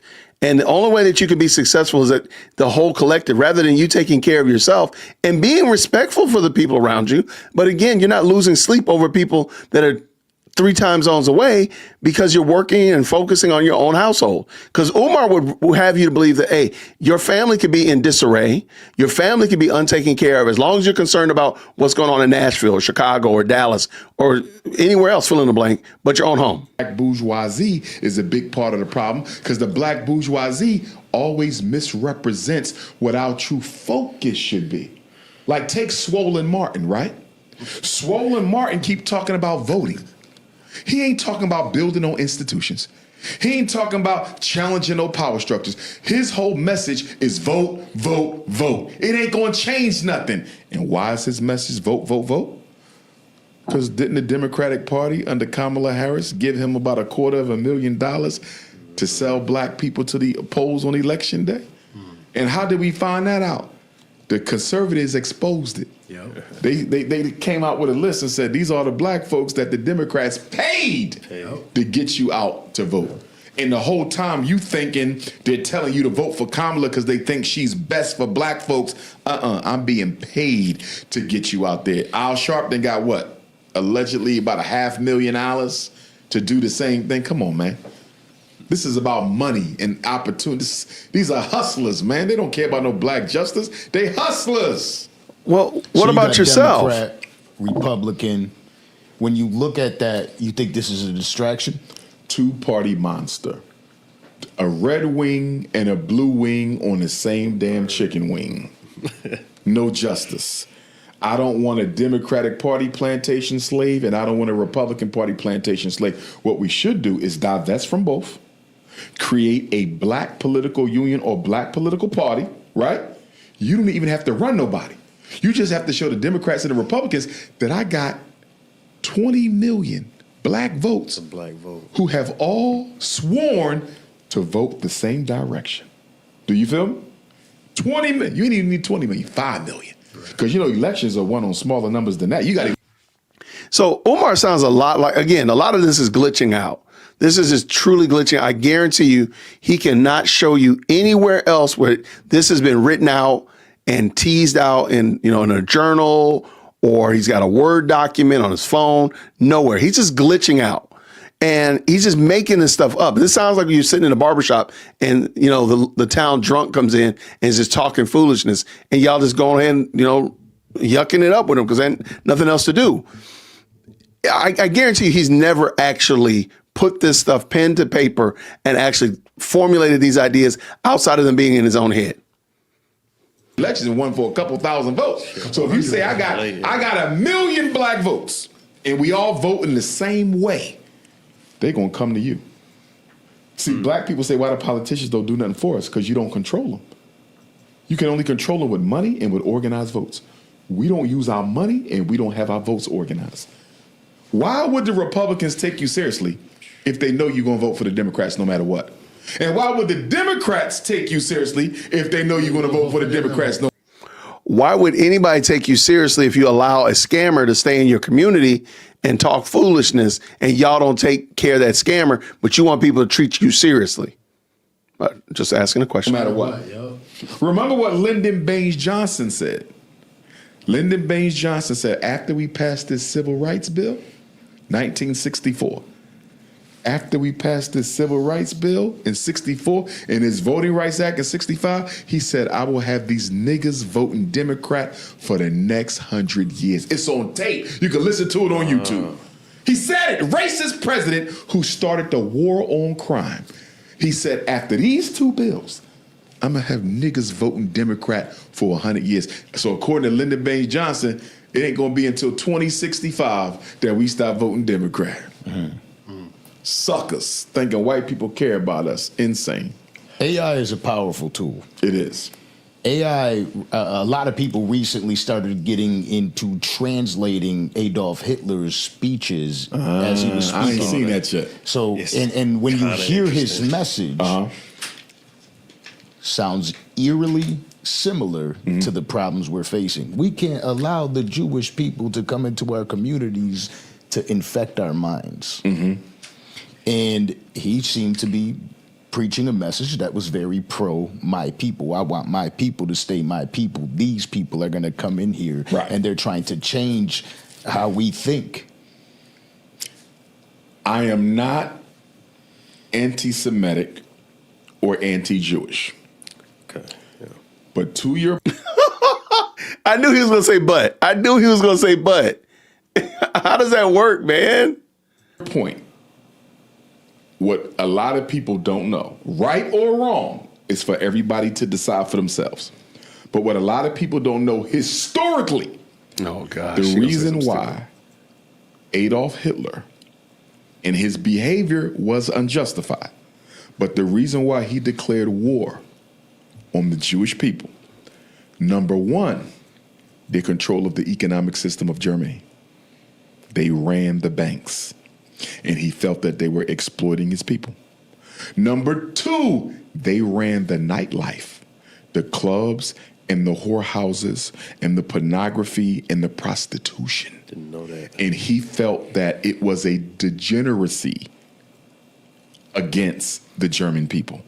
Okay, Umar is just saying stuff at this point, and I keep hearing the other host saying, I didn't know that. There's a reason why you didn't know that, my guy.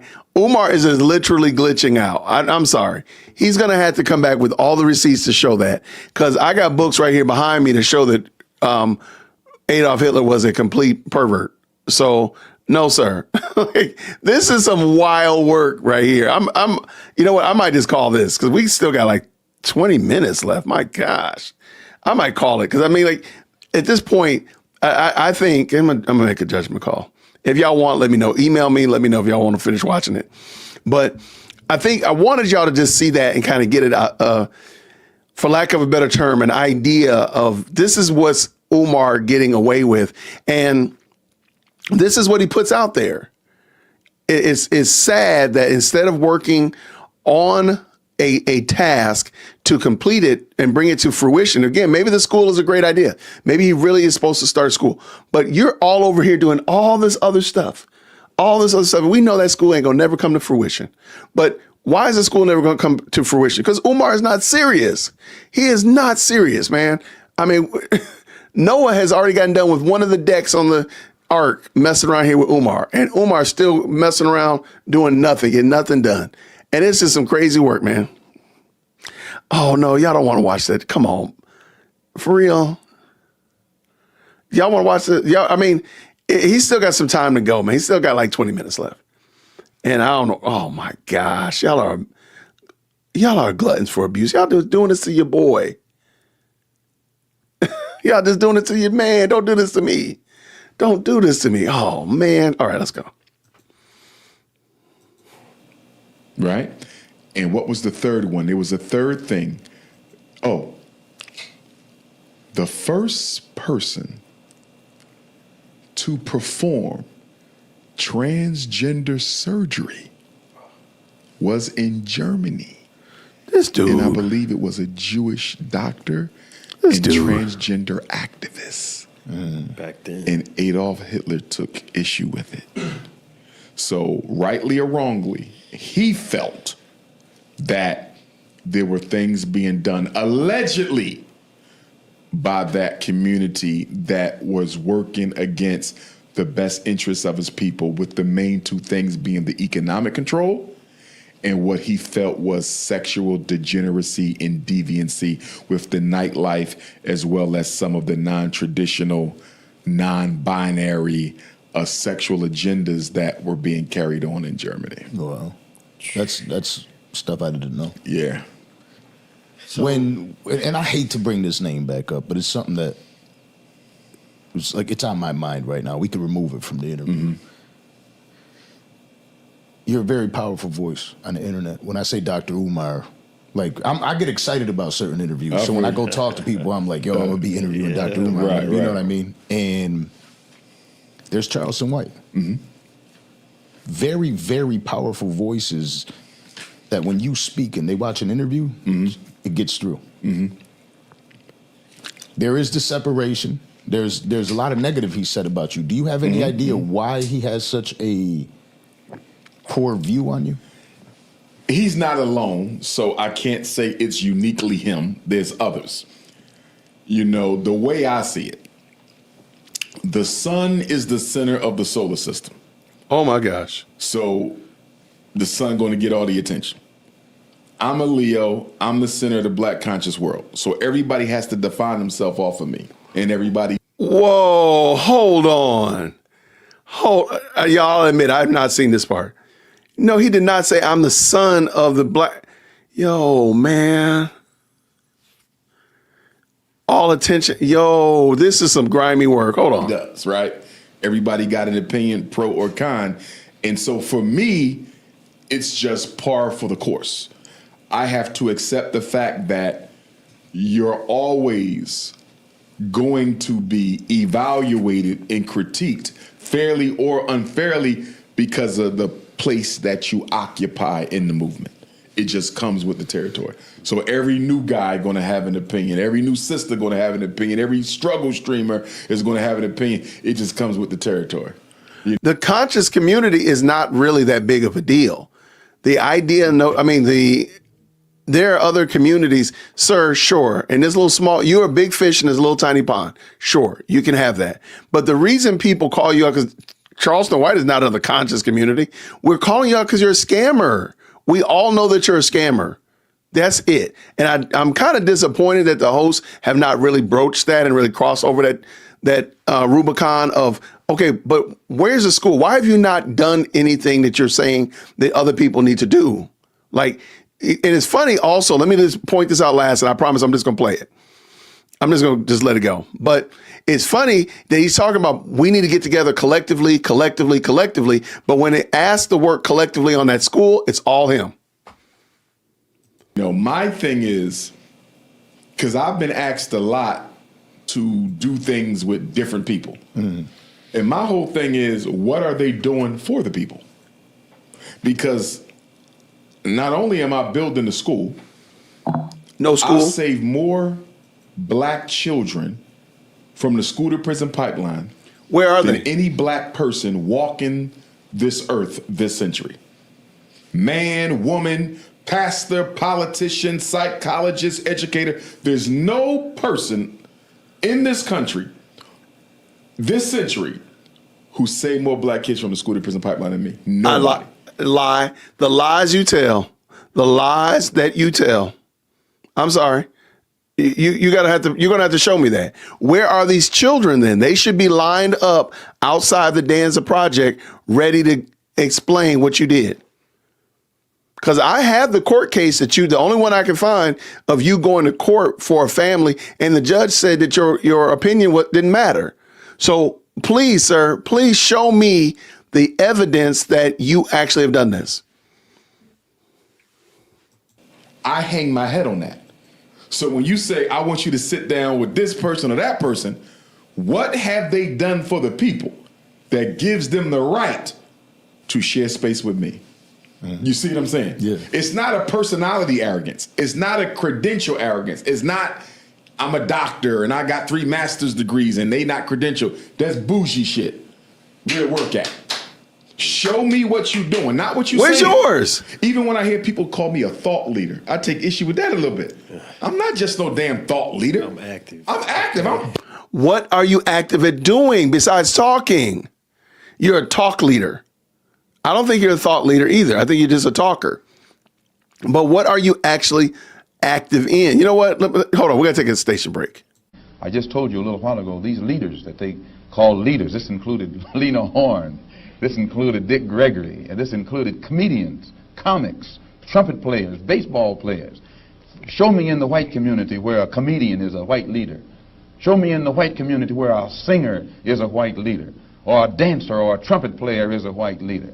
These aren't leaders. These are puppets and clowns that have been set up over the white community and over the black community by the white community, and have been made celebrities and usually say exactly what they know that the white man wants to hear. All right, I had to take a moment, chill out a little bit. Like, what have you done, Umar? Show your evidence. Show the students that you've helped. You say it, but where is it?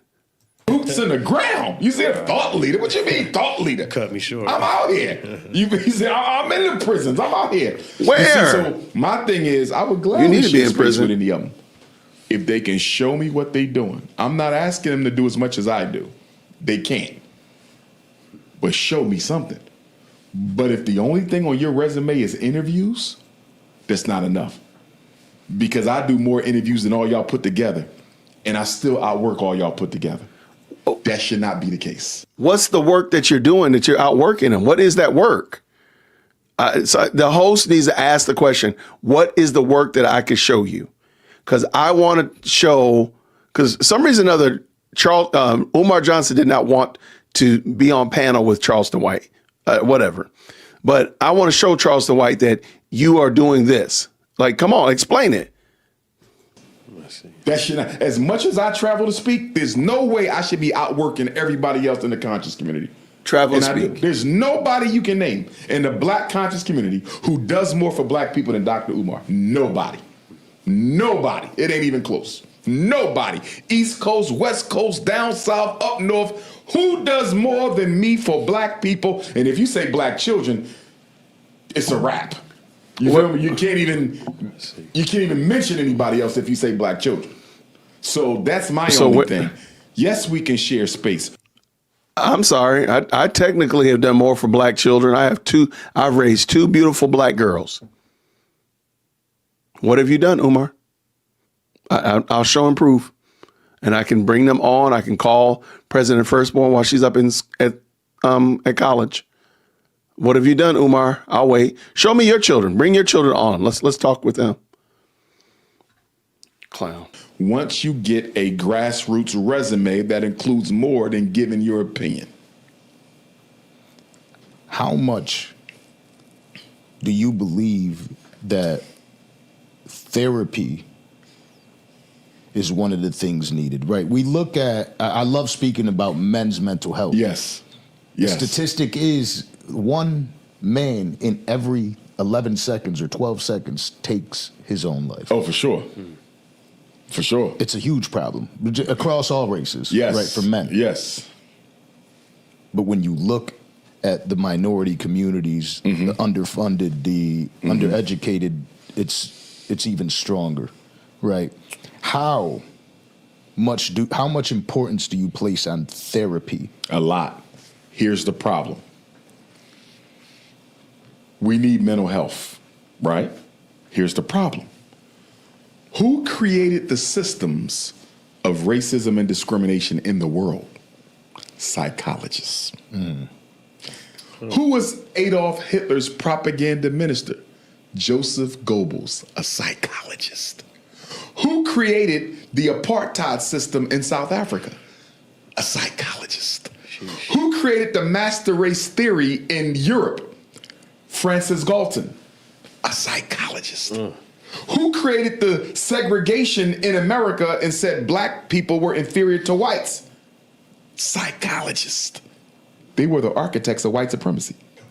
So how can you tell black people to go to white people for therapy when white people created the very system that's causing your mental illness? You see that?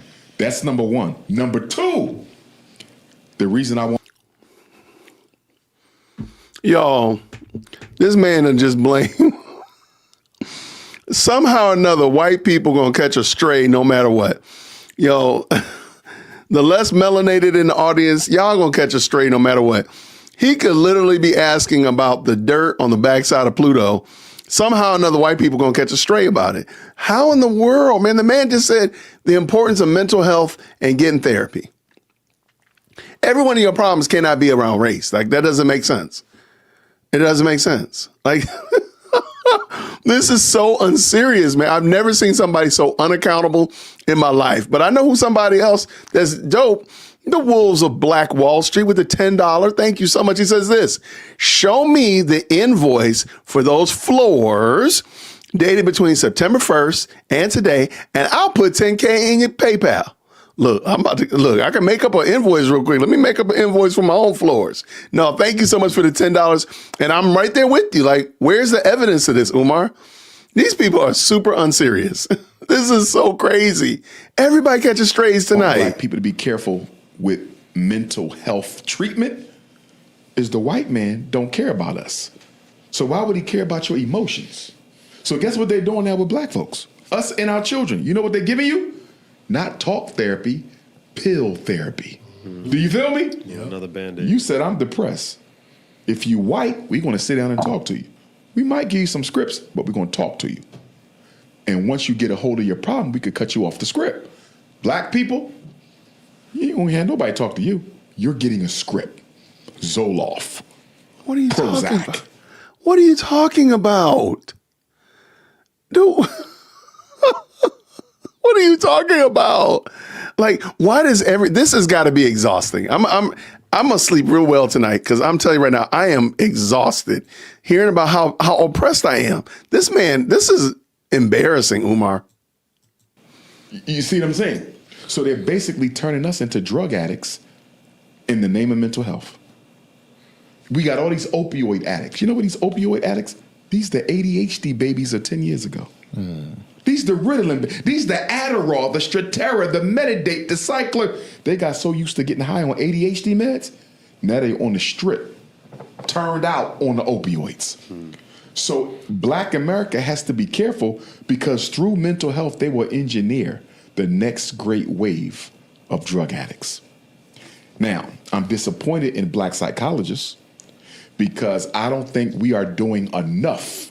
And I don't think the Association for Black Psychologists is doing enough, or the Association of Black Therapists, Association for Black Social Workers, Association for Black Psychiatrists. I don't think none of the Black mental health organizations are doing enough to help treat our people. Most people think that if you're a psychologist, you automatically do therapy. Do you know that there are psychologists who are trained with no therapy training? Do you feel me? Yeah. There's psychologists who only teach. There's psychologists who only train. There's psychologists who only write. You follow what I'm saying? What do you do? There's What do you do, though? What do you do? I would love to know, what do you do, Umar? What do you do? I would love it. Y'all put a green hearts in the chat if you would love to know what Umar does. Okay, I understand the other ones that, train and educate and write, but what about yourself? What do you do, Umar, is a question we need to know. Who only evaluate. Not everybody does therapy. We need more therapists in the Black community because too many of our people don't have enough people they can go to talk to. I was going to say, is there a large demographic for the Black community in psychiatry? Not enough. Not enough. Remember, first it was only psychiatry. And then after World War I or World War II, it wasn't enough psychiatrists. So then the government gave birth to the psychologist. Because once upon a time, the psychologist was the assistant to the psychiatrist. And then after the war, it was so many people coming back with war issues, they had to elevate the psychologist to work as an independent practitioner separate from the psychiatrist. And the psychiatrists still do therapy, but they more or less write the prescriptions. Right. We don't write scripts. Psychiatrists write scripts. So to your point, we need mental health treatment. But if we got to get it from white people, there will be no healing. But you're a psychologist, correct? Yes. So where do we go? Where do you go, We Umar? create the systems. We can't go nowhere because don't nobody want us. You see what I'm saying? We have to create the systems. I have an idea. Once FDMG is up, because I got to get that up before I open up any other new initiatives, I'm going to create a mental health advocate system. I can't call them psychologists because that's a legal word. You feel me? Okay. You got to have a credential for that. Right. Mental health advocate, that's not a legal word. Where I'm going to train people on how to do some basic mental health intervention. You follow what I'm saying? Yeah. Somebody suicidal, this is how you deal with it. Somebody on drugs, this is how you deal with it. Somebody alcoholic, this is how you deal with it. Because, you know, going back in our history, we invented social work. Black people did. We invented social work. Lord have mercy. And part of what we did was we would tend to the mental health needs of our people. But once the white man started training black, Y'all stop. So now we done created mental health. Because I heard earlier, you know, he was talking about the cell phone and the internet. He done got black folk done created everything on the planet. Man, look, now we done created people and giving them jobs and putting them in positions, we stopped taking care of our own. What did Marcus Garvey do? The Red Cross wouldn't take care of sick black people. So Marcus Garvey created what? The Black Cross. You see what I'm saying? We have to go back to taking care of our own. And mental health is one of those areas where we need somebody to step in, step up, create an army of people. So if there's an issue going on in your house with mental health, you can call us. Look at all the black people who have been murdered by police. I was going to say. When one of their relatives call when they having a mental crisis. Do you feel me? Yep. Look at, bro, I hurt. You know why? Why are they calling white police for a black person in crisis? Wow, You mean to everything tell is me about there's race. no number for us? There's no number that you can call to get somebody black to come and deal with that? You got to call the police? That's on us. We need organization at every level. You say you say a lot of you talk like he's guy good. knows something. Yeah, he's good. I'm sitting knows here. a few things. the problem is, and this is, we're almost there. No, we're not almost. We're closer there than we were. These gentlemen are enamored with Umar. They believe this copium. He's spreading this copium all around here, and they are just 100% snorting it up. And most of us in the best live chat on the internet are not. We're like, dude, this dude sounds crazy. This is dumb. Like, no, that's dumb. And so we're not enamored with it. And we would push back and ask more questions. I wish these hosts would ask him more questions. Like, my guy, what are you doing? You can talk about these theories. He reminds you of your drunk uncle at the cookout who's just sitting around talking, but he's done nothing. Finish up, Jason. Let's go. I'm more educated right now than I was No, prior you're to not. this interview starting. This is why I'm trying to understand how our billionaires and multimillionaires live with themselves. Because do you know how easy it is to solve some of these problems if you just had a little money? I mean, You see, you said it That's before all it earlier. is. They became capitalists. but damn. But you also said earlier that money wasn't the solution to the problem. Remember when you were talking about reparations, Umar? That's why I'm saying he's just glitching out. He said earlier that don't give people money. That's not the solution to the problem. Then why are you asking billionaires for money to the problem? This is crazy. Holy spicy guacamole. I done started over again. To translating Adolf Hitler's Documentary on the brother Hold on. Troy, we not destroying for justice. After these two bills, poor view on you, takes his own life. oh, for sure. Dang, Sure. It's a I huge done- problem across all. Somebody alcoholic, this is how you deal with Hold it. on. And I just keep seeing these celebrities with all this money. Sorry about take that. the E. I just wish one of them would call me up and say, listen, Doc, I ain't got much. I'm gonna give you $5 million. You can't spend $1 on yourself, because I don't need to. $5 million for your programs. I have a mental health system. But see, the thing is, these people are not going to call you, Umar, because you don't have anything written down. They're not just going around giving money out of their pockets. Hey, yo, let me go look at my change drawer in my car. No, they need to see a real bona fide business plan. That's the problem. I bet you if he actually had something written down, he probably would have more investors. Because they're not just giving money to anybody that's talking loud in the office outside the kitchen. They need a real business plan, a 12-year, 20-year plan written out. Just give you $5 million. Boy, that's why you don't have anything.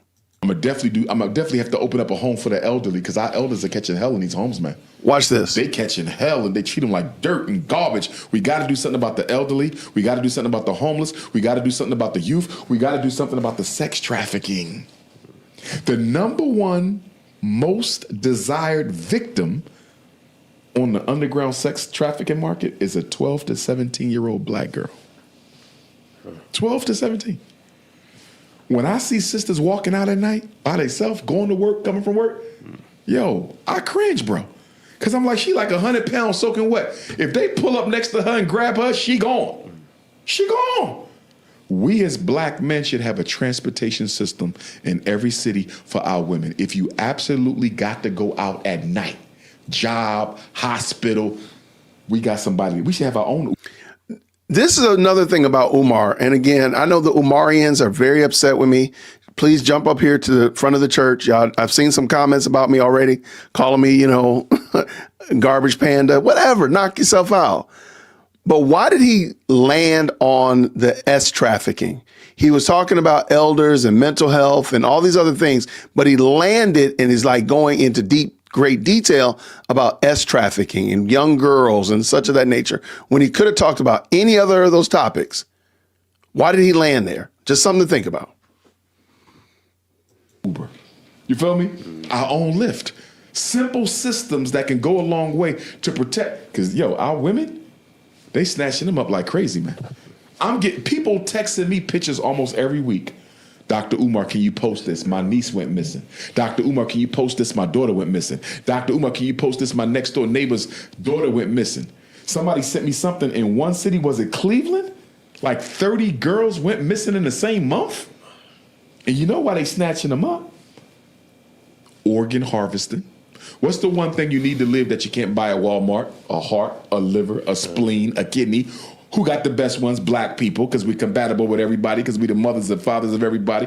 Organ harvesting, sex trafficking, Jeffrey Epstein. And don't you find it funny that Donald Trump will not release the information on the Epstein? You know why? Because he would be implicated. Yeah, he did. And a whole bunch of other higher ups will be implicated. Epstein was a mule. Epstein wasn't in charge. He was a flunky. The real people, we don't even know who they are yet, but they in that paperwork. See, so they need them for sex. They need them for organ harvesting. They also need them for.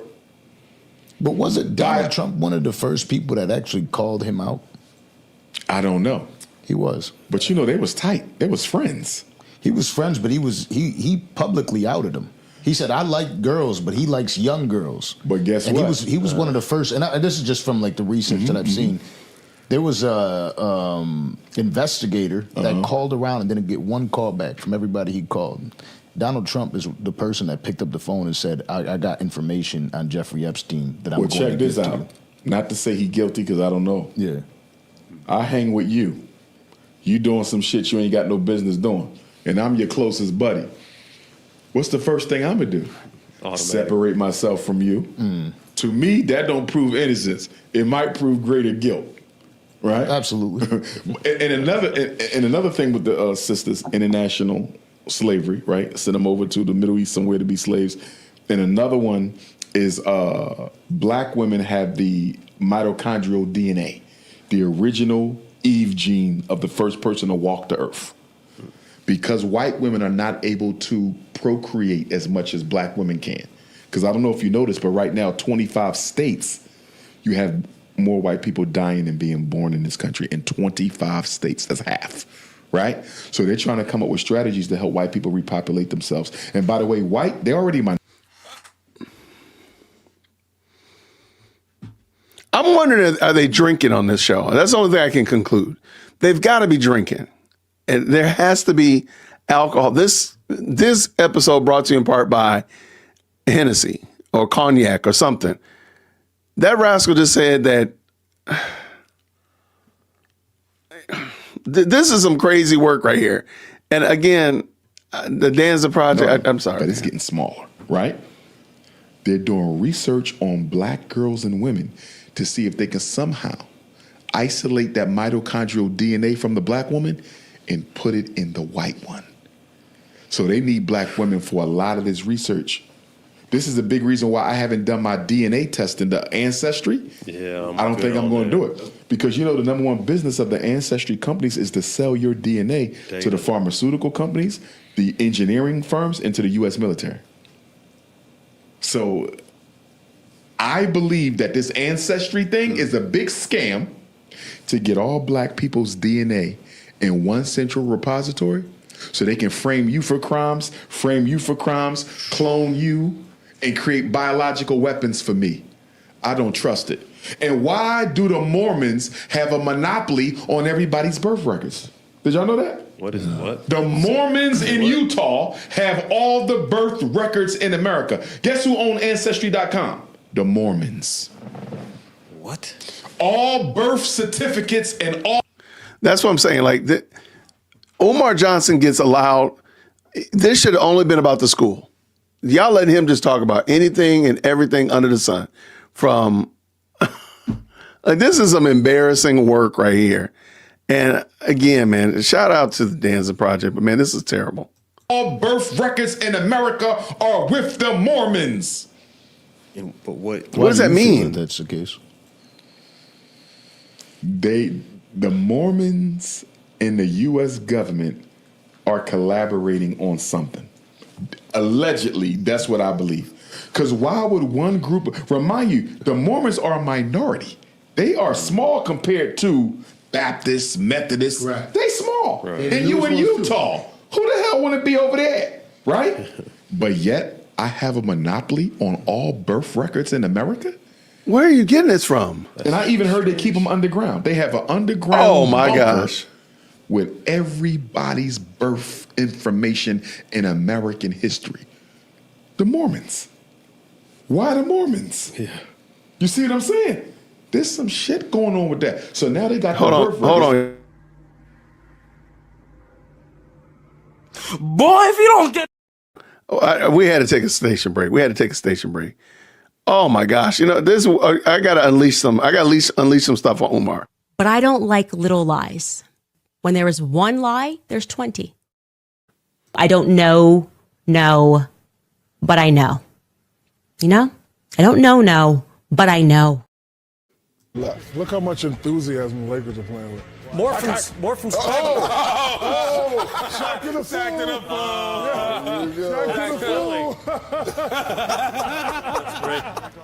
fool. Sex with chocolate. And despite the All right, back to it. Tests. Think about this now. Here's the records, and then who going to have all the DNA specimens? Shit. You see what I'm saying? I see what you're saying. They No, I working on don't. some real crazy demonic That's shit. some strong data, and we over here giving it up. I What are wanted you to. talking about? Yeah. Here. The Mormons, bro, they run all genealogy. I want to get this right when I say it. Sure. I want to bring up some thoughts that people have had on you. Sure. Vlad, he's called you the Pan-African Prince of Panhandling. I love it. Glad mad because he ain't getting no more interviews. That's why I'm glad mad. When you hear things like that, do you just laugh? Okay, so instead of addressing the issue that you're a professional e-beggar, you just say he mad because you won't come and interview. That's crazy work right there. Laugh it off? Or I do you laugh take it off. Okay. I laugh it off. Sometimes it be funny. Yeah. You got to have a sense of humor, otherwise you crack. You know what I mean? Yeah. Tariq Nasheed once said that he put you on. Everybody knows that's a lie. Everybody knows that's What's a your lie. response to when people just have those types of narrative on you? Once again, the sun is the center of the solar system. Wow. Everybody has to define themselves by me. Whoever hold that spot, everybody has to define themselves by me. Wow. You and Kevin Samuels had a back and forth prior to him passing. Because he was stealing my content. Whoa. Rest in peace to Kevin Samuels. But a lot of what came out of his mouth, if you watch my relationship talks, he regurgitated a lot of my stuff word for word and then tried to hate on me and you stealing my content. Have you ever had a chance prior to his passing? to speak to him? It wasn't bad blood though. You know what I mean? It wasn't bad blood. It wasn't bad blood. He just said a couple things, and even when he said a couple, it wasn't that bad. It wasn't that bad at all.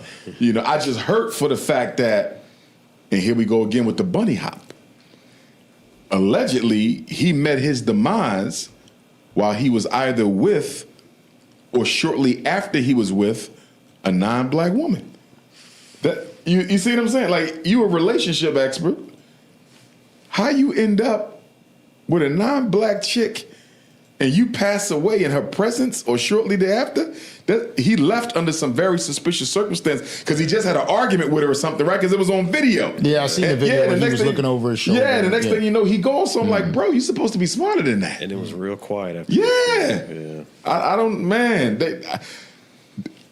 I don't know why they willing to die for non-black vagina because there's nothing better than black vagina. I don't understand. The black of the berry. Y'all, I'm so sick of Umar right now. All right, I got to listen to Kev. I got to listen to Kev for a hot second.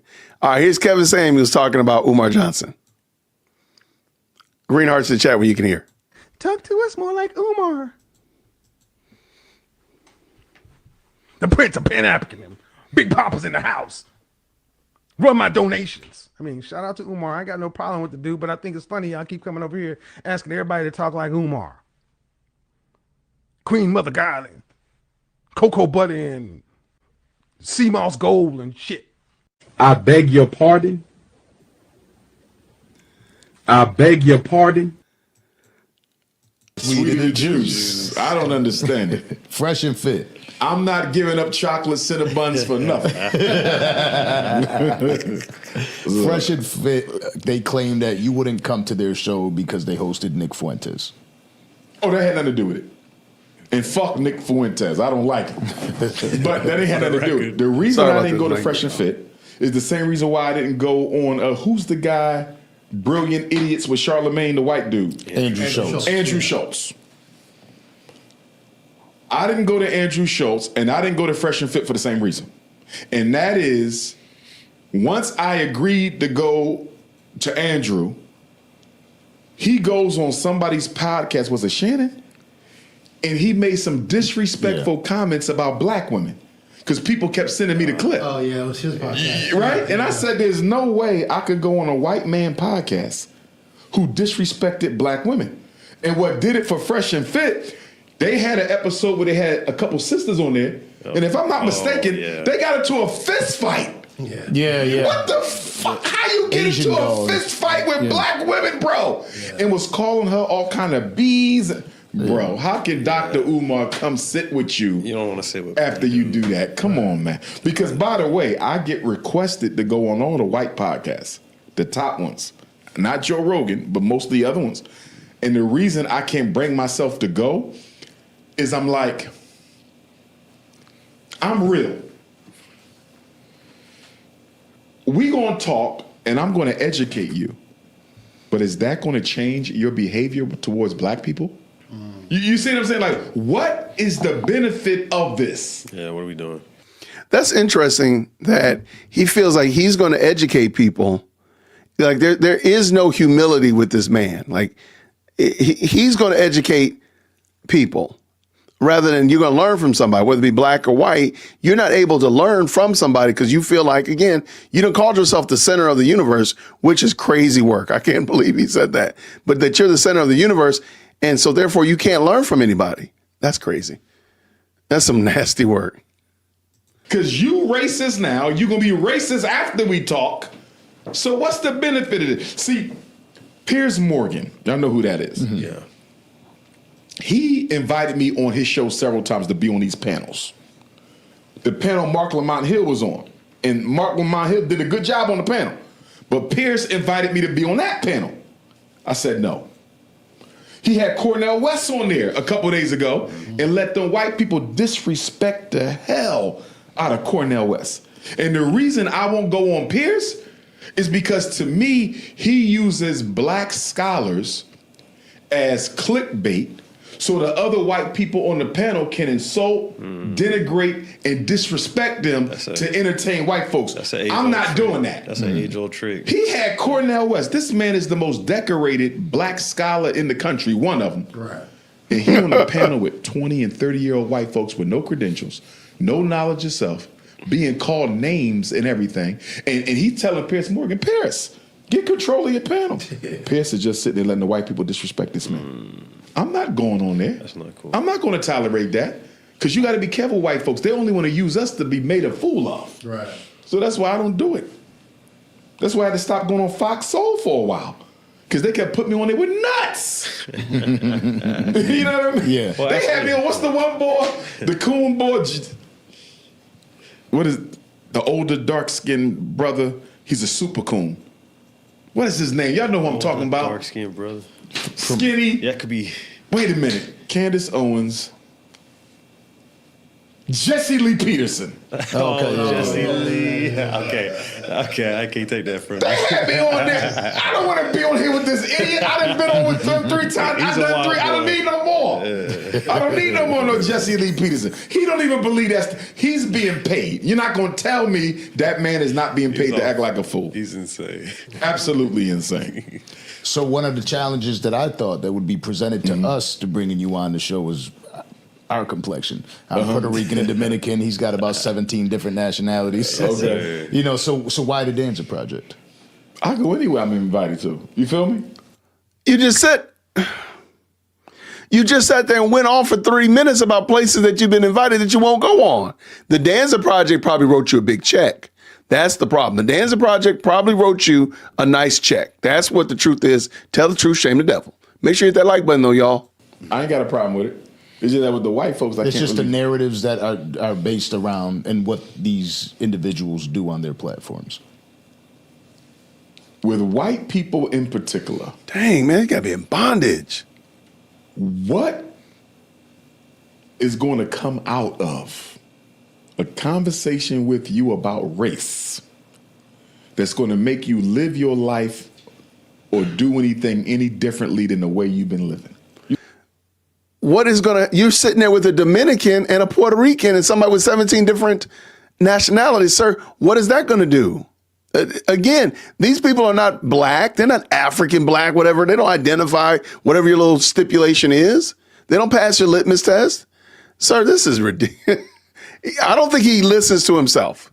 You see what I'm saying? White people already know what they've done. They know what the problems are. They know how to solve it. And then they bring us there to gaslight the hell out of us, acting like they don't already know the answers I'm going to give them. I just can't be made a fool of. You know what I mean? Absolutely. And so with the white folks, you know what I'm saying? It's hard for me because I'm like, you already know. They be like, debate this white person. I'm like, if you pay me, but otherwise, this is a waste of my damn time because they already, Nick Fuentes know what white people be doing to black people, but he got to play stupid.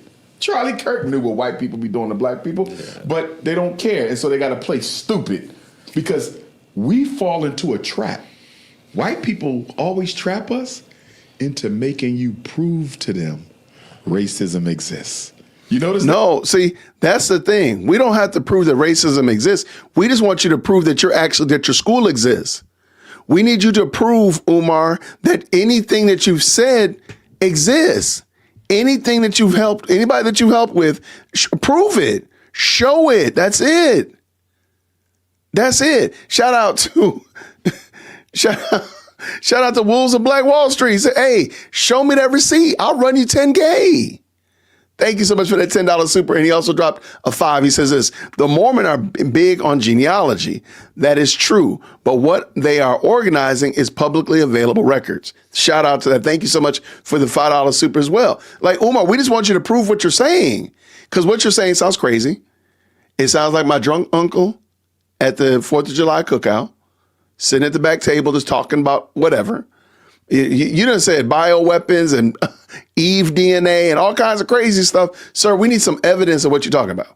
I need evidence that you're not drinking. Can you please do a field sobriety test? Whenever we get them, the first thing they waste the whole show. Yeah. You got to prove I'm racist.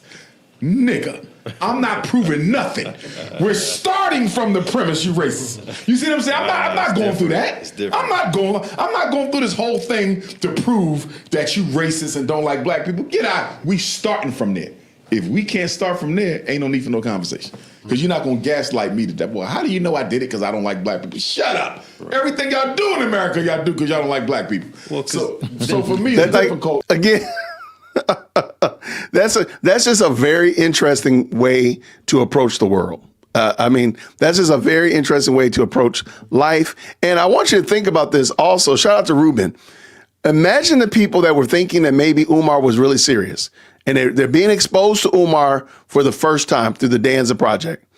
And they're like, okay, maybe this guy is serious. Maybe this guy is really trying to hold people accountable, blah, blah, blah, blah, blah, blah. Now they're like, what in the world did y'all do? What did y'all bring this man on here for?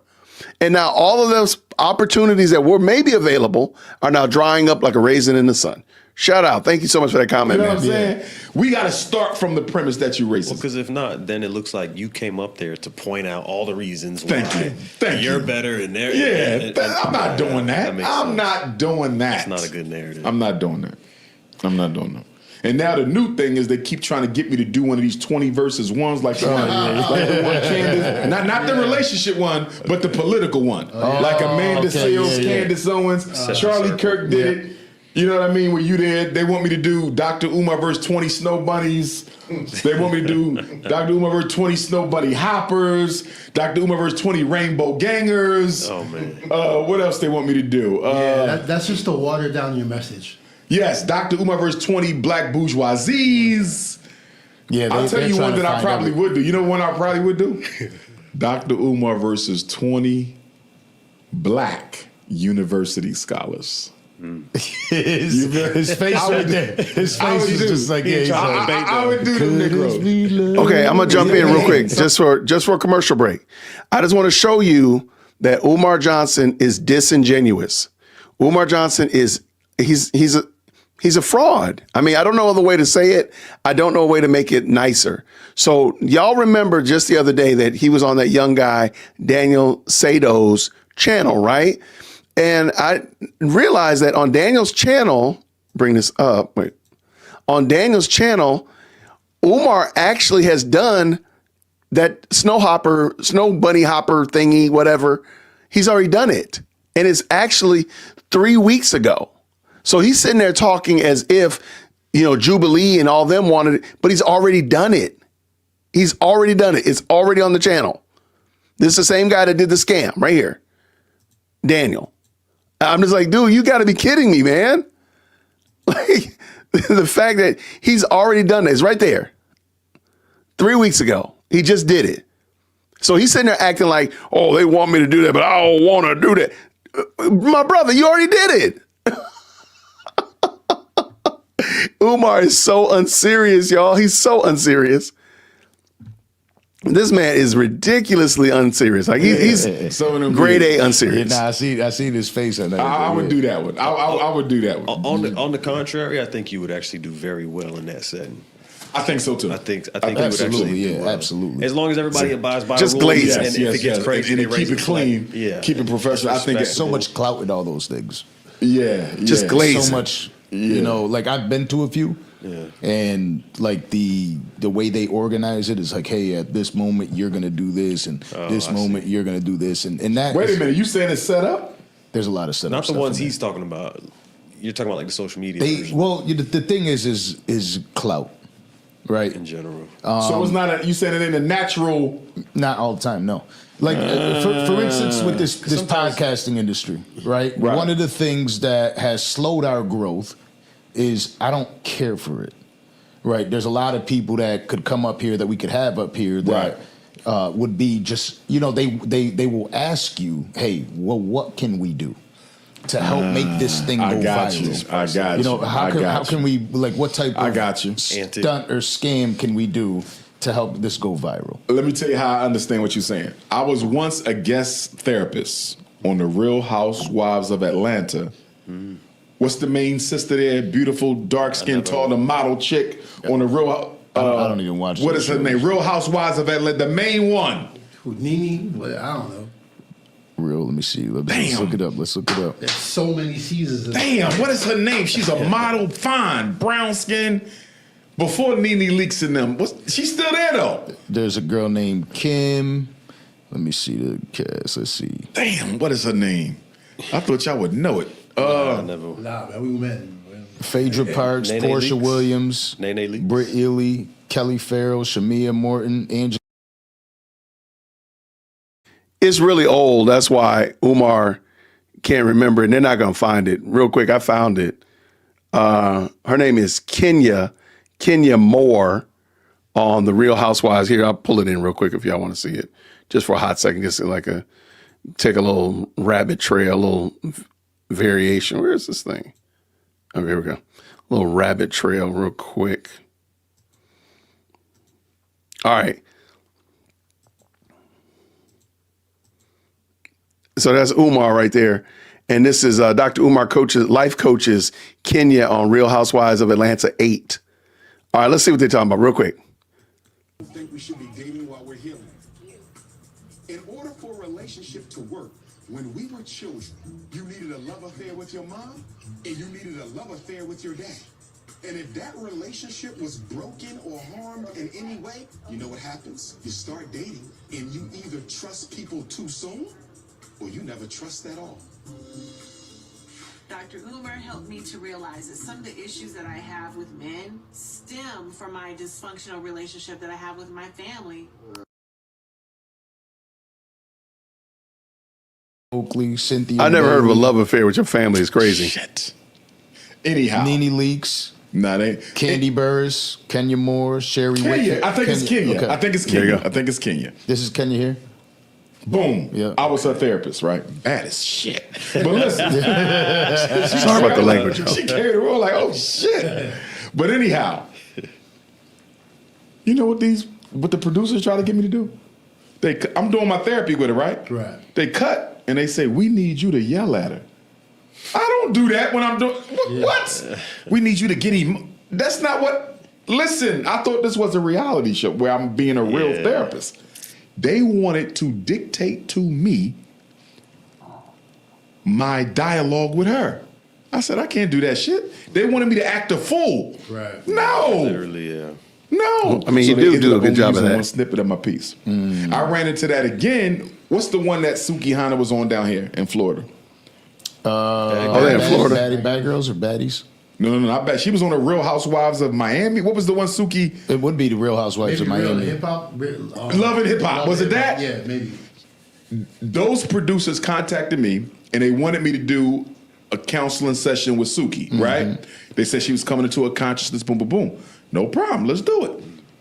Guess what? They say, we gotta coach you. Nigga, how you gonna coach me? And I'm the therapist. So they wanted to do the same thing that they tried to get me to do in Atlanta. So I turned it down. I said, I'm not gonna do that. If me and Suki can sit down and do a real therapy session, it's gonna be nice. If y'all just let us do it, I promise you'll get your content. Oh no, we gotta coach you through it. Come on, man. Now, I wanted to do this before. I've talked to Suki about it because I'm a huge fan of Suki. We've had her up here. She's literally she's from Wilmington, Delaware, where the school is. Really? That's she's dope. from Wilmington, Delaware. You know, it's crazy because we just did an episode where 6ix9ine like really attacked Suki because they have this beef going back and forth. I didn't know that. And I'm continuing. This was just the other day, and I'm continuously like, I love you, Suki. Yeah. Because I love Suki. Right. Like she's honestly one of the greatest personalities I've ever met. Yeah, she's a beautiful personality. And that was one of the did. shows. I was like, how cool would it be if we were able to sit down with Suki and Dr. Umar? Because she's fun. She's fun. What are your thoughts on? I like Suki. I like her. Good sister. She's awesome. I want her to transition, right? But I like her. She has a lot of potential and a lot more to offer.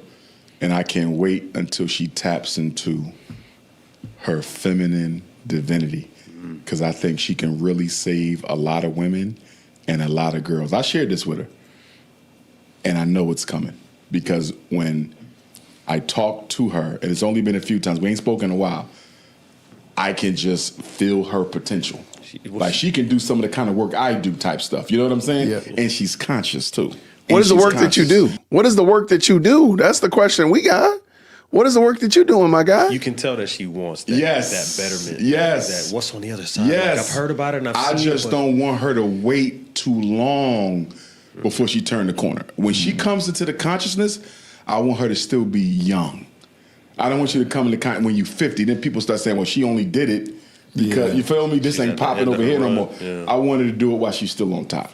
But I think it's coming though, because she got a lot to offer the world. A lot. Oh, Suki, let's go. Yeah. Yeah. And then we were on these shows having a lot of fluff in it.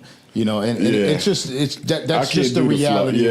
I love the fact that when we sit here and we do podcasts, It's have natural. organic conversation. It's organic. It's like organic. I might have 100 questions to ask. I might ask 12 of them because the rest of it is based on we have an individual in our seat. I want to learn. You know, I want to see who they are. I want to talk to them. I want to have a great conversation. Just two more questions I got for you. One of them is one thing I wanted to throw out there though, and this might have been one of your questions. This Puff Daddy verdict. I found it real interesting. And of course, he got 4 years minus time served. That'll probably be 3. With the feds, I don't think you can get out early, right? You got to do 85. He will more than likely be home in October of 2026. So that's only a year from now. Yeah, because he's going to have an opportunity. He's going to have an opportunity of a rehabilitation program. Okay. And he's also got the time served, 13 months. Right. And then he's going to, if with good behavior, he gets 85% of his time. So you saying in the feds, you don't have to do 100% of the time. 85. You have to do 85. Yeah. But if you take the year off that he already done, that leave you 3. How did you cut it down to 1 from those rehabilitation program, which allows you to leave the prison? Yeah. Okay, he can do that outside. Yeah. Okay. So you're a halfway house type thing. Yeah, so he could be home as early as October of 2026. I've seen he could be in a rehab as early as October. I believe he could be out if he does the rehabilitation program. I'm not 100% I feel you, sure. but you're saying the rehab program can shrink your time. Yeah. I didn't know that. Yeah, that's been a lot of the conversation amongst legal experts saying that he should be home in October of 2026 as long as he stays with good behavior. I thought it was interesting that in the verdict or in the sentence and in the assessment of the sentence by all the legal experts and so forth and so on, they keep bringing up the Cassie video. It almost makes you feel like his sentence was based on kicking Cassie, not the interstate solicitation of prostitution. I mean, the judge said it when he gave his statement. Yeah, the judge actually said that. He said, based on your prior behavior. It's very clear here, Umar doesn't know what he's talking about because the judge actually did say that. And that's part of the big brouhaha around Diddy. But what's that got to do with your school is the question that we're going to ask. What would you do to educate these boys so that no more Diddies happen? How about that one? And your resources and so on and so forth. And the reason I'm bringing this up, because I said this prior to his conviction, Puff Daddy is a social experiment. They are trying to see if they can get the American public, black people in particular, to allow the courts to give out a sentence based on a crime for which that trial has nothing to do with. Do you feel me? Oh, yeah. Puffy was sentenced for what he did to Cassie, even though that had nothing to do with the federal indictment. And because they got away with it, you're going to start see more black celebrities go to court for this, get convicted for this, but I'm going to sentence you for that. There is no way legally that the Cassie situation should be getting brought up in this federal case because domestic violence is not a federal charge. You follow what I'm saying? Right. It should not even be involved in the conversation. And for them to invoke that in the sentencing clearly tells you that we mixing apples and oranges. We don't care what you got convicted of. We're going to punish you for this because we do not like it. And I think that's very dangerous territory because that means you can now start going to jail for something that had nothing to do with the charge that brought you to court in the first place. Now, they actually added an enhancement on his sentence for something that he was acquitted of. The judge he was acquitted of the RICO. Yeah. And he was acquitted of the sex trafficking. Yeah. I really don't think that this, again, I don't think anybody really needed Umar's opinion about P. Diddy. And maybe I could be wrong. Maybe I'm just because I'm not an Umar fan, whatever like that. Like there's so many other things you could be talking to this man about rather than what he thinks about Diddy. And I know he brought it up, but the host is still in control of the show. But hey, man, before we get going, man, let's talk a little bit more, dig a little bit deeper into the school and really get in there. Because, I mean, y'all have wasted a lot of time not talking about the school. The school is, not even in the group chat. Like, why is the school not in here? He was only convicted for the prostitution, paying people for sex. Yeah. And they added an enhancement. It was a coercion enhancement in Diddy's case, which gave him more time. Okay. And his lawyers are now disputing that, saying you can't just add something that he was actually acquitted of to sentence him for longer. And with the prostitution charge, they invoked the Mann Act, if I'm not incorrect. And the Mann Act, that Interstate Sex Trafficking Act. Yeah, that's the big one. That was created for Jack Johnson, the first heavyweight box. Because remember, he was running around with them white girls. So they created the law just to go after him. And so now, if you are a prominent black man or any black man, if you have women flying in to see you, cross state lines, you got to be careful now. Because even though this was a consensual whatever, they can, because remember, the law doesn't say they got to get paid. The law said the transport of women for immoral purposes. So now you can start convicting men on the Mann Act because a woman flew from another city out of your state to come and see you. So this is going to get real, real funky now that they got away with doing it with Puff. Especially man, you could now. It would be wild, man, if you actually taught young men to live lives that are moral, to commit themselves to one woman and not engage in that kind of activity, because then you don't have to worry about that. Like, you don't have to worry about that if you're not flying women out, being accused of the Mann Act or SA or any of that other kind of stuff. You don't have to worry about that because you're just sticking with your one, your rib, and that's it. You're good. Man, it'd be great if Umar did that. Maybe he could teach that in his school.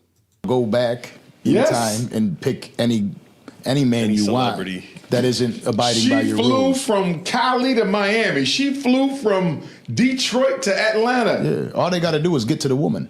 Boom. And that's what they did to wrap. Bill Cosby. Yeah. That's what they did to Bill Cosby. They got to the women. And that was my question I was going to ask. And it was about Kanye and your thoughts on Kanye, and also on Kanye being the only celebrity that showed up for Diddy. Yes. I respect him for being the only celebrity for showing up for Diddy.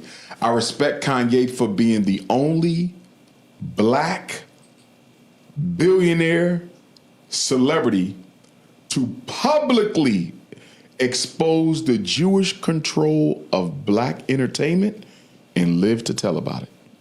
You feel me? I will always have to respect Kanye for that. Word. He's the only. Michael Jackson did it, but when Michael Jackson exposed the Jewish control of the music industry, he was kind of on his downswing. Kanye did it while he was still at the top and lived to tell about it. Now, it ain't without his repercussions, because I heard him in one interview. Kanye said the reason he ain't had no concerts is they keep on getting the venues to cancel his shows. Oh, shit. You feel me? So Kanye, he was on one interview like, the reason why I can't do no concerts, they keep on getting all my concerts shut down. So he got to find out how he going to do his concert. He might got to do it in a park or something, or on a ship. I don't know. He might got to do a Kanye cruise. He'll do it too. You feel me? But I respect Kanye for his courage. That would be terrible. He stood up for Diddy. He stood up to the Jewish control of black music.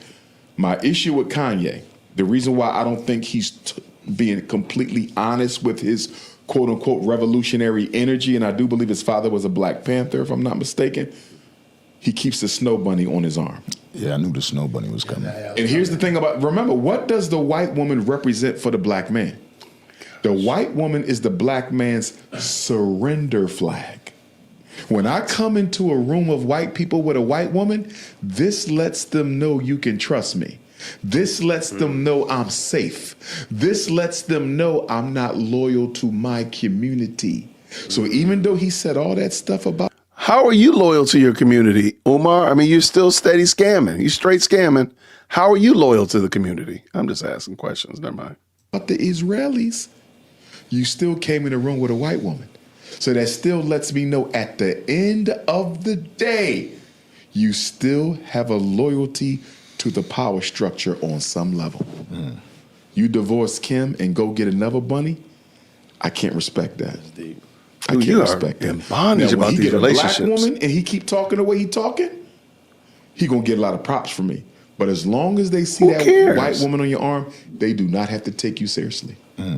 I don't care who you are. When you show up with the white woman, the power structure knows we do not have to worry about him.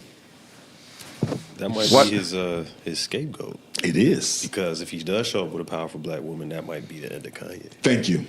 Thank you. The white woman keeps him safe. That's wild. Snitching culture in the black community. My issue with the snitching culture is this. The snitching culture originally came from revolutionary culture. In other words, you don't snitch on the brother who had a shootout with the police. What? You don't snitch on the activists fighting against the racism. You follow what I'm saying? You don't snitch on the Panthers. You don't snitch on the Black Liberation Army. The problem is, once the Panthers and the BLA and the liberation struggle phased out in the 70s, right? The snitching culture got passed on into the crime culture. Originally, it was about not snitching on the revolutionaries, Whose side are you not on? snitching out the activists. That was the original no snitching culture. But when that died out, See, there's no way to verify what he's saying. There's no way. Now, maybe it's true. It could be 100% true. Or it could be totally made up. There's no way to know. And so I don't even know, why are you asking him these questions? Why?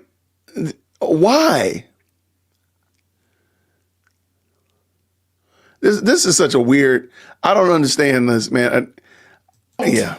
it automatically became don't snitch on the criminals, don't snitch on the killers. You see what I'm saying? It was originally to protect the activists and the revolutionaries, those who were protecting the black community, and then it became we got to protect those who are hurting the black community. And is that hurting the black community in turn by not snitching on the criminals? That's a difficult question to answer. Yes. And I'm going to tell you why. Listen to this foolishness. You're turning in the criminals to the very same system that created them. You're No turning accountability. on the criminals for the police whose only job is to protect white capitalism from black infiltration. This is so instead of letting, because he said earlier that gangs will, shoot the elderly and babies and all that kind of stuff like that. So rather than saying I want a safe community, I gotta allow people to run amok in my community because I don't want to give them over to the white people. Dude, you are tiring. I don't see how it benefits us to tell our enemies from without what our enemies from within are doing. Why are white people your enemy? That's a question I for the life of me, I don't get. I know there are going to be some people that got some problems with that, but why are white people your enemies? Like, that makes no sense. But you literally are saying that there are people in your community that are your enemies. Then why are you okay with them being your enemies? Because they got the same skin color as you.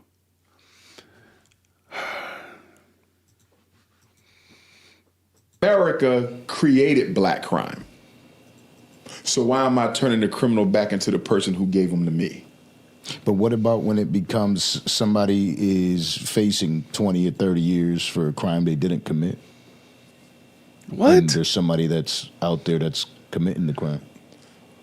I don't see a problem with somebody saving somebody's life, right? By exposing somebody else's wrongdoing. But you know what my concern is still going to be? The criminal's attorney has a right to know who you are. What happens when they come to take your life, right?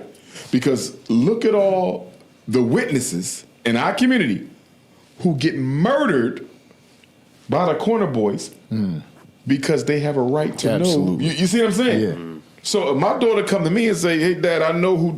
No, you're not.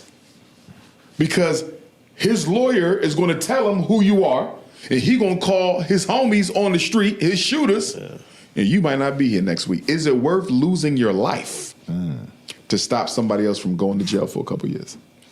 You feel me? Deep. That now, if it was a perfect system where witnesses were completely protected, then I could see it. Absolutely. It seems like it just creates a bigger war. It creates a bigger war, a bigger problem. But see, and this is almost done, y'all. So thank y'all so much for tapping in with me. The problem is Umar puts no onus, no responsibility on parenting.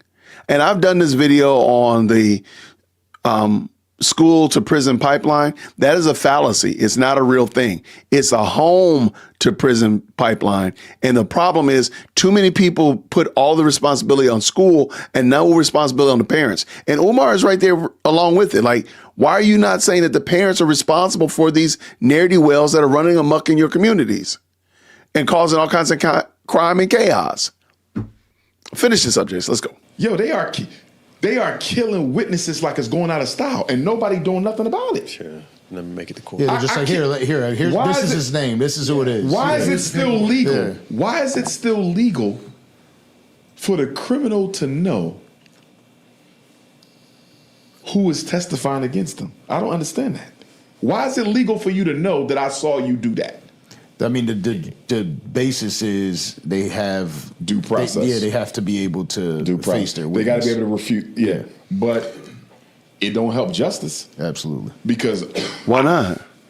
I am not going to risk my life to save somebody a couple years from prison if I know that this can cost my children, their father, my mother, her son. You see what I'm saying? Absolutely. There's so much that gets lost in this, and there's no protection for the witness, man.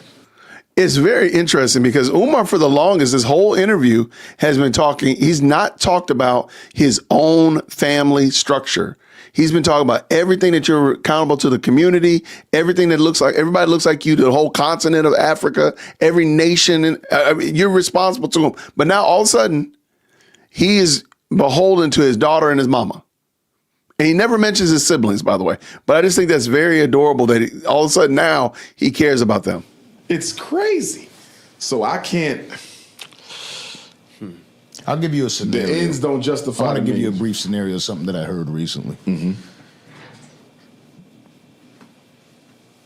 Somebody calls you, said, "Hey, let's take a ride." They need a ride. You give them a ride. They get out of that vehicle. They commit a crime. They take somebody's life. They hop back in your car. You go home. Police pick you up the next day.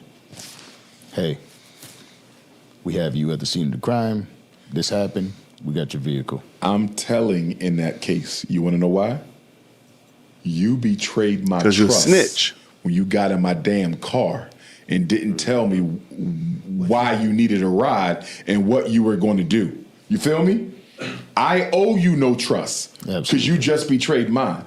You feel me? I'm a whole psychologist out here opening up a school for kids. You just took me on a drive-by without my permission and my knowledge and my consent? Oh, I'm snitching. Yeah.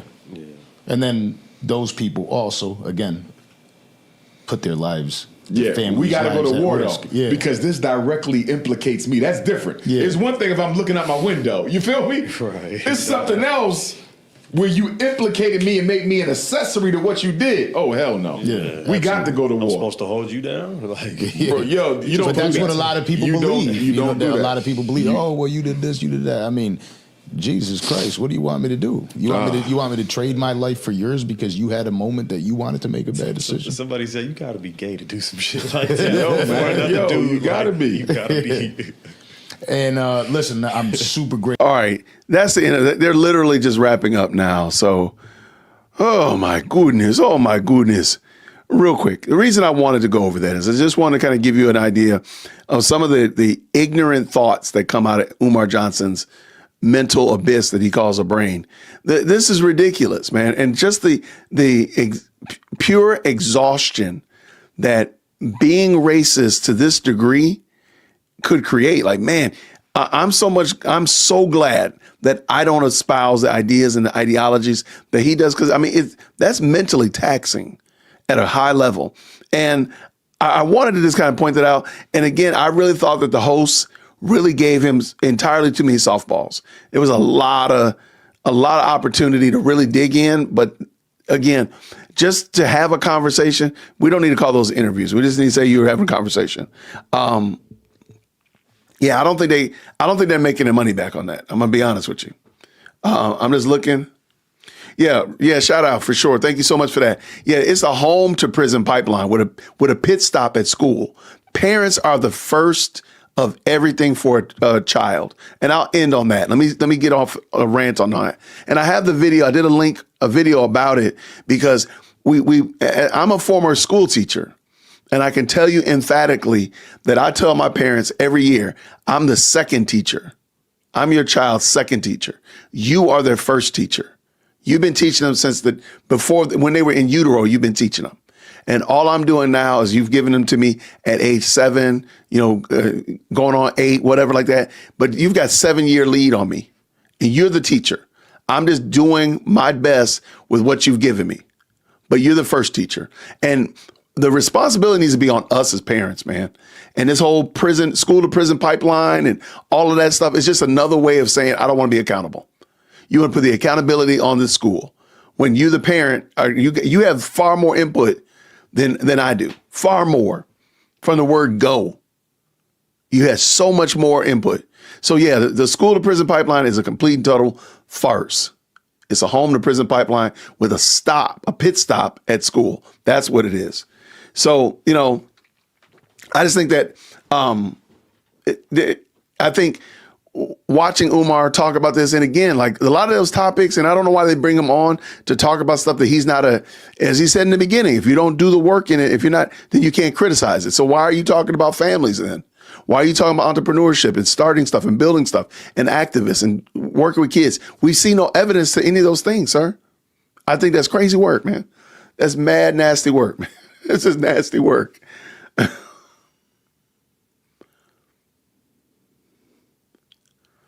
Oh man, body cam footage is look, you can learn a lot from body cam. You can learn a lot from body cam. That should be almost mandatory. That could be the equivalent of Scared Straight. If you watch enough body cam, you will learn what not to do. And I personally think I think they're kind of fun, man. I told you I like watching them. I got one queued up right here. Came on while we were on. I might have to watch it tomorrow because I'm going to bed tonight. But you got my point. Y'all got my point for sure. Y'all, thank y'all so much for rocking with me. I want to say thank y'all to everybody. Again, thank you to the moderators. Y'all just flood mod in the chat. The moderators really help out a lot, even when these things go long and they in here just grinding it out, making sure that the live chat stays active and dropping links and all that stuff. Thank you to all of the moderators, the Blues. Thank you so much to the members, those who joined the best live chat, not only joined the best live chat, the most electrifying comment section, but also just supporting the channel. Thank you so much. And thank you to every last one of you, whether you watched watched all night, whether you just hopped in right here, whether you said something bad about my ashy toenails or whatever, man, thank you so much. Shout out to each and every one of y'all. Thank you to everybody who hit the like button on the way in, or you didn't hit the like button, you go ahead and hit it right now. It matters. Either way it works. My goal this month is to hit 65,000 likes. We're right around the corner from 65,000. So I know we're going to hit it before the end of the month. I'm excited to tell y'all about it and look at some of the things that we're doing. Thank you all, every last one of you. I appreciate it, man. This has been a long night. This video was traumatic. This video was traumatizing, y'all. Y'all pray for Umar. Umar needs some prayer. But I do want to say thank y'all again. I appreciate each and every one of y'all for rocking with us and helping us do what we're doing over here. It means a lot. I'm glad that you all are enjoying what we're doing over here. And thank you so much. Tomorrow is Monday. I don't have a live stream planned tomorrow. Just in case you were wondering, I don't think Candace is coming back until the following week. So this is the 19th. So the week of the 26th, I think that's when she's coming back. So, but I do have some videos dropping about it. Don't you worry about that. We got the videos already on deck. So thank y'all so much for sure. I really appreciate all of y'all. Thank you so much for being a part of the best live chat on the internet. Y'all, we're going to do this again real soon. So I'm going to get ready to go to bed. So I'm starting to see triples now because it's been a long night. But I thank y'all so much for rocking with me. Thank you so much for the support. Thank you to all of the supers. Thank you again.